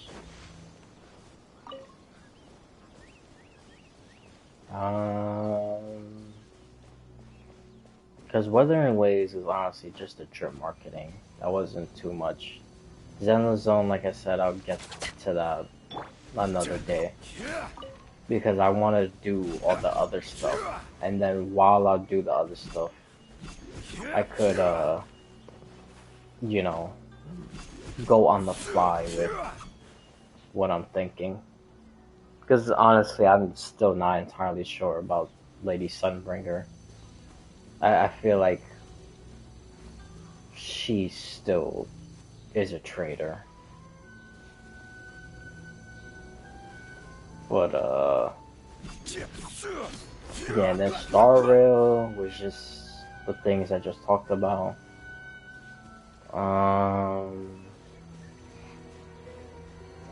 Oh yeah, I was seeing some other stuff about.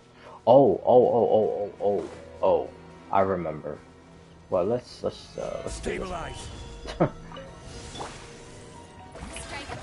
Yeah. Born of ice and these stupid ruin guard thingies. Locked on! Locked on! Open fire! Access denied. Let's fly! Open fire! Bullseye! Locked on! Locked on! Gather!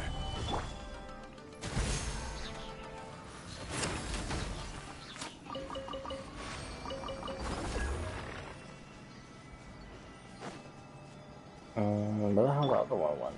Take me up! Did the stuff fall off? Oh, it didn't drop at me?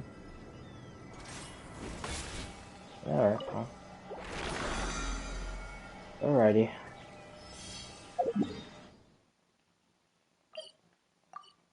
Dude, I'm still, I should have done it the other days also. I don't even, dude, bro, I'm so annoyed. I didn't get it, man. So stupid. What is wrong with me, man? I literally would have had to do only, what is it, 3 more? Now it's 4. Fuck. Add Astra. Thank you for So annoying, man. Ay, ay, ay. You know what's so funny?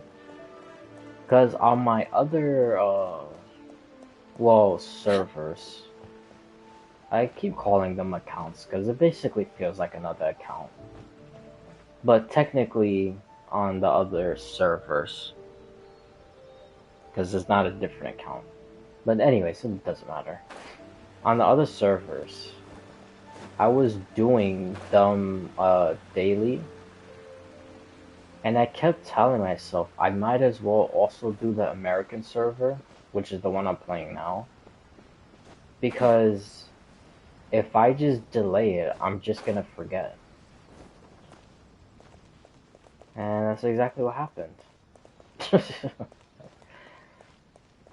Hey, ay, so stupid. I cannot get a better view. No. Okay, I have to just stare at this. Is this some type of, like, secret?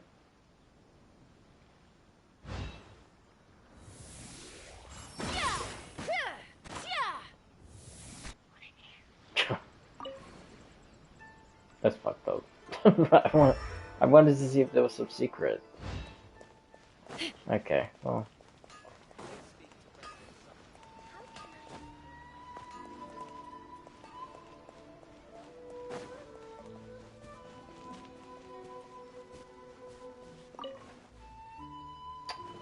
Bro, can no one sit? Okay, everyone sits in these weird ass, like, I don't understand it.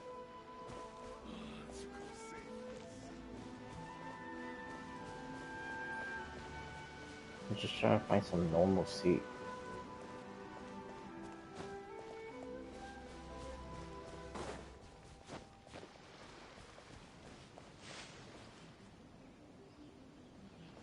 Oh, now I see this. Bro, I really need to start doing all this fishing stuff.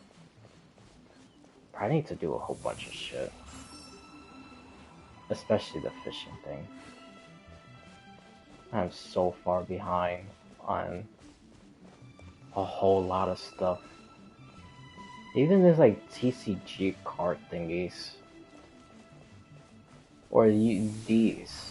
Like using the net things, capturing animals. I'm pretty sure that's an achievement.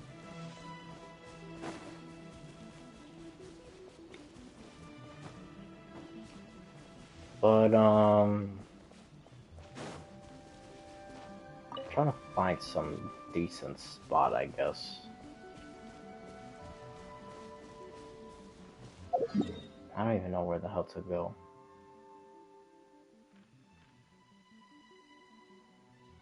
One that I could also sit, because these guys just be blabbing, man. Like,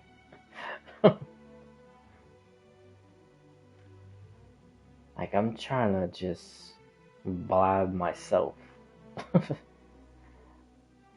Honestly, it really doesn't even matter because I'm gonna end up. Yeah, I'm definitely gonna end up moving anyway because I want to show some stuff. So,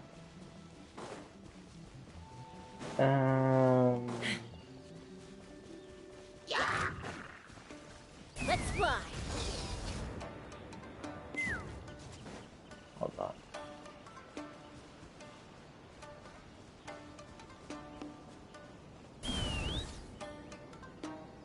There's gotta be a seat around here, right? Oh, now that I see this village, kind of reminds me of Where Winds Meet. I gotta start playing that game again. I actually like it. I just suck. But it's really good. I like it a lot. Yeah. Just enjoy the view of a mountain. Broken mountain. So, yeah, with, Dahlia. Because I was seeing a lot of people saying, which is true, that she betrays everyone and she destroys everything. And Elio didn't pick her because, which again, that's also true. Elio didn't pick her to become a Stellar Hunter because she'll betray them and she'll go after Remembrance. Because she'll become a Ravager and then she'll betray the Ravagers and go after Remembrance. And that right there proves what Nanook is doing is two things. It's tactical in what he's doing, that he's not just, rampaging against the universe, destroying everything, which he intends to, but again, he's doing it very, methodically, not just random stuff. And the second thing that it also proves, with Elio saying that, is that Nanook is the only good guy out of the four, Apocalypse of Finality. Which sounds like a bad thing, the four Apocalypse of Finality, because, it is a bad thing. But Nanook is doing it in a way that basically it's like what you call it? It's kind of like the Doctor. Like, it's in a very extreme way of doing what's necessary, basically. And I'll get to the Doctor after. But,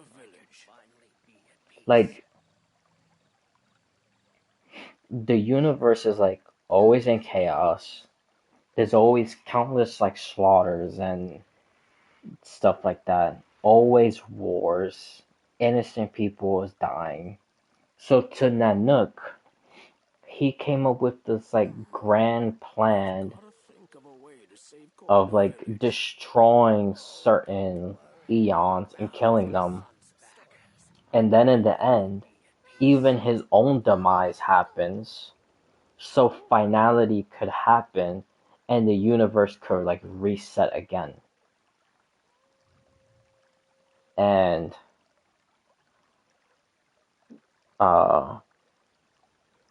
yeah. So, that's basically what he wants. Now, with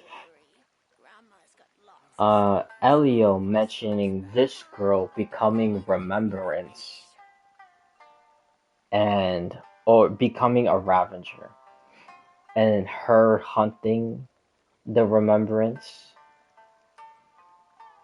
that proves that Nanook, what he's doing, is not really like good or whatever, but it's like a lesser evil of the other paths that's also pushing stuff to finality, which is Nihility and Harmony, which honestly Harmony is the worst one, because I already went down that rabbit hole many times before. But just very shortly, Harmony absorbed Enna, and it also, I'm assuming the third phase is Propagation. So now you have all three of that in one with Harmony, and Harmony created the Stellarons. So that's like, and that's not even like the tip of the iceberg. That's like nothing. There's way more stuff that Shinpei did that's like insane herself. But yeah, just that little stuff within itself is like, she's the worst one out of the four that's pushing everything to finality. But yeah, Nanook, he's basically like the Harbingers, you could say, honestly. It's just like do what's necessary to break like the ultimate like the ultimate evil, you could say, or whatever. Breaking everything old to start new. And with this girl not joining the Stellaron Hunters, it's like, because I've also had this theory also that Nanook basically also knows everything, kinda like Elio. I don't know if it's to that extent, but I think he knows a shitload. Like almost like Elio. Or maybe, well, I don't know. We gotta see in the future. Because depending on what I see in the future, he might be on par with Elio in terms of like possibility predicting, or he just knows stuff that's gonna happen or whatever. But anyways, I think he knows like some stuff like that, like Elio. So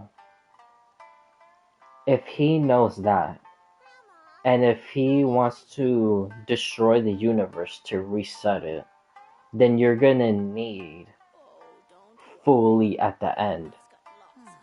So when the universe resets, Fuli could be born and then shatter like always.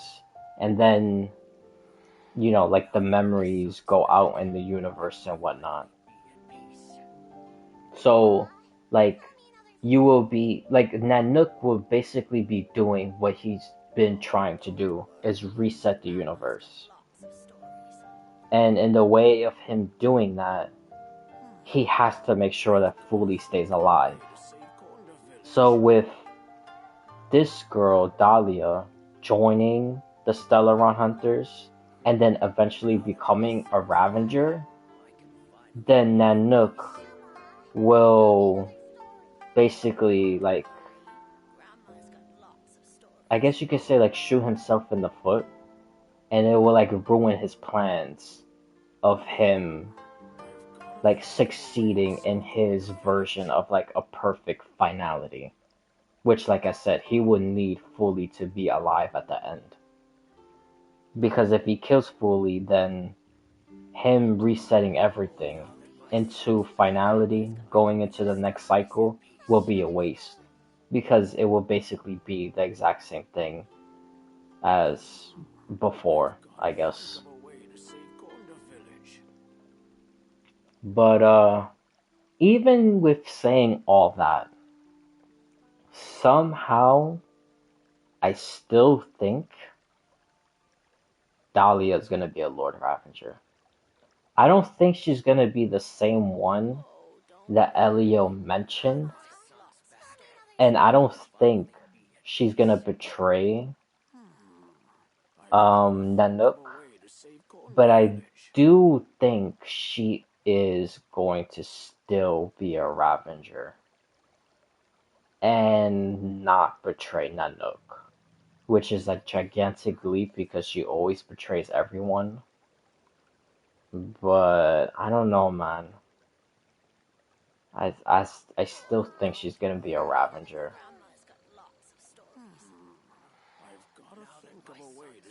But you know what? It's a very big possibility. Her being a Ravager and her going against Finality.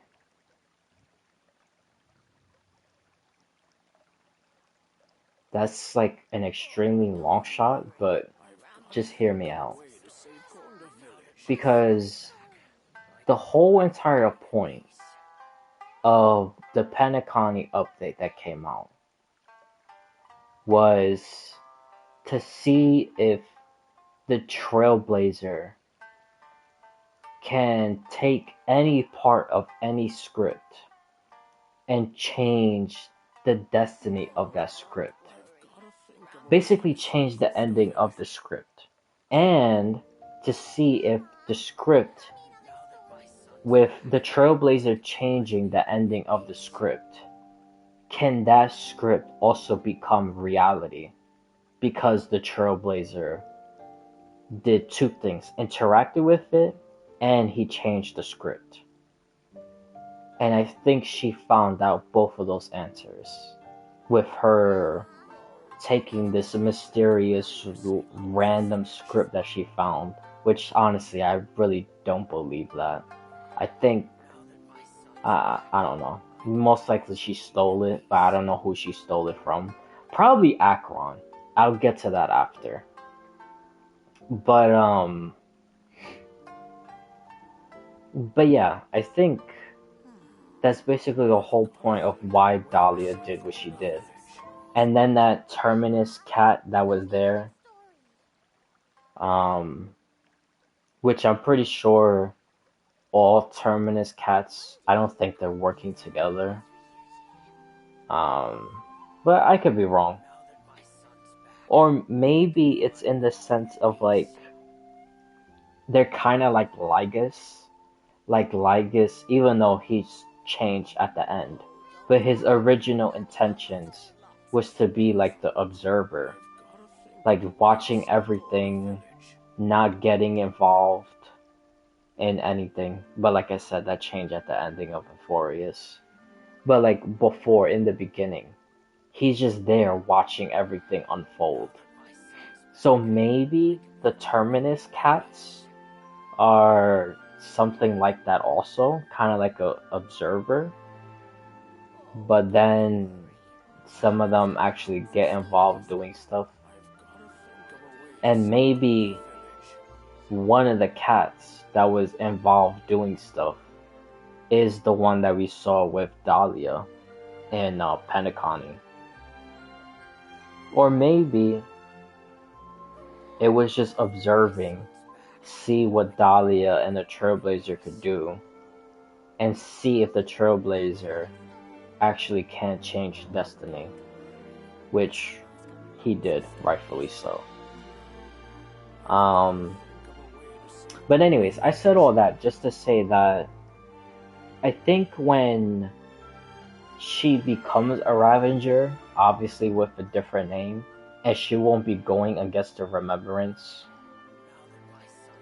that she'll be going against Finality, because now she knows that there is a way to change destiny, and if there's a way to change destiny, she could also probably two things. bring finality closer, which will help Nanook in his ravaging, I guess. Or it will be that she could try to figure some way of using the Trailblazer to just outright kill Finality, and Finality will never happen. So that's what I think is gonna happen, and that's how she becomes a Ravager. Obviously, again, not with the same name, which starts with an E. Ephemeromai, or I don't even remember. Because, like I said, it starts with an E. And, yeah, I don't know. That's just some stuff I've been thinking about. Of course, you know, some other stuff, but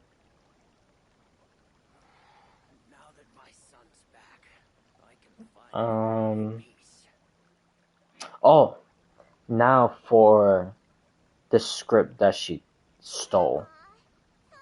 Like I said, I think the script was from Acheron. Because Acheron mentions scripts to Firefly. And she knows that Firefly is supposed to fight her in her script. How would she know that? Then even the stuff that Acheron has been doing is very, like, script-like, quest, kind of. Because, you know, with the Stellaron Hunters, Elio gives the script, and it says things, and then they have to go out according to the script. But then they do, like, their own little things, but it still falls in line of, like, the scripts. And since Acheron can't remember, like, turning a corner, like her memory is that bad. So, with her having a script, I think it would be much easier for her to do certain things. Like when she met he was Galaxy Ranger / Astro Express, remember? Damn, what was his name? It started with a T.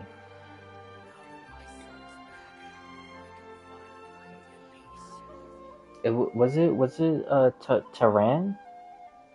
I think that was his name. Because it was him, the girl with the glasses that they mentioned in the quest also, that she was one of the watchmakers. Which that's a whole nother thing also. And then, Golfer Wood and Clocky. Well, Clocky was Mikhail. That they were the Astro Express. Well, Golfer Wood wasn't Astro Express, but he was helping Mikhail. But anyways, him,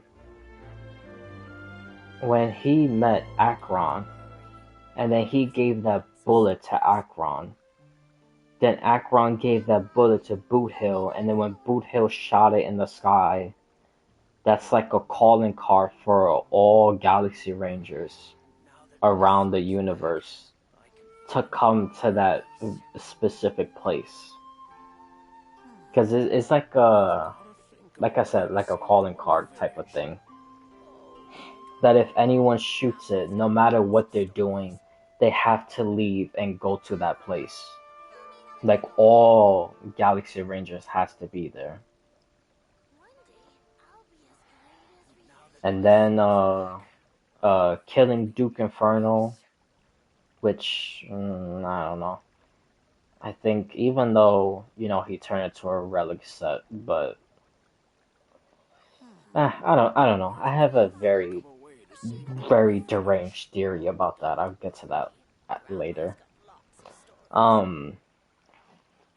But yeah, Acheron doing that, getting the invitation, then coming to Penacony and helping the Trailblazer with the whole Watchmaker's quest and whatnot. So it's just like a whole lot of stuff. that generally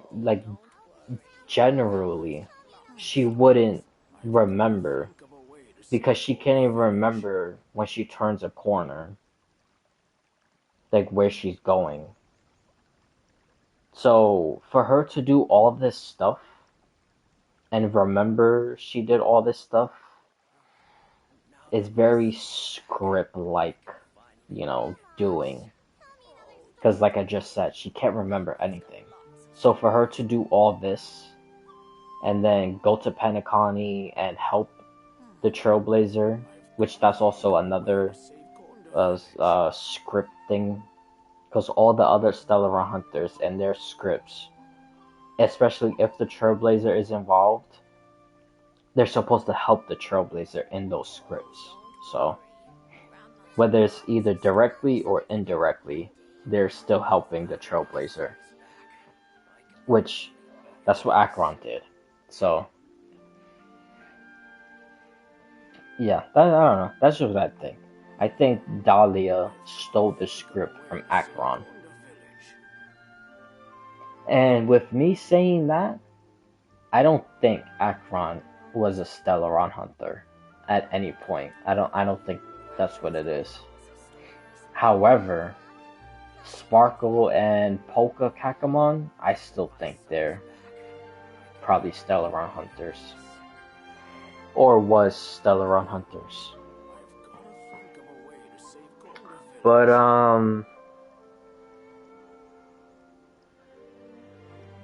oh, now to Duke Inferno. Which is another crazy ass theory. But if Dahlia can manipulate memories, right? What if it's possible that she manipulated the memories of Acheron, that Acheron killed Duke Inferno, and in reality, Duke Inferno is, I don't know, hiding out somewhere. Or maybe, who the hell knows, Dahlia probably killed them. But I kind of doubt that.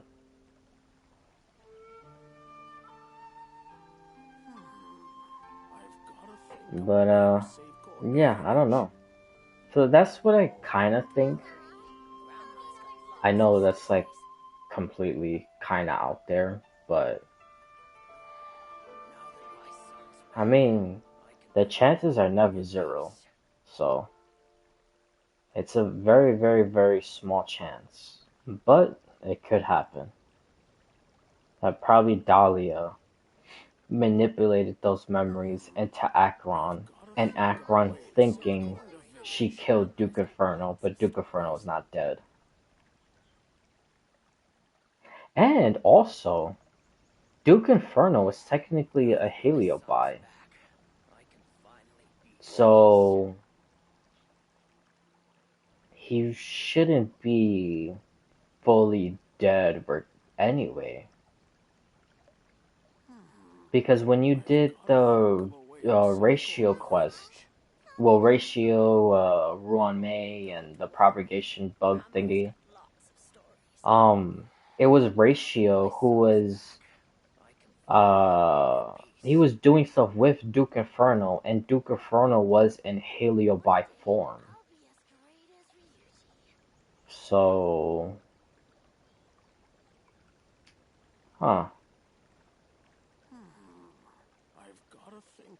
But then again, when Acheron kills, it's like sending them into a void. So the Heliobi could be acceptable to go into the void.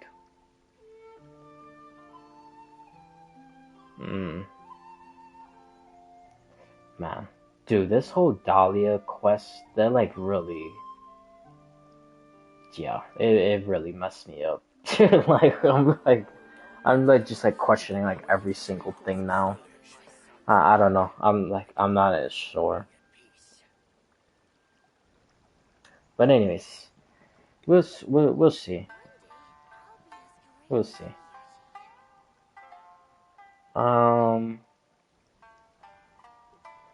Now for this, I already did the Third Descender stuff. Because I was talking about Gretel and Linné, which I think those are the playable characters. I don't remember if in the last stream I mentioned. Well, probably not. Maybe I did a little bit, and then I didn't go too into it. But last week I saw a video from this guy called Genshin Bane, which it was his theory on why the Doctor's doing what he's doing. It's because Piero and most likely the Sarista told him to do all this stuff so he could like become a god. And then when the Traveler kills the Doctor, or the god version of the Doctor, then they could get that answer that Piero was asking in the Tevet trailer when they showed the shades. Which is the Tevet, what was it called? Tevet Interlude, I think? Which again, like I said, in that trailer, it was showing the shades. Because at the end of it, Piero was asking, what is the price of killing a god? So in order for him to get that answer, the Doctor will have to do experiments and become a god. The Traveler kills that god, and now they just see the results of what happens when a god dies. And then Piero would get his question answered. And then depending on whatever happens, then they could start moving forward with probably this Project Stuja crap. Because I was thinking Project Stuja was also related to the Doctor. But now, I don't think that's the case anymore. I think Project Stuja is gonna be the results of what happens after the Doctor becomes this new god-like person. So, but we just gotta wait and see. But yeah, I saw that. I'm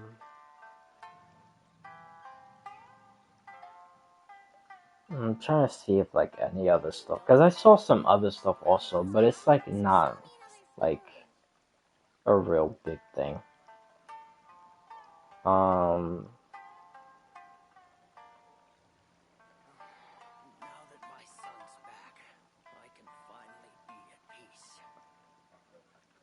Oh, now that I say that, I just remembered right now. There was some lore YouTubers who dropped some videos. I haven't watched those. Like Ashika dropped a video on Durin, and the whole thing about the book. Dalway has been dropping a couple of videos, especially something with Alice is lying, which I don't know about what, but she is. Well, that's the thing, because I know I mentioned that like probably like 2 weeks ago already, because I saw this video from this guy called Aru. You know what? Let me just. I always forget how the hell to say his name. Let me just see. Let me see.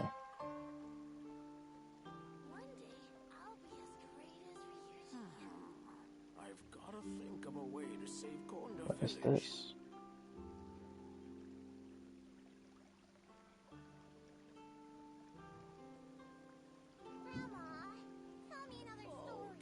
Wait, what?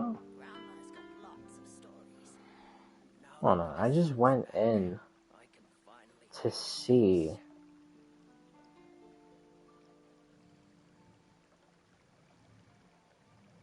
What, is this real?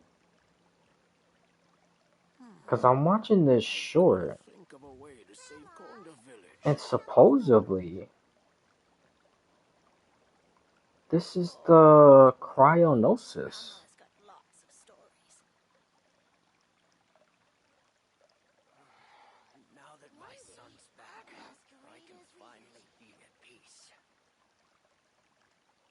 Hold on, okay, wait, let me just, hold on. I'm gonna screenshot this and then we'll go into that later, or maybe a different day.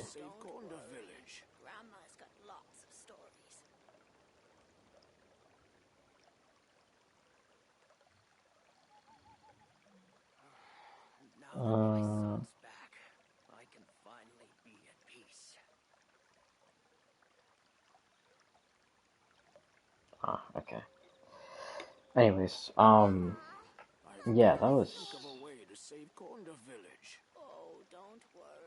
that like really threw me off.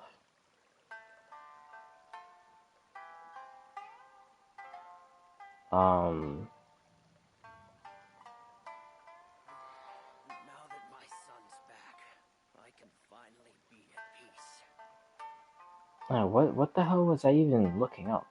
Like, oh, the guy's name. Now I see something about Stranger Things also. Just real quick on Stranger Things. I feel like the spoilers, just in case, even though, you know, anyone should have seen it by now if you haven't, but just in case, spoilers. The next time I mention Stranger Things, like in a different day, I'm not gonna say spoilers anymore, because like I said, you should have seen it by now already. But anyways, today will be the last time I say spoilers, so just mute or skip ahead like 5 minutes or whatever, because I'm gonna go a little into it, but I'm not gonna go insanely into it, because honestly, it's not that much to go into. But again, like I said, spoilers. So the ending, I don't see why people like hate it so much. Like, did people just not pay attention to the show? Like, if she went back to Mike, the military was gonna just go after them all over again. So just restarting the cycle. So she had to go away and like hide herself from everyone. Like, that's literally the only logical thing to do. Like, that doesn't, because you can't even go to Mike and have like this, you know, secret thing like they did in the beginning of the show, because eventually they found her.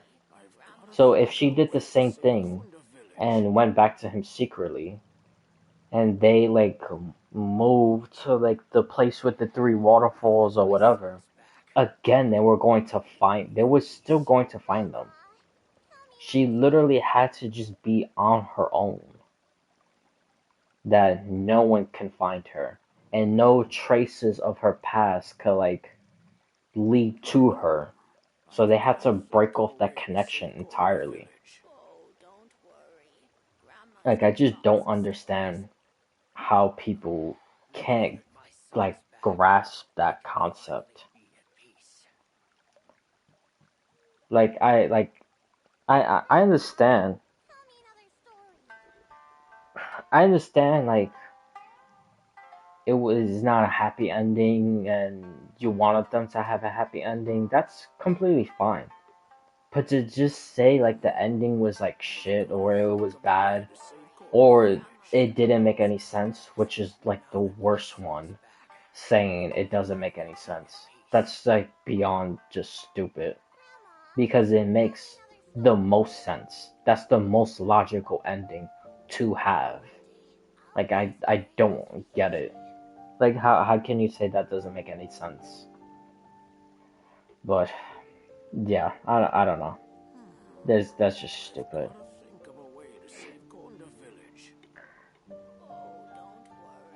But yeah, speaking also about Stranger Things, I also saw this, which I got the screenshot. Again, I'm supposed to be looking for this guy's name, which I'm gonna do that right now, and then I'm gonna go to the screenshot. Yeah, alright, I got his name. It shows like I guess like a simulated universe of like Stranger Things or whatever. I doubt any of these are gonna become movies.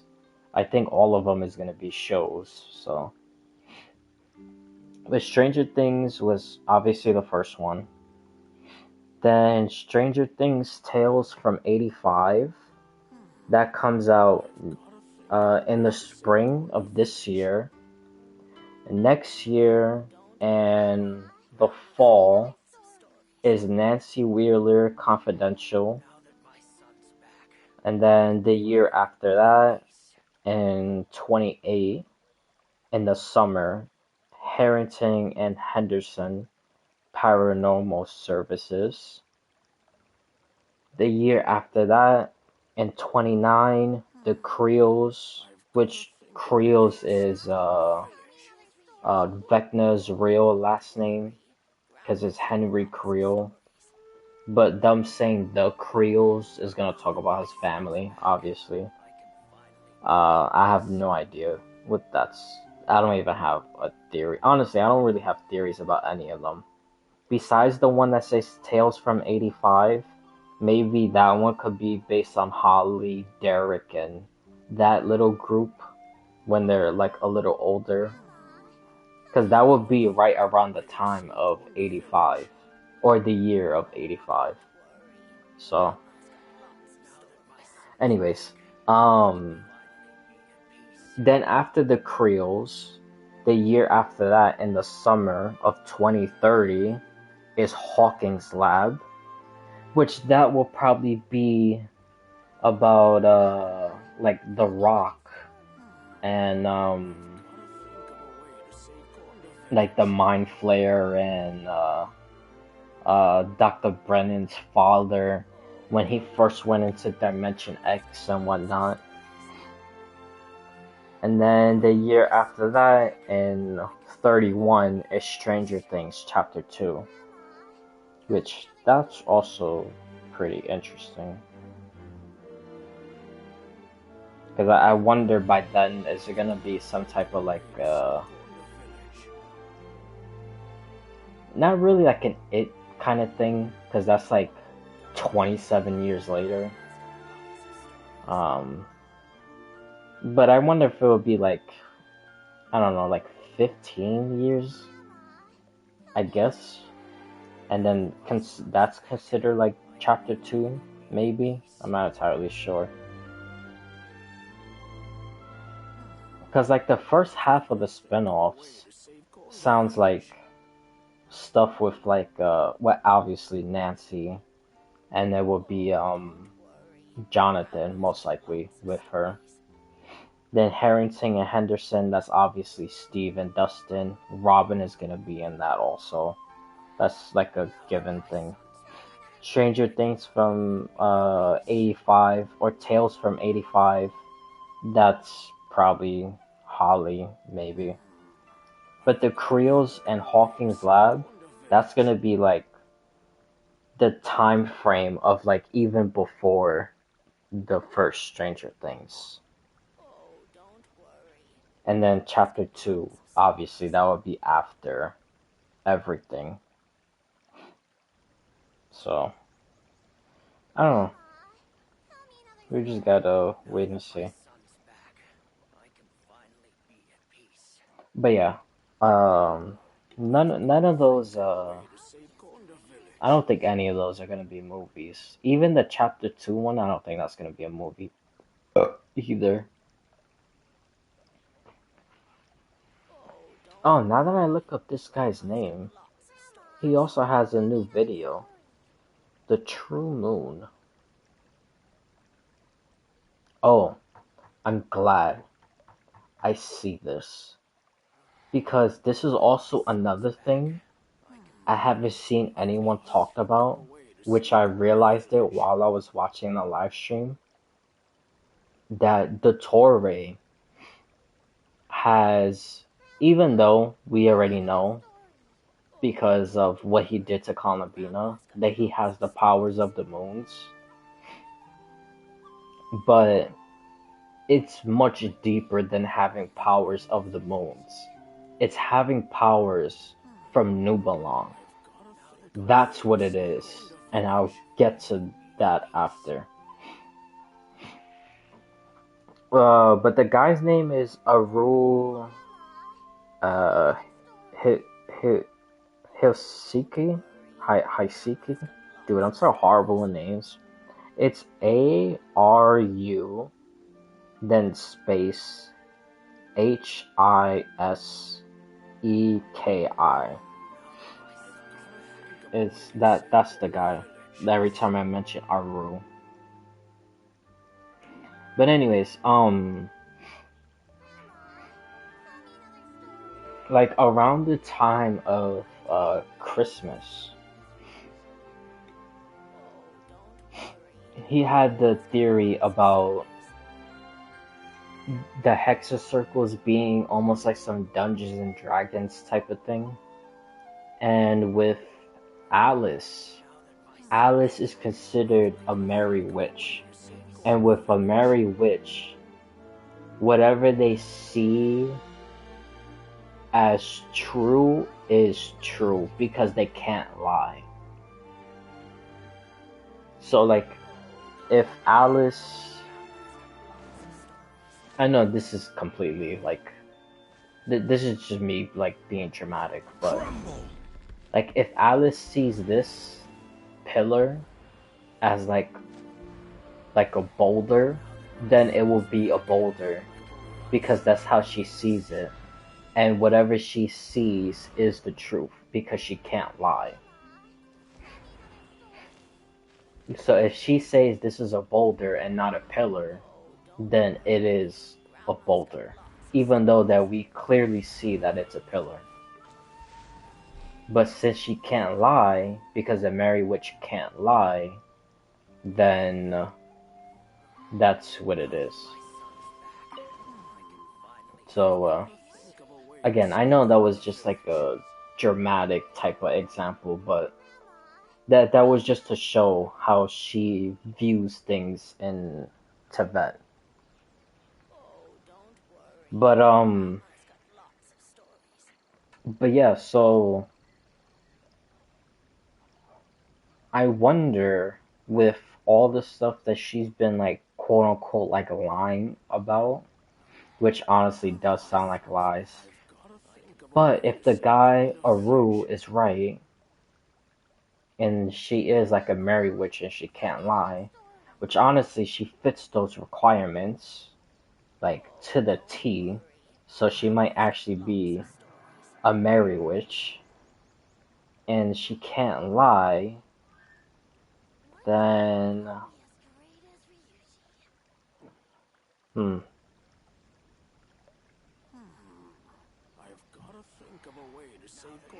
know what? Hold on, because I know I mentioned this before. What is this costume called? Hermit of Mortalite? Osman.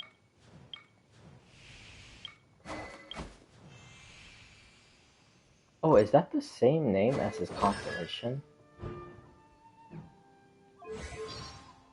Oh, no, it's not. Huh, what is this, what does this mean?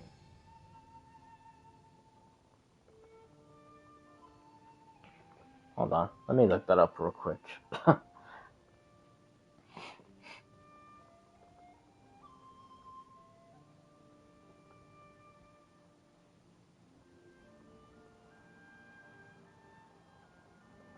Roaming the world or wandering the world.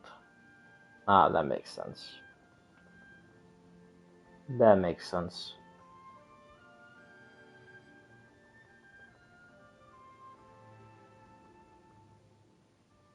Yeah, that literally makes sense for him. Okay, well. But, yeah, because I know, a long time ago, but not that long, like maybe like a month, when I was, no, actually, maybe 2 months. I think it was a month ago since I last mentioned it, but the first time I mentioned it was like 2 months ago. Anyways, it doesn't matter. Because I was talking about this video that I saw from this girl named Teacup, that she had this theory of, because I can't show the book. I mean, I can show the book, but the image is so small. So, I rather come over here. Oh, and the bard isn't here, so that's good to know. Because I want to go see the bard. Quake! Okay, that's not what I meant to do.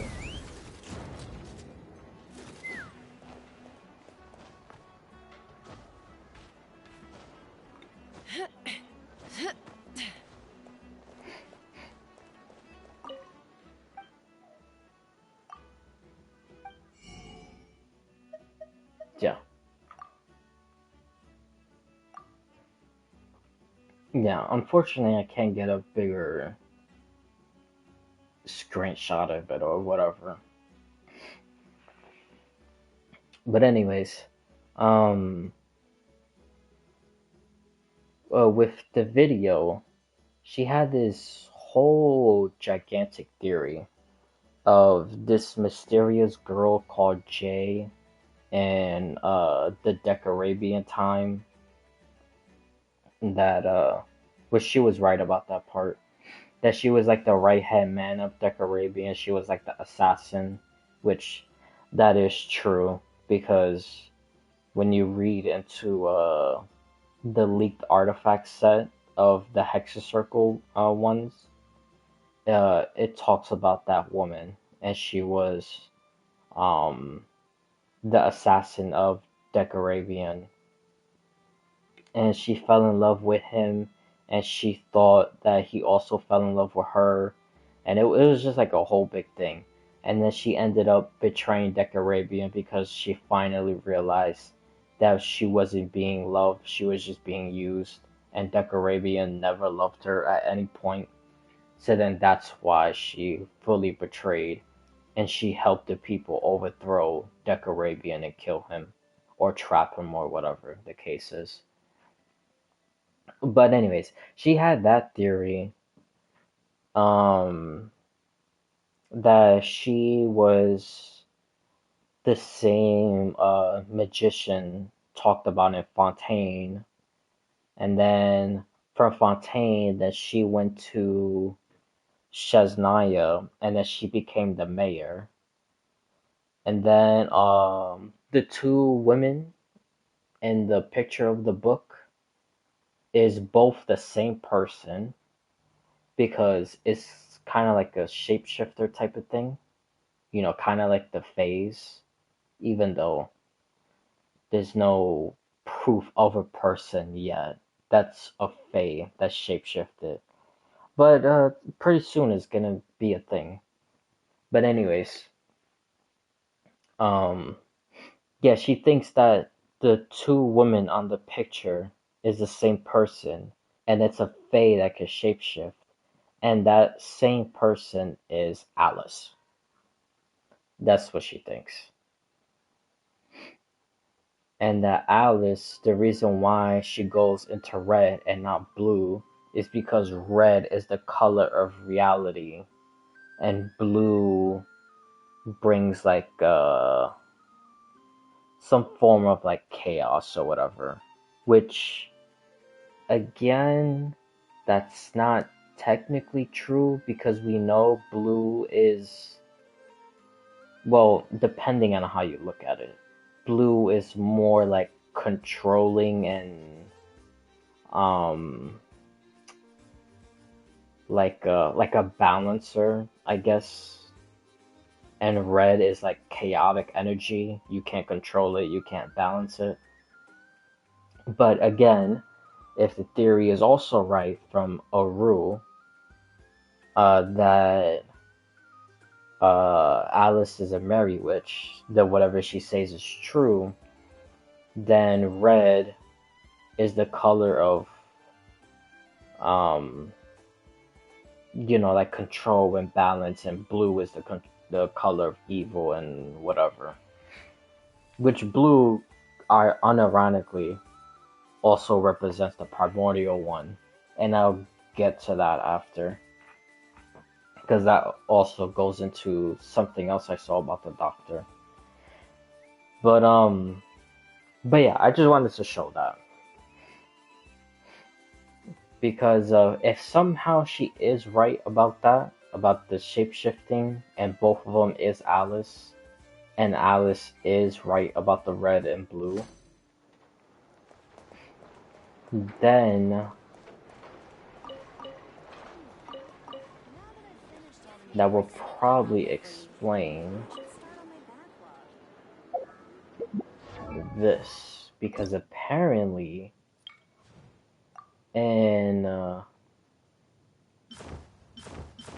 in this one she mentions something, because this is written,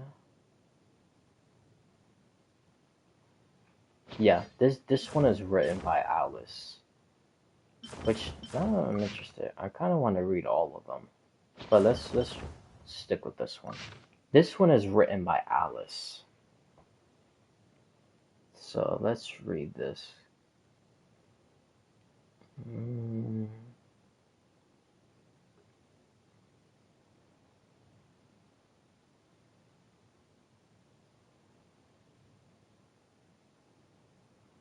Which I literally just remember this right now. Bro, I didn't even finish that Duolingo thing. Whatever. It didn't give wings or anything. I think it was just a name card. And name cards really don't have anything. But anyways, let me just finish this.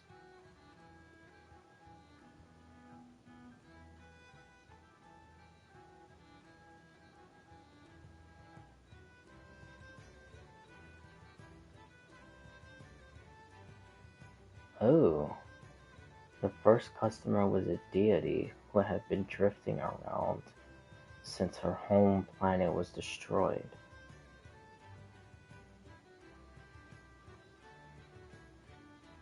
Oh, hold on. So is this a story Alice wrote, or is this a story about? Again, let me just read. I don't even know, I'm gonna sidetrack myself.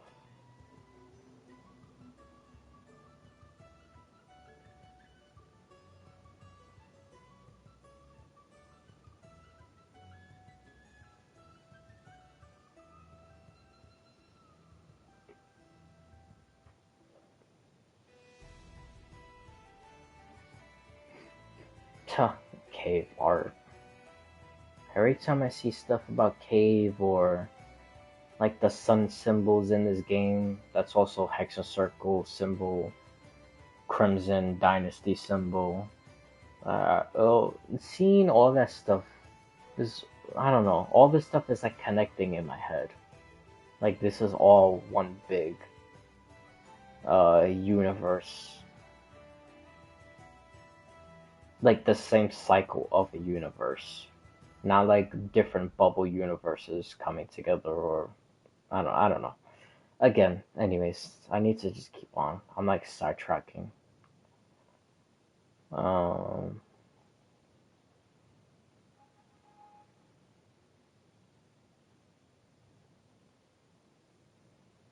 Oh, the deity was artificial intelligence created by the intelligent species of the planet to optimize resource allocation on a planetary. Huh. Uh, isn't that something that Octavia did?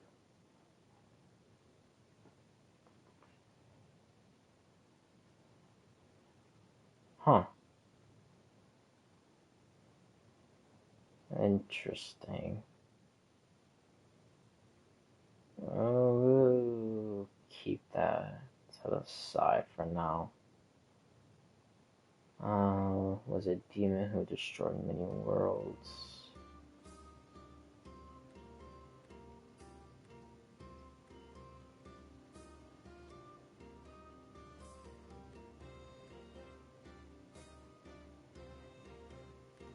Oh, I'm so glad I saw this also. I'm gonna get back to this.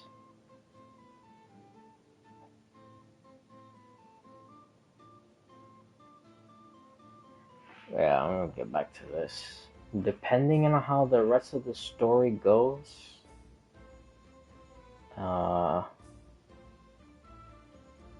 yeah, this could be some type of, you know, like embellished folktale type of hexacircle story.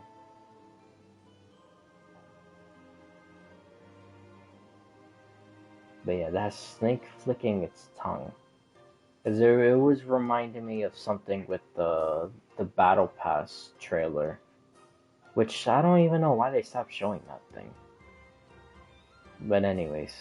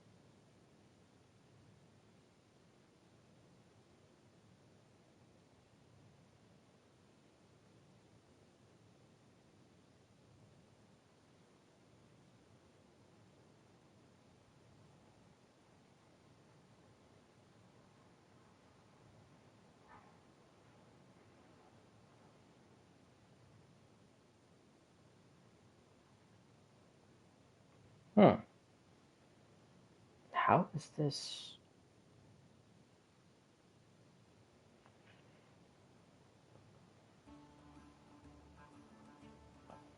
Okay. Because I saw from many people saying that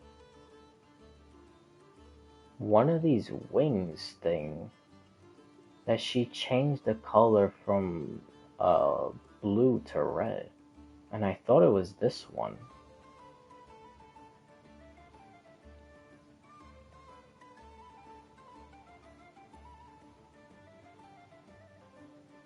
But that's actually interesting though. The 30th customer is a witch. And I knew exactly what she wanted. I asked about Tails. The witch says she said everything. Or he's just saying I can't come in just for the food, and then the guy says point taken. Or shopkeeper says point taken. Huh. So is this... No, this is definitely not it. Huh. But wait a minute, hold on. I wonder if the person got it mixed up. And it's actually... Is it the opposite? Did she take red and then turn it into blue?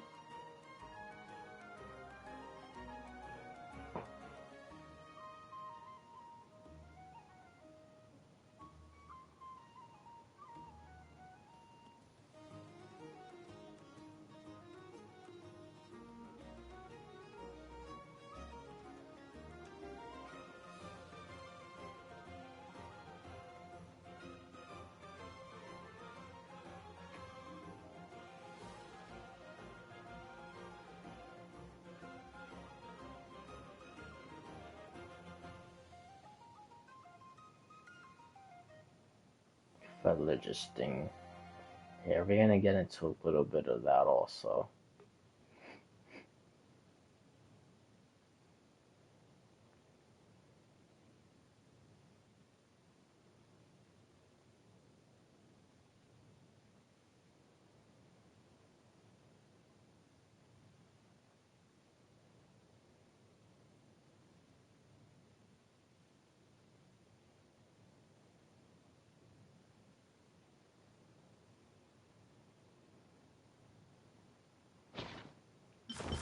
Hold on.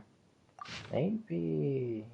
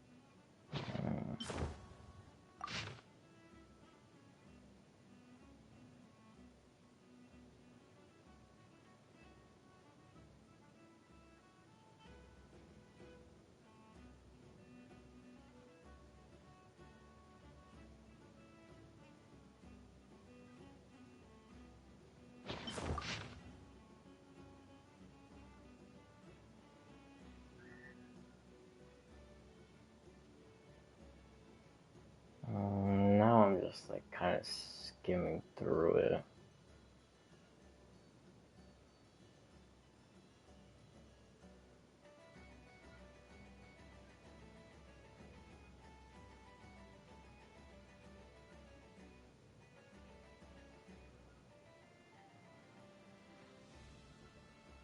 The story was about the wind that had taken on a human form, a talking stone, and a wooden thing made of electro.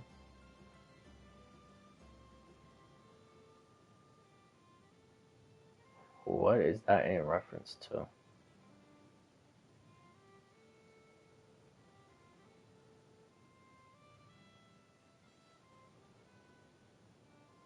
The wind taking a human form? Venti, a talking stone, a wooden thing made of electro. Is that one just probably Wanderer, right? What is this talking stone?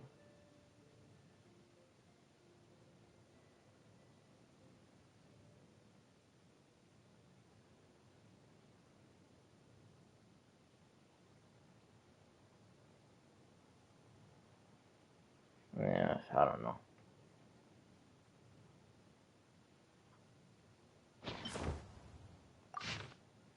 This one, oh, this one's about Conria. Yeah, I remember this.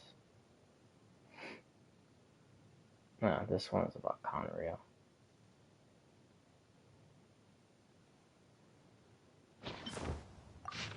Bro, which one, what the hell?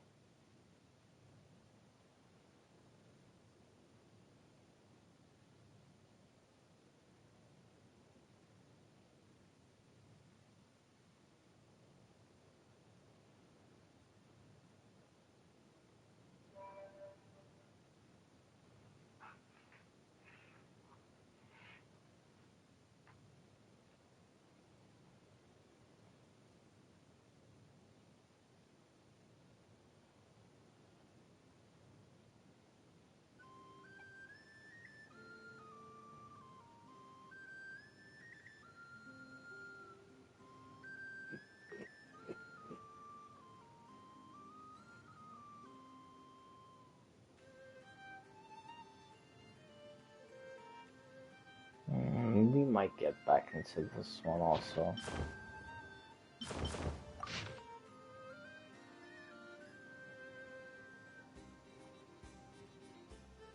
Oh, now that I see this, I saw this pretty interesting. Because, like I said, I've seen a whole bunch of stuff, and a lot of them, this kind of really out there.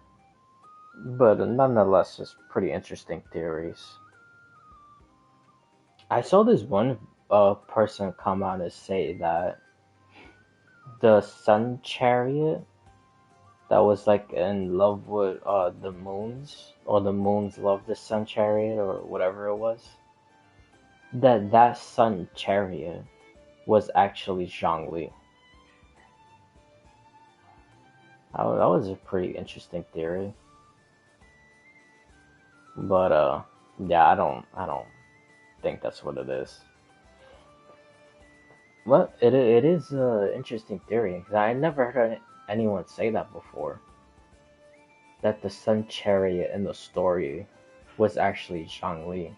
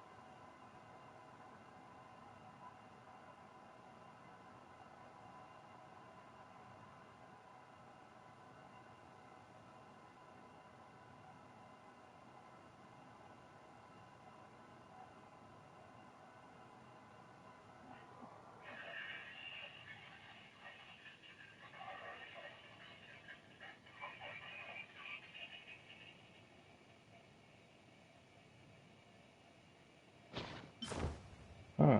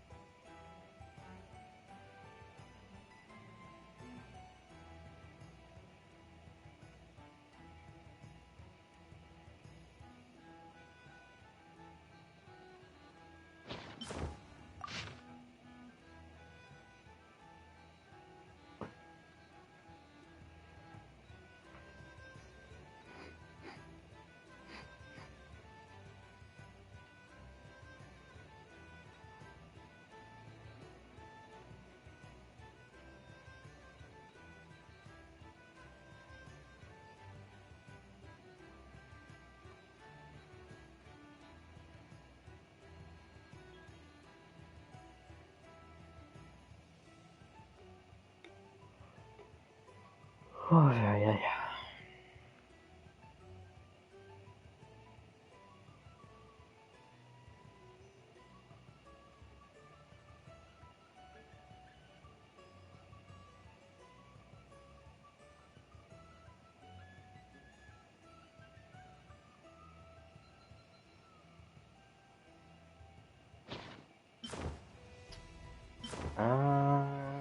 I have no idea.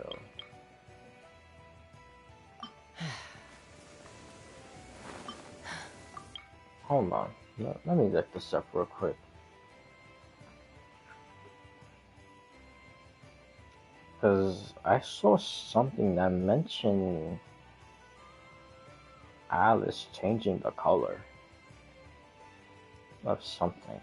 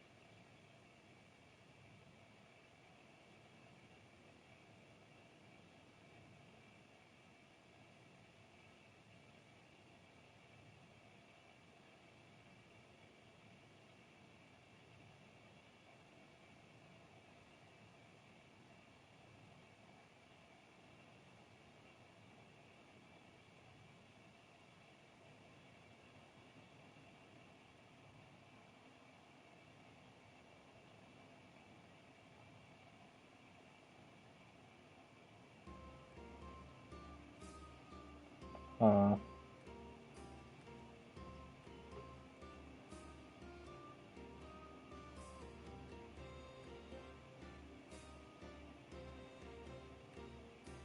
huh.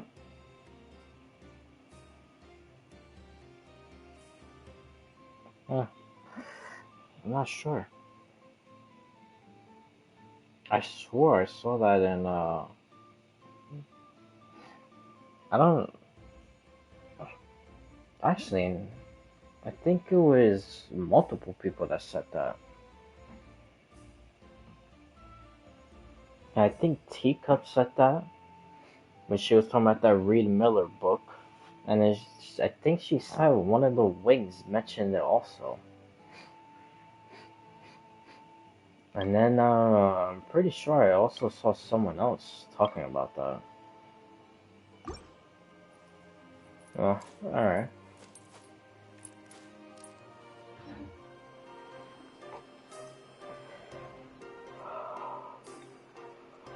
But anyways, after that long pause, just look at the stuff. That's basically what I saw. That in the book that he had, it was like shape shifting back and forth into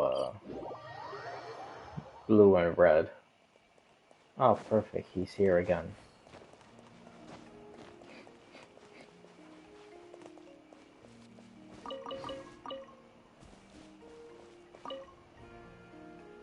Because I just want to do the story. When it talks about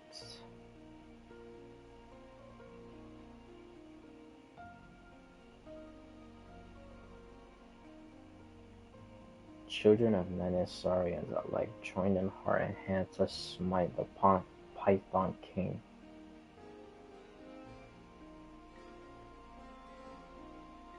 Python King. That's an interesting choice of words. Not a Dragon King.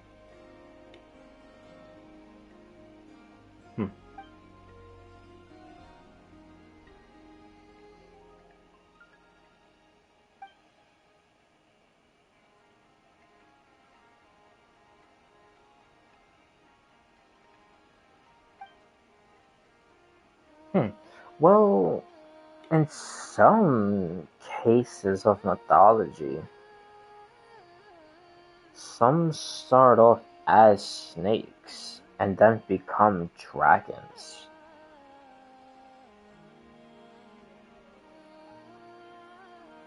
Well, you know, let's just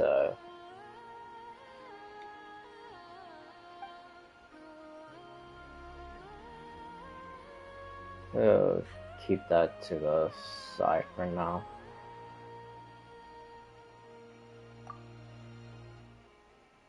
Oh, this is it. Yeah, Chernobog. I always forget his name.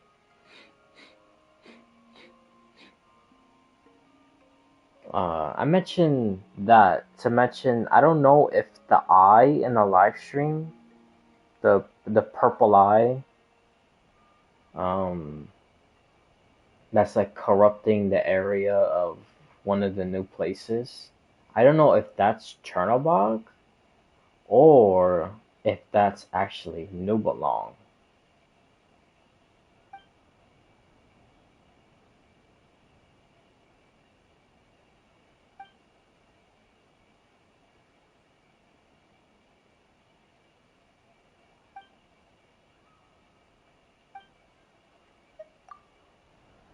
Actually, you know, it would be pretty interesting if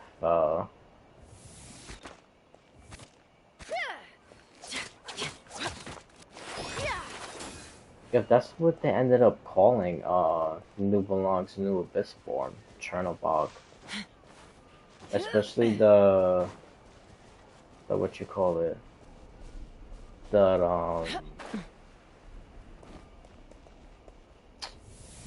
why am I stuck on stupid? The like the Belazar and stuff like that.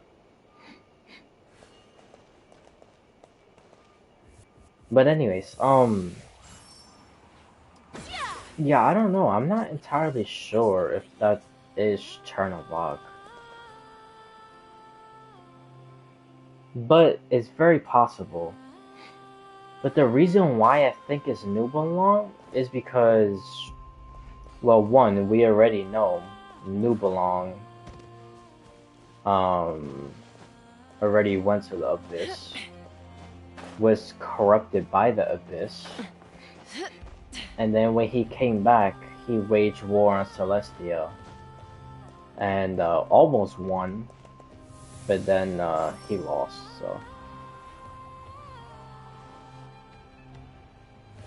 so yeah, I don't know if, like, since he the one that brought the Abyss to Teyvat, that I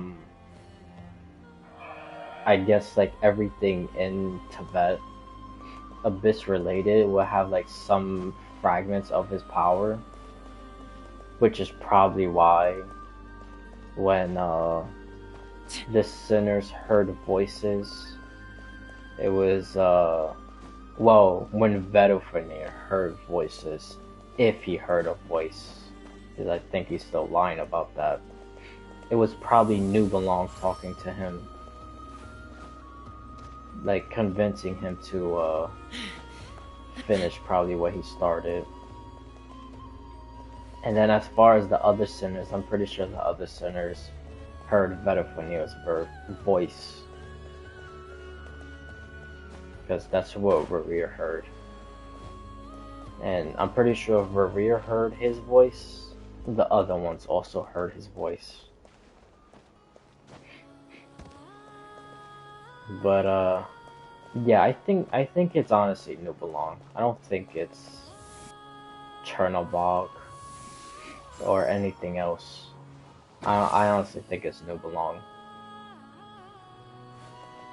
Because the eye of the thing, like I said, it looks like a dragon.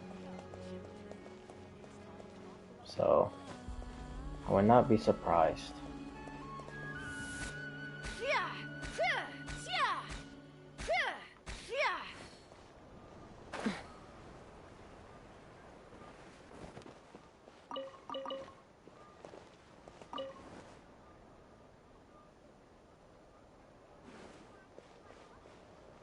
Come, children. It's time to offer up your prayers to the Moon Goddess. Moon Goddess.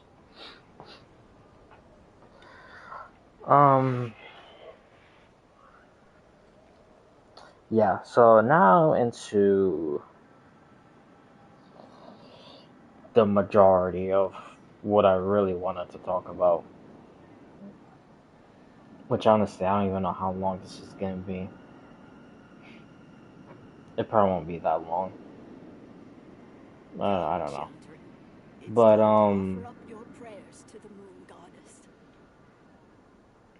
because I saw this video from a new lore person, which, you know, just really quickly, I know it's sidetracking, but I don't understand why I can't find any good lore people for like Zenless Zone or like Wuthering Waves. I mean, there's like a couple good ones, but in terms of like the theory parts of stuff like that, like I can't find anyone really. Like I don't know why. But for Star Rail and Genshin, and even Honka Impact, even though Honka Impact also not that much, but it's like a little more than Zenless Zone and Wuthering Waves. But yeah, I don't know why a lot of people's not into it. But anyways, nonetheless, I found another Genshin YouTuber that does like theory stuff, which is actually pretty funny, because almost like every other month he will have this video coming out saying that we finally have the identity of Paimon. He's been wrong like all these times. But can't knock him for trying. Because he's been at it for like a little bit. I don't know how long ago. Because the last video like I went up to was like 2 years ago. And around that time he was also still doing the whole we find identity of Paimon. So yeah. But anyways, he had this theory about the Doctor. And the reason why the Doctor is so powerful is because not only he has the 3 moons power, but he has Celestia's power also. And well, he said some other stuff, but the other stuff I don't like really agree with. But the point with having Celestia's power makes a whole lot of sense. Because let's go through some of these examples.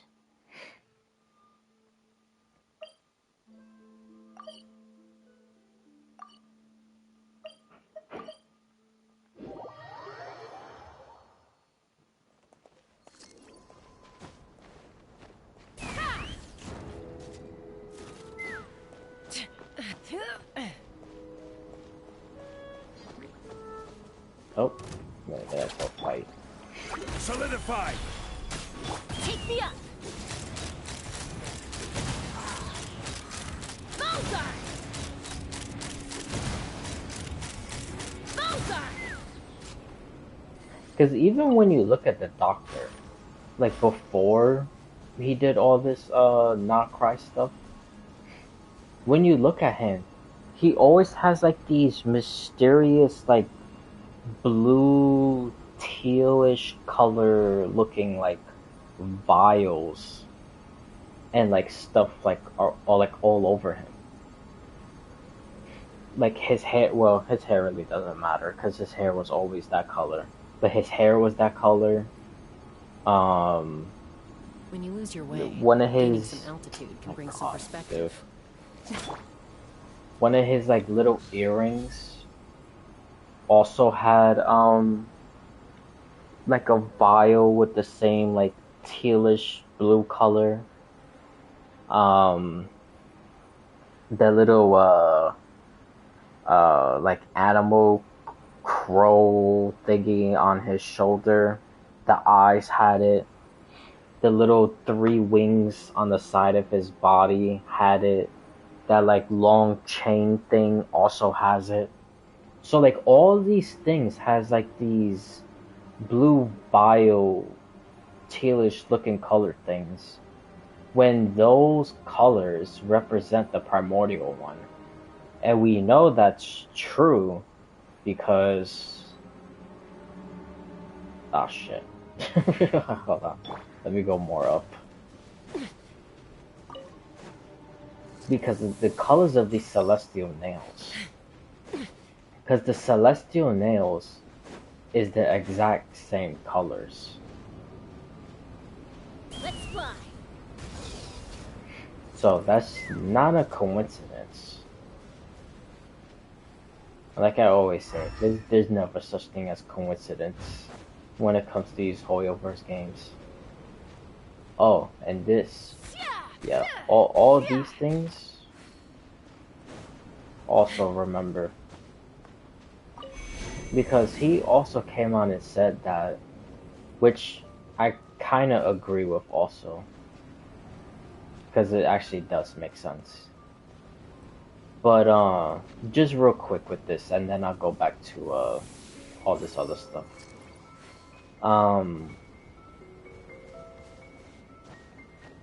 With Conria was sending Ruin Guard's like these to collect information and also try to steal Celestial's power so they could go back into Conneria and like destroy like the Abyss. And oh, I forgot to mention the guy's name because his name is I Am Sinks. That was the one who I saw the video from about the Conneria thing I'm talking about right now, and also about the Doctor using the primordial power, which is Celestial's power. So anyways,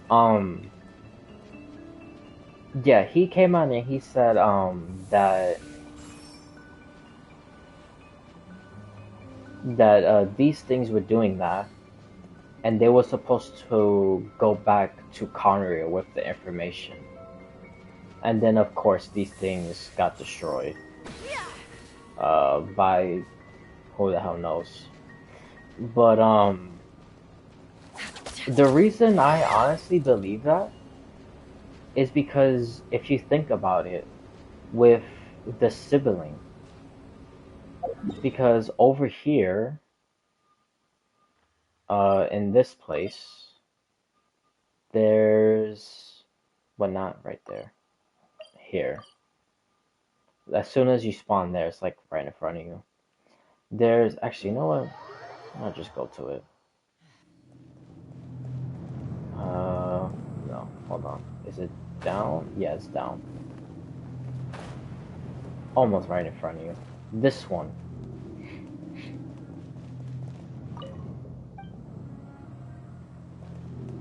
So this one was with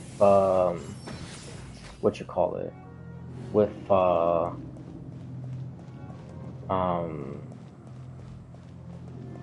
Conneria quest with Danslif, the first ever Conneria quest with Danslif. They come over here and interact with the field teller, then take the eye, and then that's when you do all this other stuff, and then that's the first time when you meet the sibling and whatnot. But basically the whole point is the sibling wants to take the eye because the eye has information on what type of stuff to do for Conneria. And then it like escalates into the thing with what's this guy's name? Is it Karobot? Karobot or Karabet? The son of the person who started the Abyss Order. But then it's like a grandfather of like Kaya or whatever. It's like that lineage. Anyways, him, the son, that he was a Hilichurl, but then he stopped being a Hilichurl, and he was like kind of technically dead, but then also still living.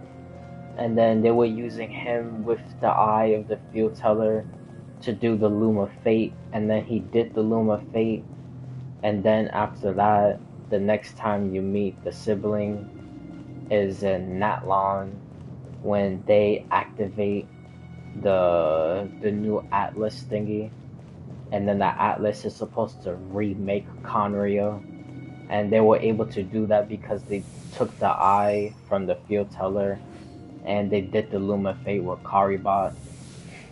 So it was like a whole big thing. But anyways, saying all that stuff kind of makes sense for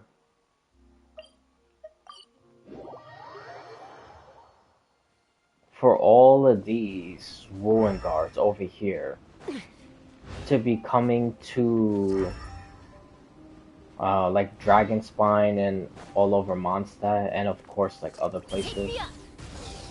But it makes sense for them to be around and trying to take Celestial's power or do like data research or whatever, and then go back to Conria and do like more stuff on it. Because especially, like I just said, with all the stuff that they did over here, with the Abyss Order and the guy's son, and then the sibling was able to make the new Atlas thingy, then it's not far off to say that during the time of the Cataclysm, that these things were tasked with trying to probably steal or research stuff about the nails that's related to the Primordial one. And if that was the case, then obviously Piero would have known, because he was one of the top people in it. So if he know about stuff like that, then he would also be the one to tell the doctor what was the reason of all these machines going to specific places like these. So, and then of course he did his research, and the doctor only started creating the clones after he joined the Fatui. So obviously Piero gave him some very, very, very valuable information. And then of course the doctor did all the other stuff. And then he used Wanderer to do research in the Abyss. So there's also that. Then there's oh, gotta go up from here. I haven't been here so long I forgot. Then there's also stuff about about Wanderer going into the Abyss for research purposes of the doctor. And then the doctor did ley line research, obviously abyssal research. So he has like literally all aspects of like this world's like rules and sins and whatever. And even the ancient rules of this world, because obviously he did research on the ancient moon remnants, which and we see in Natlan, and then he continued that research in Nalcry, obviously. And then by the end of all that stuff, he was able to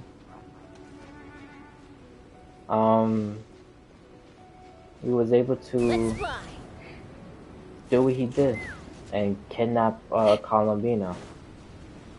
And then even for like a fraction of a second, when he had all 3 moons power, that's all the time he needed. Because with that little time, he completely figured out how to become this new, like, god-like being. Which, again, we know that's true because when you look at the live stream of... Yeah, see? It's like the exact same color of what the doctor was like using.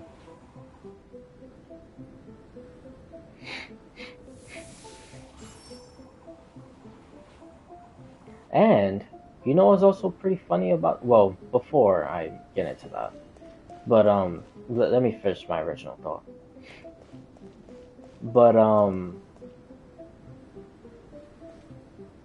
what the hell is that over there? That's 2 fires.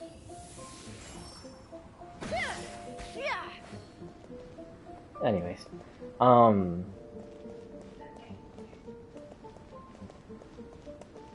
wait, what was even? I got sidetracked. I forgot where I was going with this. Because I was gonna mention something about the Patuis.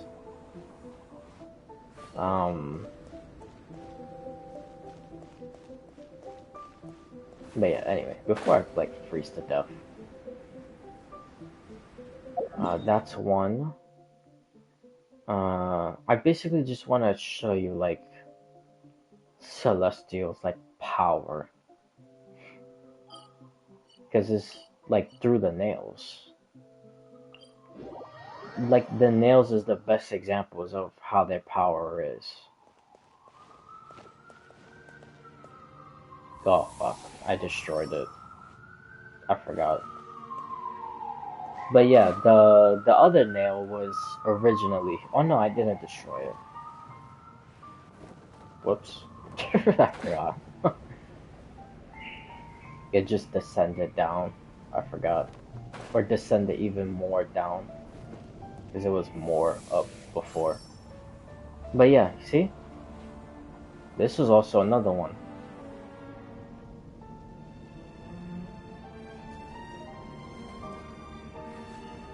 So,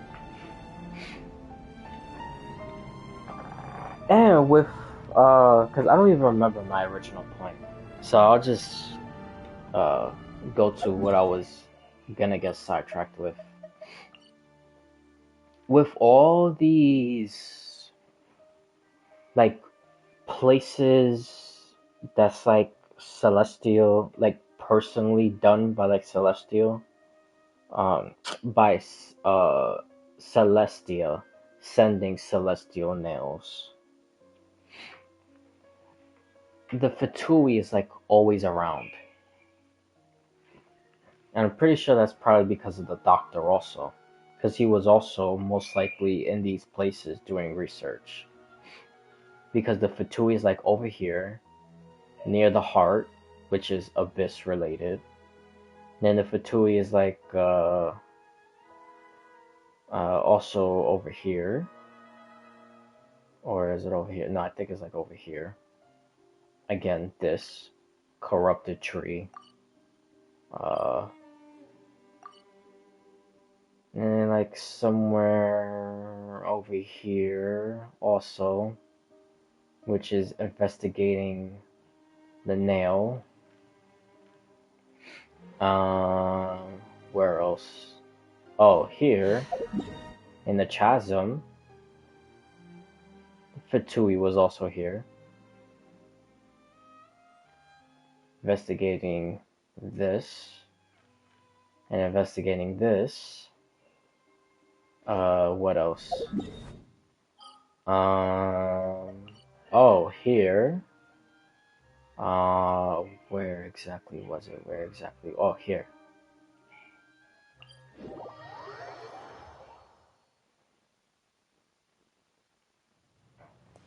Yeah. Fatui also.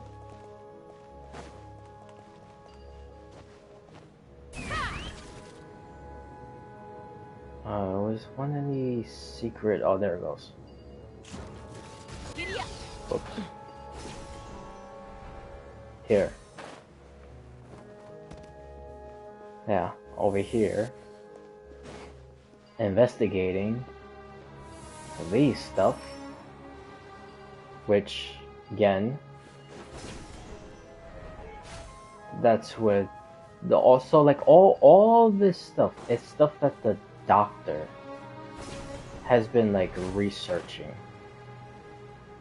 So he's been doing all of this stuff, all of this research, all of these people going to these random places that they don't know why they're here because they see it as pointless. He's been everywhere, literally finding, like the truth about well, forbidden truth, if you want to call it that. He's been learning about forbidden truth. He's been learning about Celestial's version of the truth. He's been learning about like New Belong's truth. Because, like, even over here, the moon thing, and then the mountain, and then that, like, balloon thingy somewhere over here. Actually, you can't even go to it.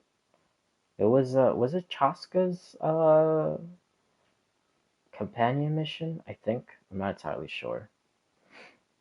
But yeah, that he's been investigating this. Obviously over here. So he's been learning like literally every like aspect of like everything. So oh yeah, for him to do what he's done so far, it's not surprising. Not one bit. Literally not one bit. And even before this, like when we did the Throff event mission, like over here, when we went in that thing, and then we found Layla was the descendant that the doctor was with. It was here researching also, and then also over here researching again, and that's when he killed some of the people. But yeah, obviously academia also. Doing research on the Arenaros. So like I said, it's like literally every single thing about like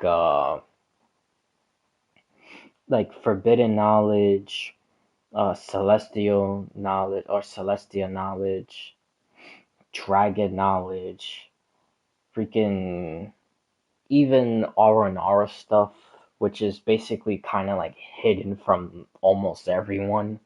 That's like their own type of like quote unquote forbidden knowledge, I guess. Doing Elazar research, stuff with the Abyss, ley lines. He's like literally been everywhere. So like for him to become this like godlike being, there's two things. Like I said, like way earlier. I think it's Piero really trying to figure out what happens when an actual god dies. Like a real legitimate one. Because even though the stuff in Sumeru, when Wanderer became that false god, he did become a god, but I don't think it was long enough. And well, yeah, again, long enough for him to become like seen as like a legitimate god or whatever, because Nahida trapped him in her own like samsara cycle. And then when they finally broke out of it, by then he was basically already like broken subconsciously from the god that he was in. So now he was like Wanderer, and then they like fought off, and you know, etc., etc. So he didn't become like a real quote unquote like god. But with the doctor taking primordial like powers and powers before the primordial one, which would be like Nubelong, because he controls the 3 moons. Well, for that split second, he controlled the 3 moons. Now he only controls 2. But I'm pretty sure he did some technology stuff and then manufactured the 3rd moon's power in order to bring a fourth moon. Because if you remember in the live stream, Sandrone comes out and says that she's also been researching the moons, which that's a completely different subject. That we can save that for another day. That she also been researching the moons, and she found that there was always three. But when the doctor did what he did, then all of a sudden, a fourth moon appeared. And I'm pretty sure that fourth moon is because of the doctor. So, yeah. And when you, well, in the live stream, when they were fighting him, his name, which this makes me believe that this is only, well, he also says something else. I literally just remember that. But this really makes me believe that this is like a Piero thing, not really like a doctor thing. Because two things. One of them I literally just remember right now, which I'll mention it first. When the doctor is in his god form, let's just basically call it that. Let's just call it god form. Even though I think he's technically on a descender level, but we could say that for another time. Because that's not really the whole big point. And besides, with him having the powers of Celestia and the powers of Nubelong, that literally classifies him as like descender level threat. So that's kind of like common sense. But anyways, when he raises his finger and starts putting his finger down, like the sky starts ripping open. And then when it rip open, it like completely shatters it in that arena. And then everyone is like on the palm of a hand fighting, which I still think that hand is probably Nubelong related. He probably like technology-fied Nubelong's dead hand or whatever. I don't know. But anyways, when he is putting the finger down and the sky is like ripping apart and it like breaks, while he's doing that, he says, "Time for one more experiment." So if he's doing all this stuff to actually defeat everyone, which that could also be part of his intentions, is to try to defeat everyone. But that's not really the point. The point is, if with him mentioning time for one more experiment, it implies two things. He's expecting to fail because it's an experiment. With every experiment, you see what you could do, and then you fail, and then you see what you did wrong with that failure, so when you do it next time, you won't fail at that same thing. So there's that. And the second one is when you actually start like the boss fight with him, after he says time for one like final experiment or one last experiment. But even though anyways.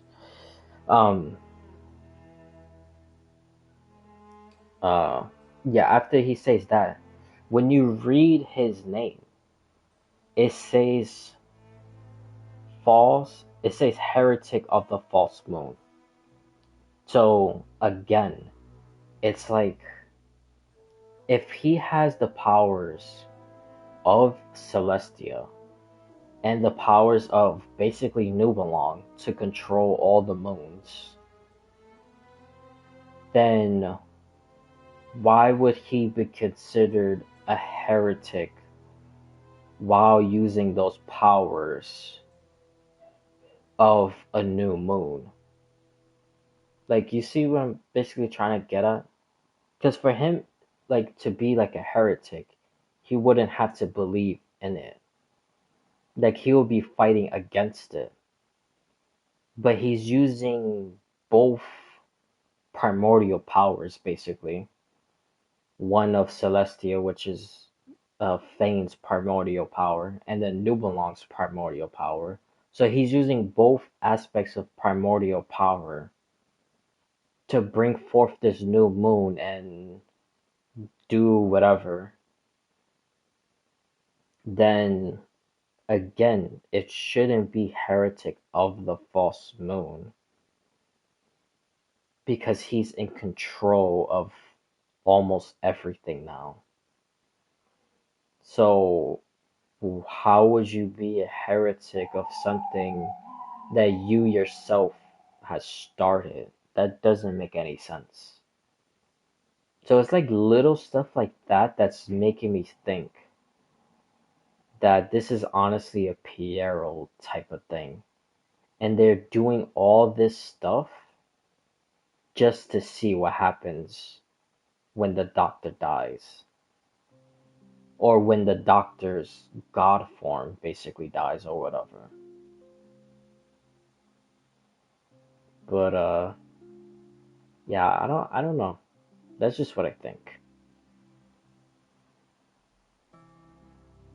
And then oh, what I also forgot to mention, which this was pretty interesting, because I said I was gonna go back to it with the Philogistine, because let me actually hold on. Let's go here.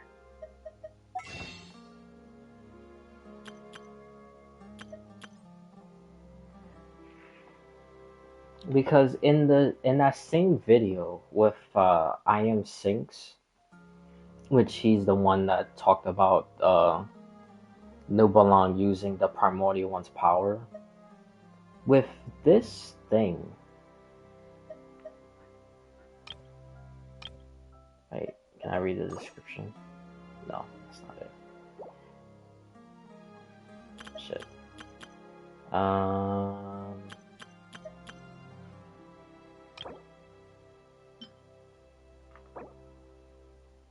Yeah. Okay.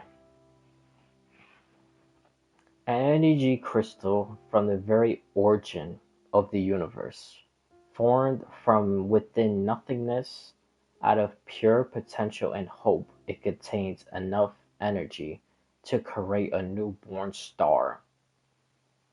So this is what I Am Sinks thinks about how the primordial one's energy works and how the red energy works. And then I'm surprised he didn't get into the abyss, because I kind of figured out how the abyss works, if he's right about this stuff, which I think he might be, right? But this,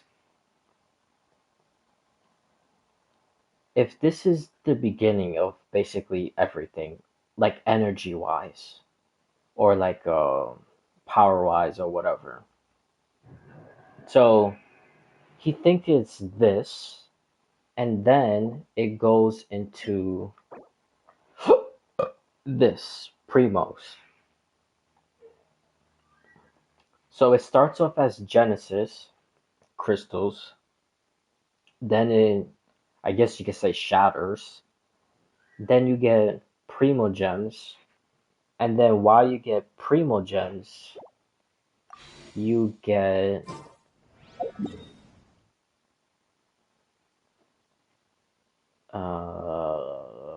where's a good place to...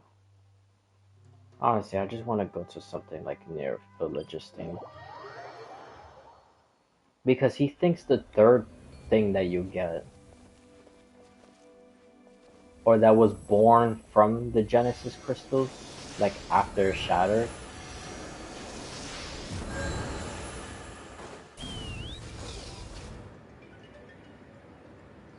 is to go somewhere.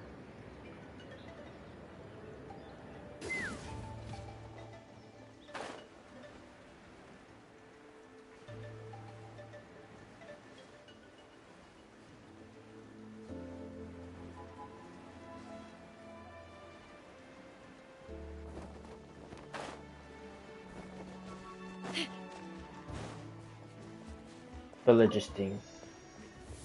Sure, I know that took forever, but yeah. So he thinks it goes from Genesis crystals, then the Primogems, and then the Primogems, it goes Philogistine, which Philogistine is like kind of like chaotic neutral, because the dragons found a way to like control Philogistine, and then they were able to do all this other stuff. And then, oh, he mentioned something else. Because there was, oh,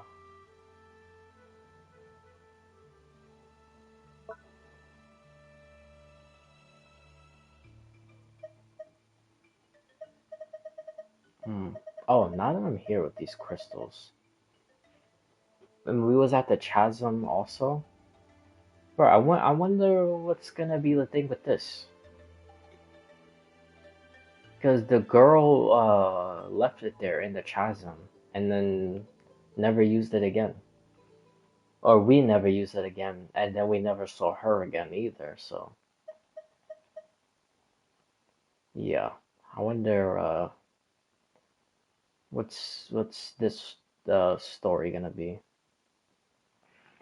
But actually, now that I think about it, this is also kind of Primogem related also.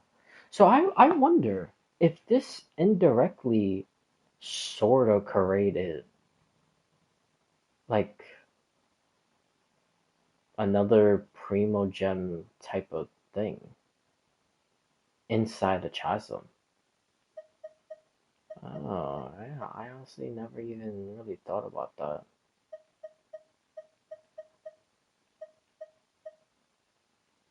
Oh, because there's also this one. It's the same thing.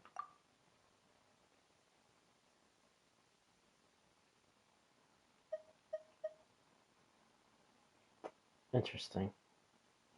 And this right here is also, well, we'll get to that after, because I think I know how stuff turns purple.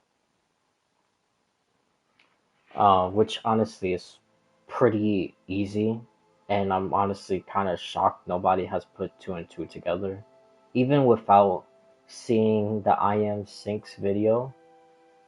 Yeah, I'm kind of surprised no one really put two and two together, because I'm pretty sure that's how the Abyss was made, but we'll get to that after. But yeah, it made like a whole bunch of, basically, let's just put it like this. From the Genesis crystals, then the Primos, and then the Primos created all these different like light colors. And then those colors was like you know, like they all did their own thing. Like the red obviously is like chaotic, but then there was like chaotic neutral, and then the dragons made like Philogistine. Then the blue is like the one related to Phanes, and the primordial one, well, the primordial one is Phanes, and stuff like that. And then even this, like this, being able to be basically almost kind of like a mini lantern of the primordial one's power. Because when you use this, technically it kind of is almost like a lantern celestial nail if you think about it. Because celestial nails drop on like abyssal places and like cleans out the filth, and obviously also kills a whole bunch of people. But it like cleans the filth and get rid of the abyss. And with this, when you're in the chasm, you use it as light, and you can also get rid of the abyss while using it. So it's basically like a lantern version of like a celestial nail.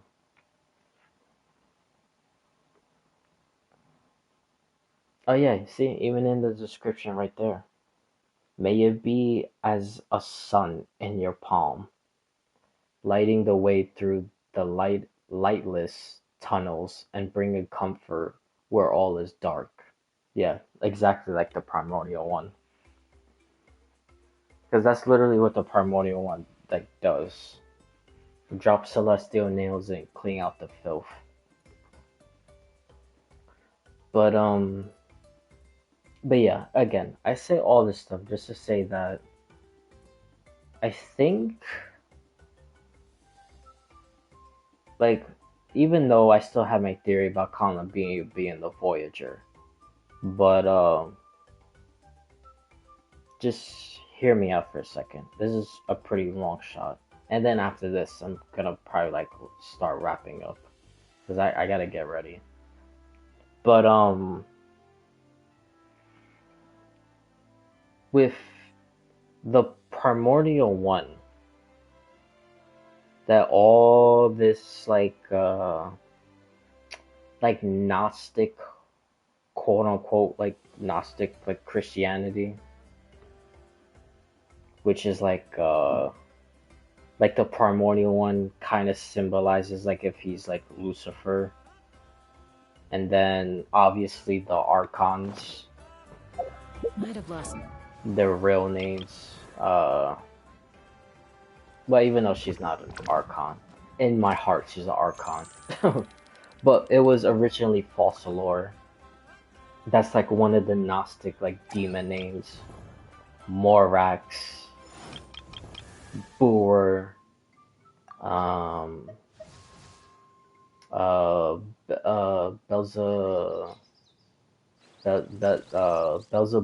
I think it is.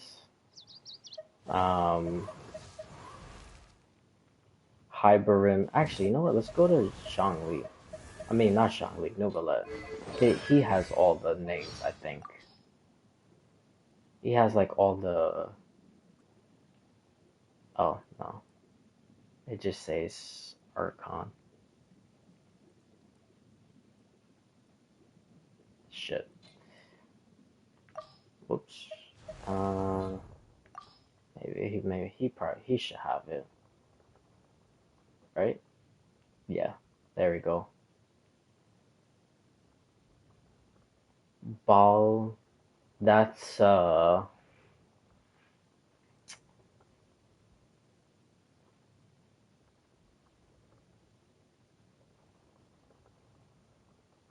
wait a minute. I thought Beelzebul or Beelzebul, whatever it's called. I thought that was what you call it? I thought that was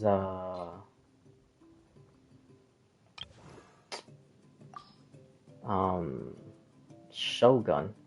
That was the sister?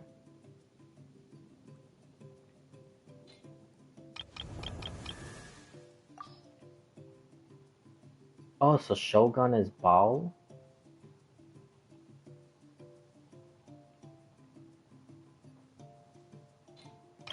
Jesus Christ, dude.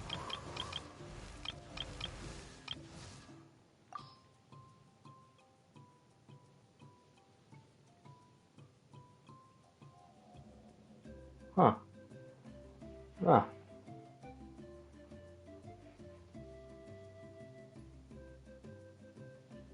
Anyways, Morax, Zhongli, I don't know why Venti says Venti. That should be Barbados. Boer, that's Nahida. Nah, that's Farina. Hyberin, that's the Pyro Archon, that's Matvuka. But yeah, they have like these devil names basically. Then you have Osmodee, Renova, that's also one. Isharoth, I'm not entirely sure. Isharoth and Nibirius, I'm not too sure of. Maybe Nibirius is one of them.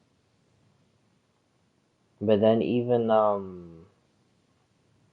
Beelzebul, which is the sister, I thought it was Shogun, but Shogun is Bao. Um, I don't think the Cryo Archon has one. Like that's for another day. I know I mentioned that a long time ago. Um, Paimon, she also has one, which I'll get to that. Of why I think she has one. But yeah, like all these like demonized quote unquote god names or whatever, is like all that stuff is like connected to Celestia. And like through Celestia, the way they describe Phanes is like if he's like Lucifer. So, not to go too much into the whole religion stuff, but with God, God kicked Lucifer out of heaven because Lucifer was trying to overthrow God and become God himself. Right? So, if Phanes is the representation of him, then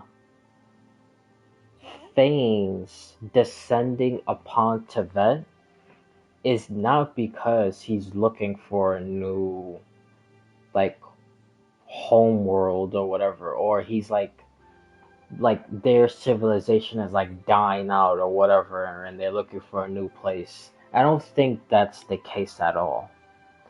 You know what I think the forbidden truth is? Because I've always been thinking the forbidden truth is like, which I think that's a part of it, but I don't think that's the actual core of the forbidden truth. But I've always thought it was um, like Celestia Celestia is like the only power that ruled over Tibet. Like there was no such thing as like Nubelong and Nubelong bringing the abyss into Tibet and fighting and stuff like that. I don't. Again, like I said, I think that is a little part of the forbidden truth, but I think the actual forbidden truth itself is that Phanes was being hunted by everyone else in the universe. I think that's what it is. I don't think they came to Tibet out of survival. I think they came to Tibet to hide. And that's why they have this false sky stuff. They're hiding from who the hell knows? Probably the sky people from Honka Impact. That's something else completely different also. But I think that's exactly what it is. I think that's the forbidden truth. They're not doing this out of survival. They're doing this out of fear. That if the false sky gets broken, that whatever was hunting them could come and basically kill off the rest of them or whatever. Because they betrayed their original kingdom or planet or universe or whatever it is. So they're hunting them. So it's out of fear, it's not out of survival, if that makes sense. Even though some cases survival and fear goes hand in hand, but like I said, if Phanes is supposed to represent like Lucifer, and the story is basically almost the same, then Phanes is like in hiding. He's not doing this to be like stronger and go back to people who like overthrew his planet or whatever. That's not the case. He's doing all this and he's hiding from people that he most likely betrayed himself. So that would kind of make sense of why everything revolves around the siblings.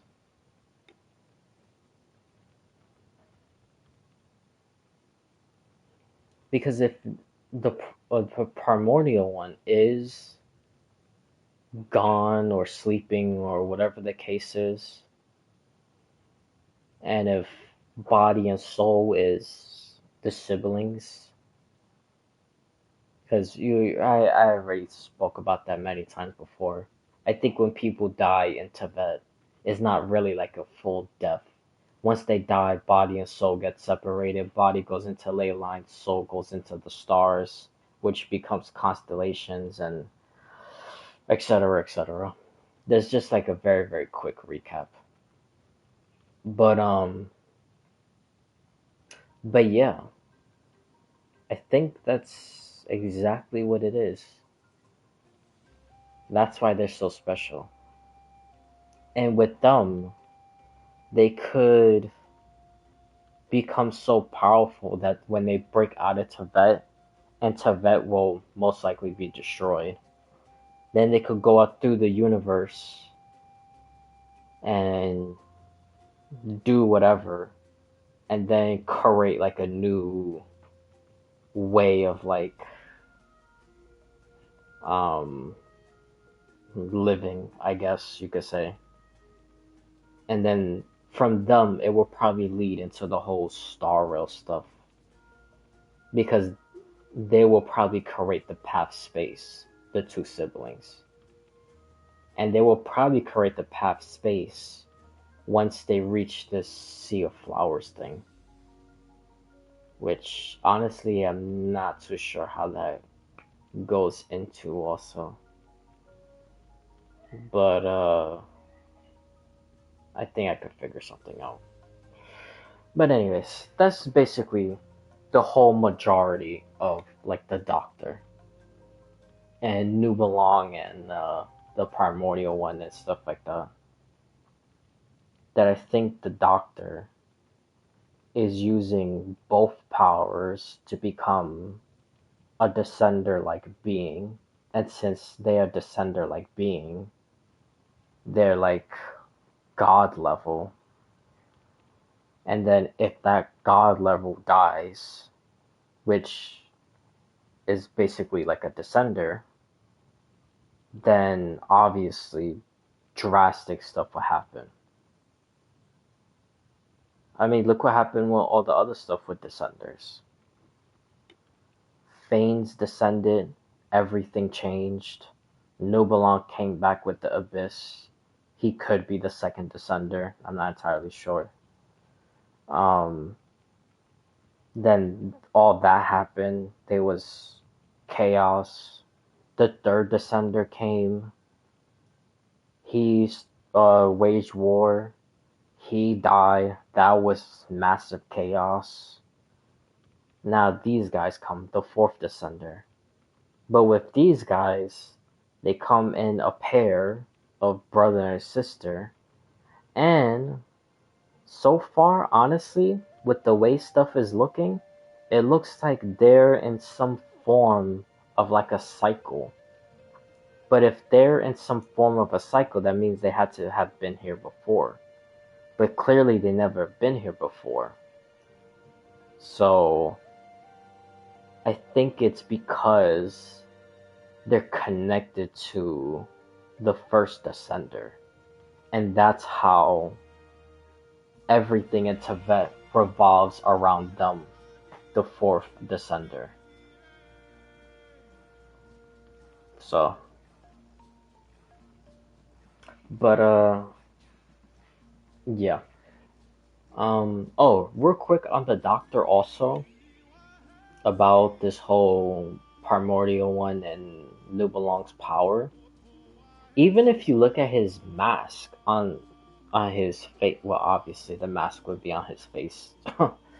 But when he becomes the heretic of the false moon, like in the boss fight, when you look at his mask, half of his mask is the regular mask that he usually wears.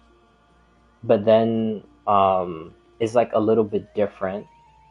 It has like the red, which is like chaotic energy, and like the blue thin lining like over it. And then on the left side, you have the blue and white, and it's like in the shape of like a dragon eye going into a dragon horn. So that's literally showing right there that he has both Nubelong and Thane's power.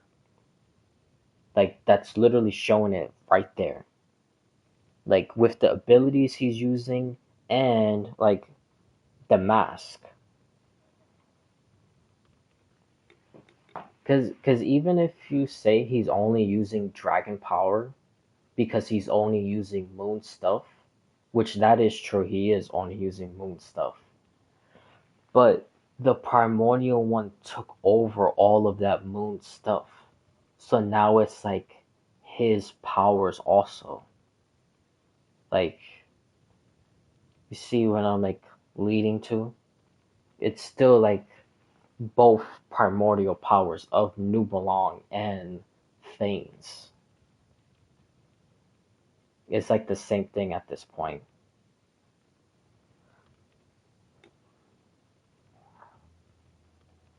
But yeah, that's oh, just really quick, because I said I was gonna go back to it. So long So ago, we if I could allowed myself to be led by the whisper. hold on. Yeah, I just wanted to double check. Dude, I still can't believe I missed that. Unbelievable. I should have gotten the money. I could have been on the feather.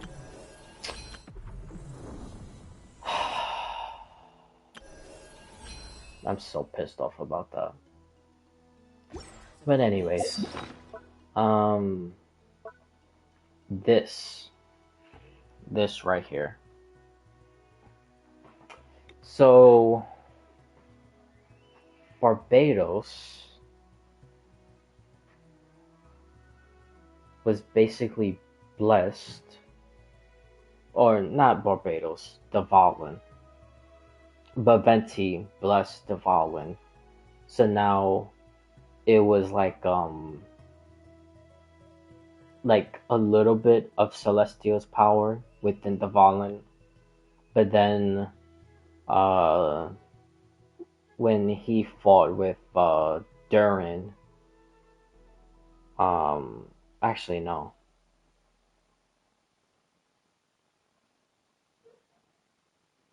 No, I'm thinking of something else. It wasn't him fighting with the Durin. It was when he got corrupted by the Abyss. That's what it was. When he got corrupted by the Abyss, then it was like it started like removing like the Celestial and like corrupting it, and then the teardrop became red. So it's like chaotic energy within him. And then the Traveler purified it, and when it purified the red teardrop, it became blue again. So basically representing the celestial power. So I think in terms of when the Abyss actually turned purple, it's probably when, well, two things. It was probably when Nubelong came with the Abyss, and then that fight happened, and then he used the nails to purify stuff and whatever. And then he also probably fell within the Abyss, and then that, like, both chaotic and neutral merged together, and then it became the Abyss that we see now, and that's why it's purple. Or it could be because Nubelong was the first original person. Well, as far as we know. I have theories about that, and I'm pretty sure in the future it's gonna be revealed that Nubelong was probably not the first person. But as far as we know in the game so far, he was the first person that was like ruler of everything. And again, with the whole Genesis crystal thing. Surviving is tough. If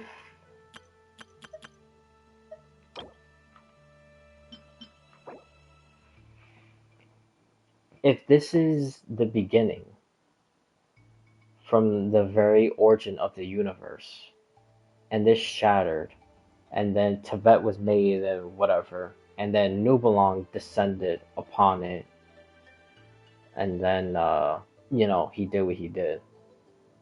Then originally he would have blue, like neutral power, kind of like how the primordial one has blue neutral power now. But first, originally in Tibet, would have been Nubelong. But then Nubelong left, went to the Abyss, and then chaotic, you know, red power. And then when he merged with the Abyss to come back to Tibet, then that's when the purple came out. So it was either because of the primordial one or Nubelong. That's what I think purple comes from. Because originally, I don't think there's anything that was purple. And if you think about it, the Abyss basically functions as like, you know, kind of like not really like neutral, but like in the sense of like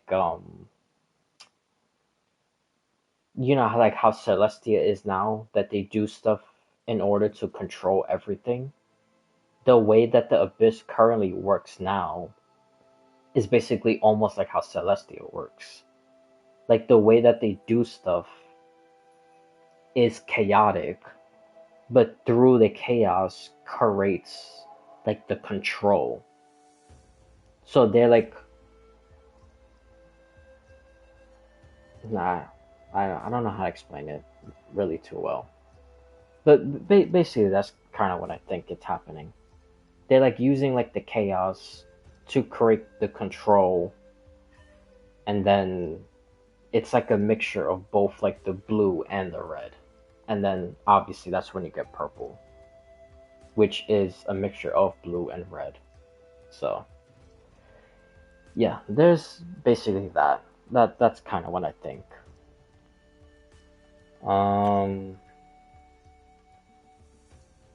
Oh, really quick also about let me see if I have. Oh yeah, I could do one. So I'll say this one thing, I'll do this, and then I'll leave.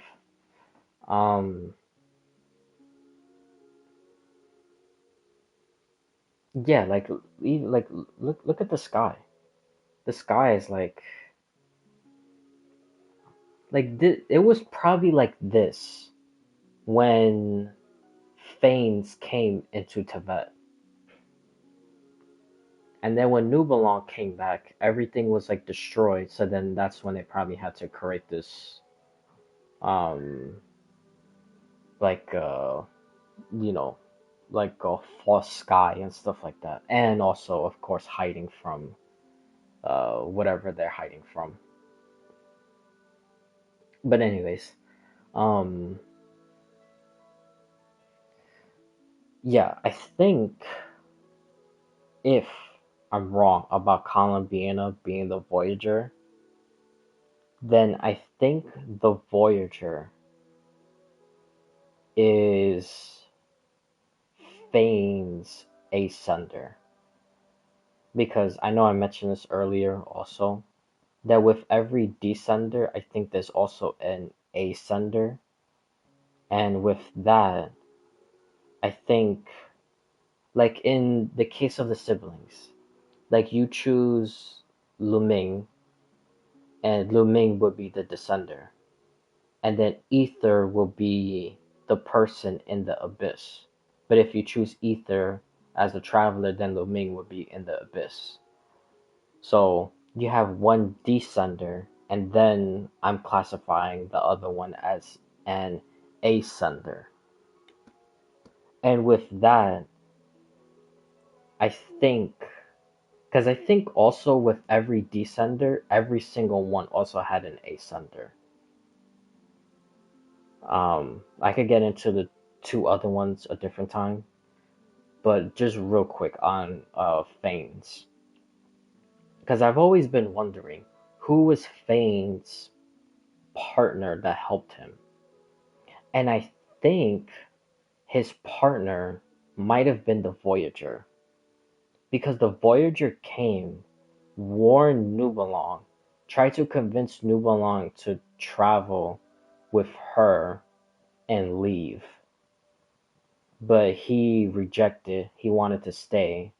And then he left into the abyss to find some type of answer, got corrupted, and then Fanes descended that very time when Nubelong left. So it was like calculated, and he purposely like avoided him. And I think he was able to calculate that and avoid him because the Voyager came first. So she was almost like some type of spy for Fanes and trying to convince him to leave, which didn't work. But then he ended up leaving anyway. And then that's when Fanes descended onto Tibet. And we know that's the correct timeline because in Kanlabina's artifact set, it says when the Lord of Ferment, which is Nubelong, when Nubelong left, that's when the Ark with a winged descender, which is Fanes, that's when he descended into Tibet. So I think the Voyager is working as Fane's spy. Possibly.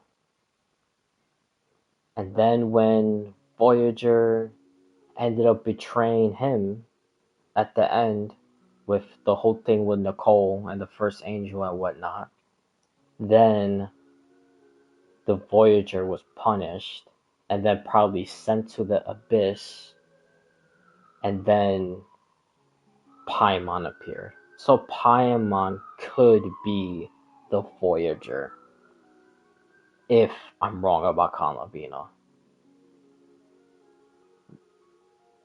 So, yeah, that's what I think. But, yeah, we just gotta wait and see. We just gotta wait and see.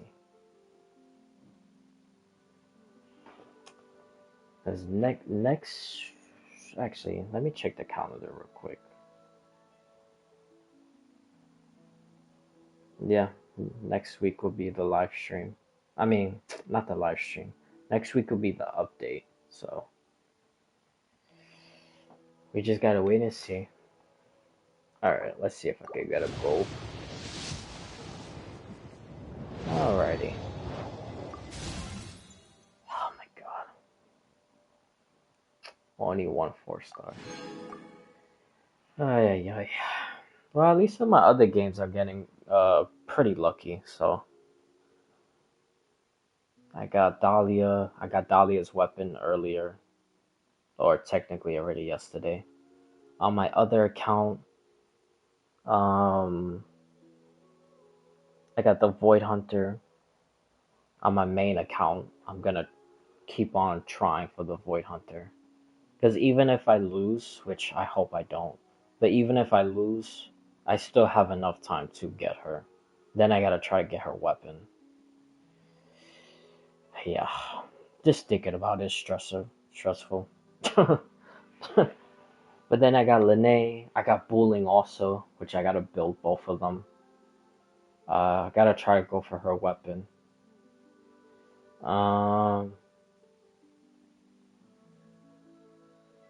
yeah. Then on my sister's account, well, I'm gonna try for Firefly because I'm pretty close. I'm almost at full pity. Hopefully, I don't have to reach full pity, but if I do, it is what it is. Um, but yeah, I'm gonna try for Firefly. She wanted Coconia, so I'm gonna get Coconia. She got Shuang Nong. I also got her weapon. Now I'm gonna go for Xiao's weapon or Zhao's weapon. So, like I said, been pretty good with pulls. Oh, even the the Bang Boost has been insanely lucky. Because on my sister's, I got the new one. I got the one before that came out during Banyu and Dailin. And then on my main, I got did I get the new one? No, I didn't get the new one yet. On my second account, I got the new one. Then I switched to an electric one. I got that one. And then I switched to...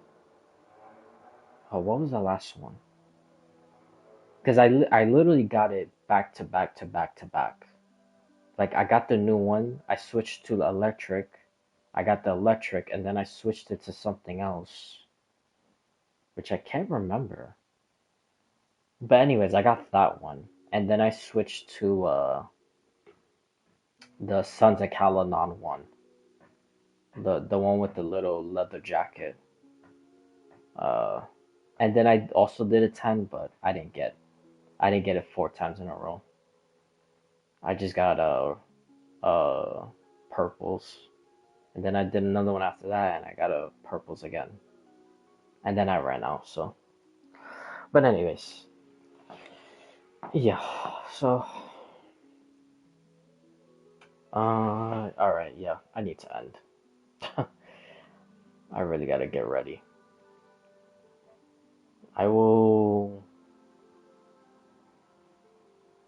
try my hardest to stream later. I don't want to say 100%, but it'll be close to 100%. So, and I'll be doing Zenless Zone because I really, really, really, really, really want to get to the bottom of all this Sunbringer stuff, and I could definitively like puzzle all the pieces together. So we'll see what happens.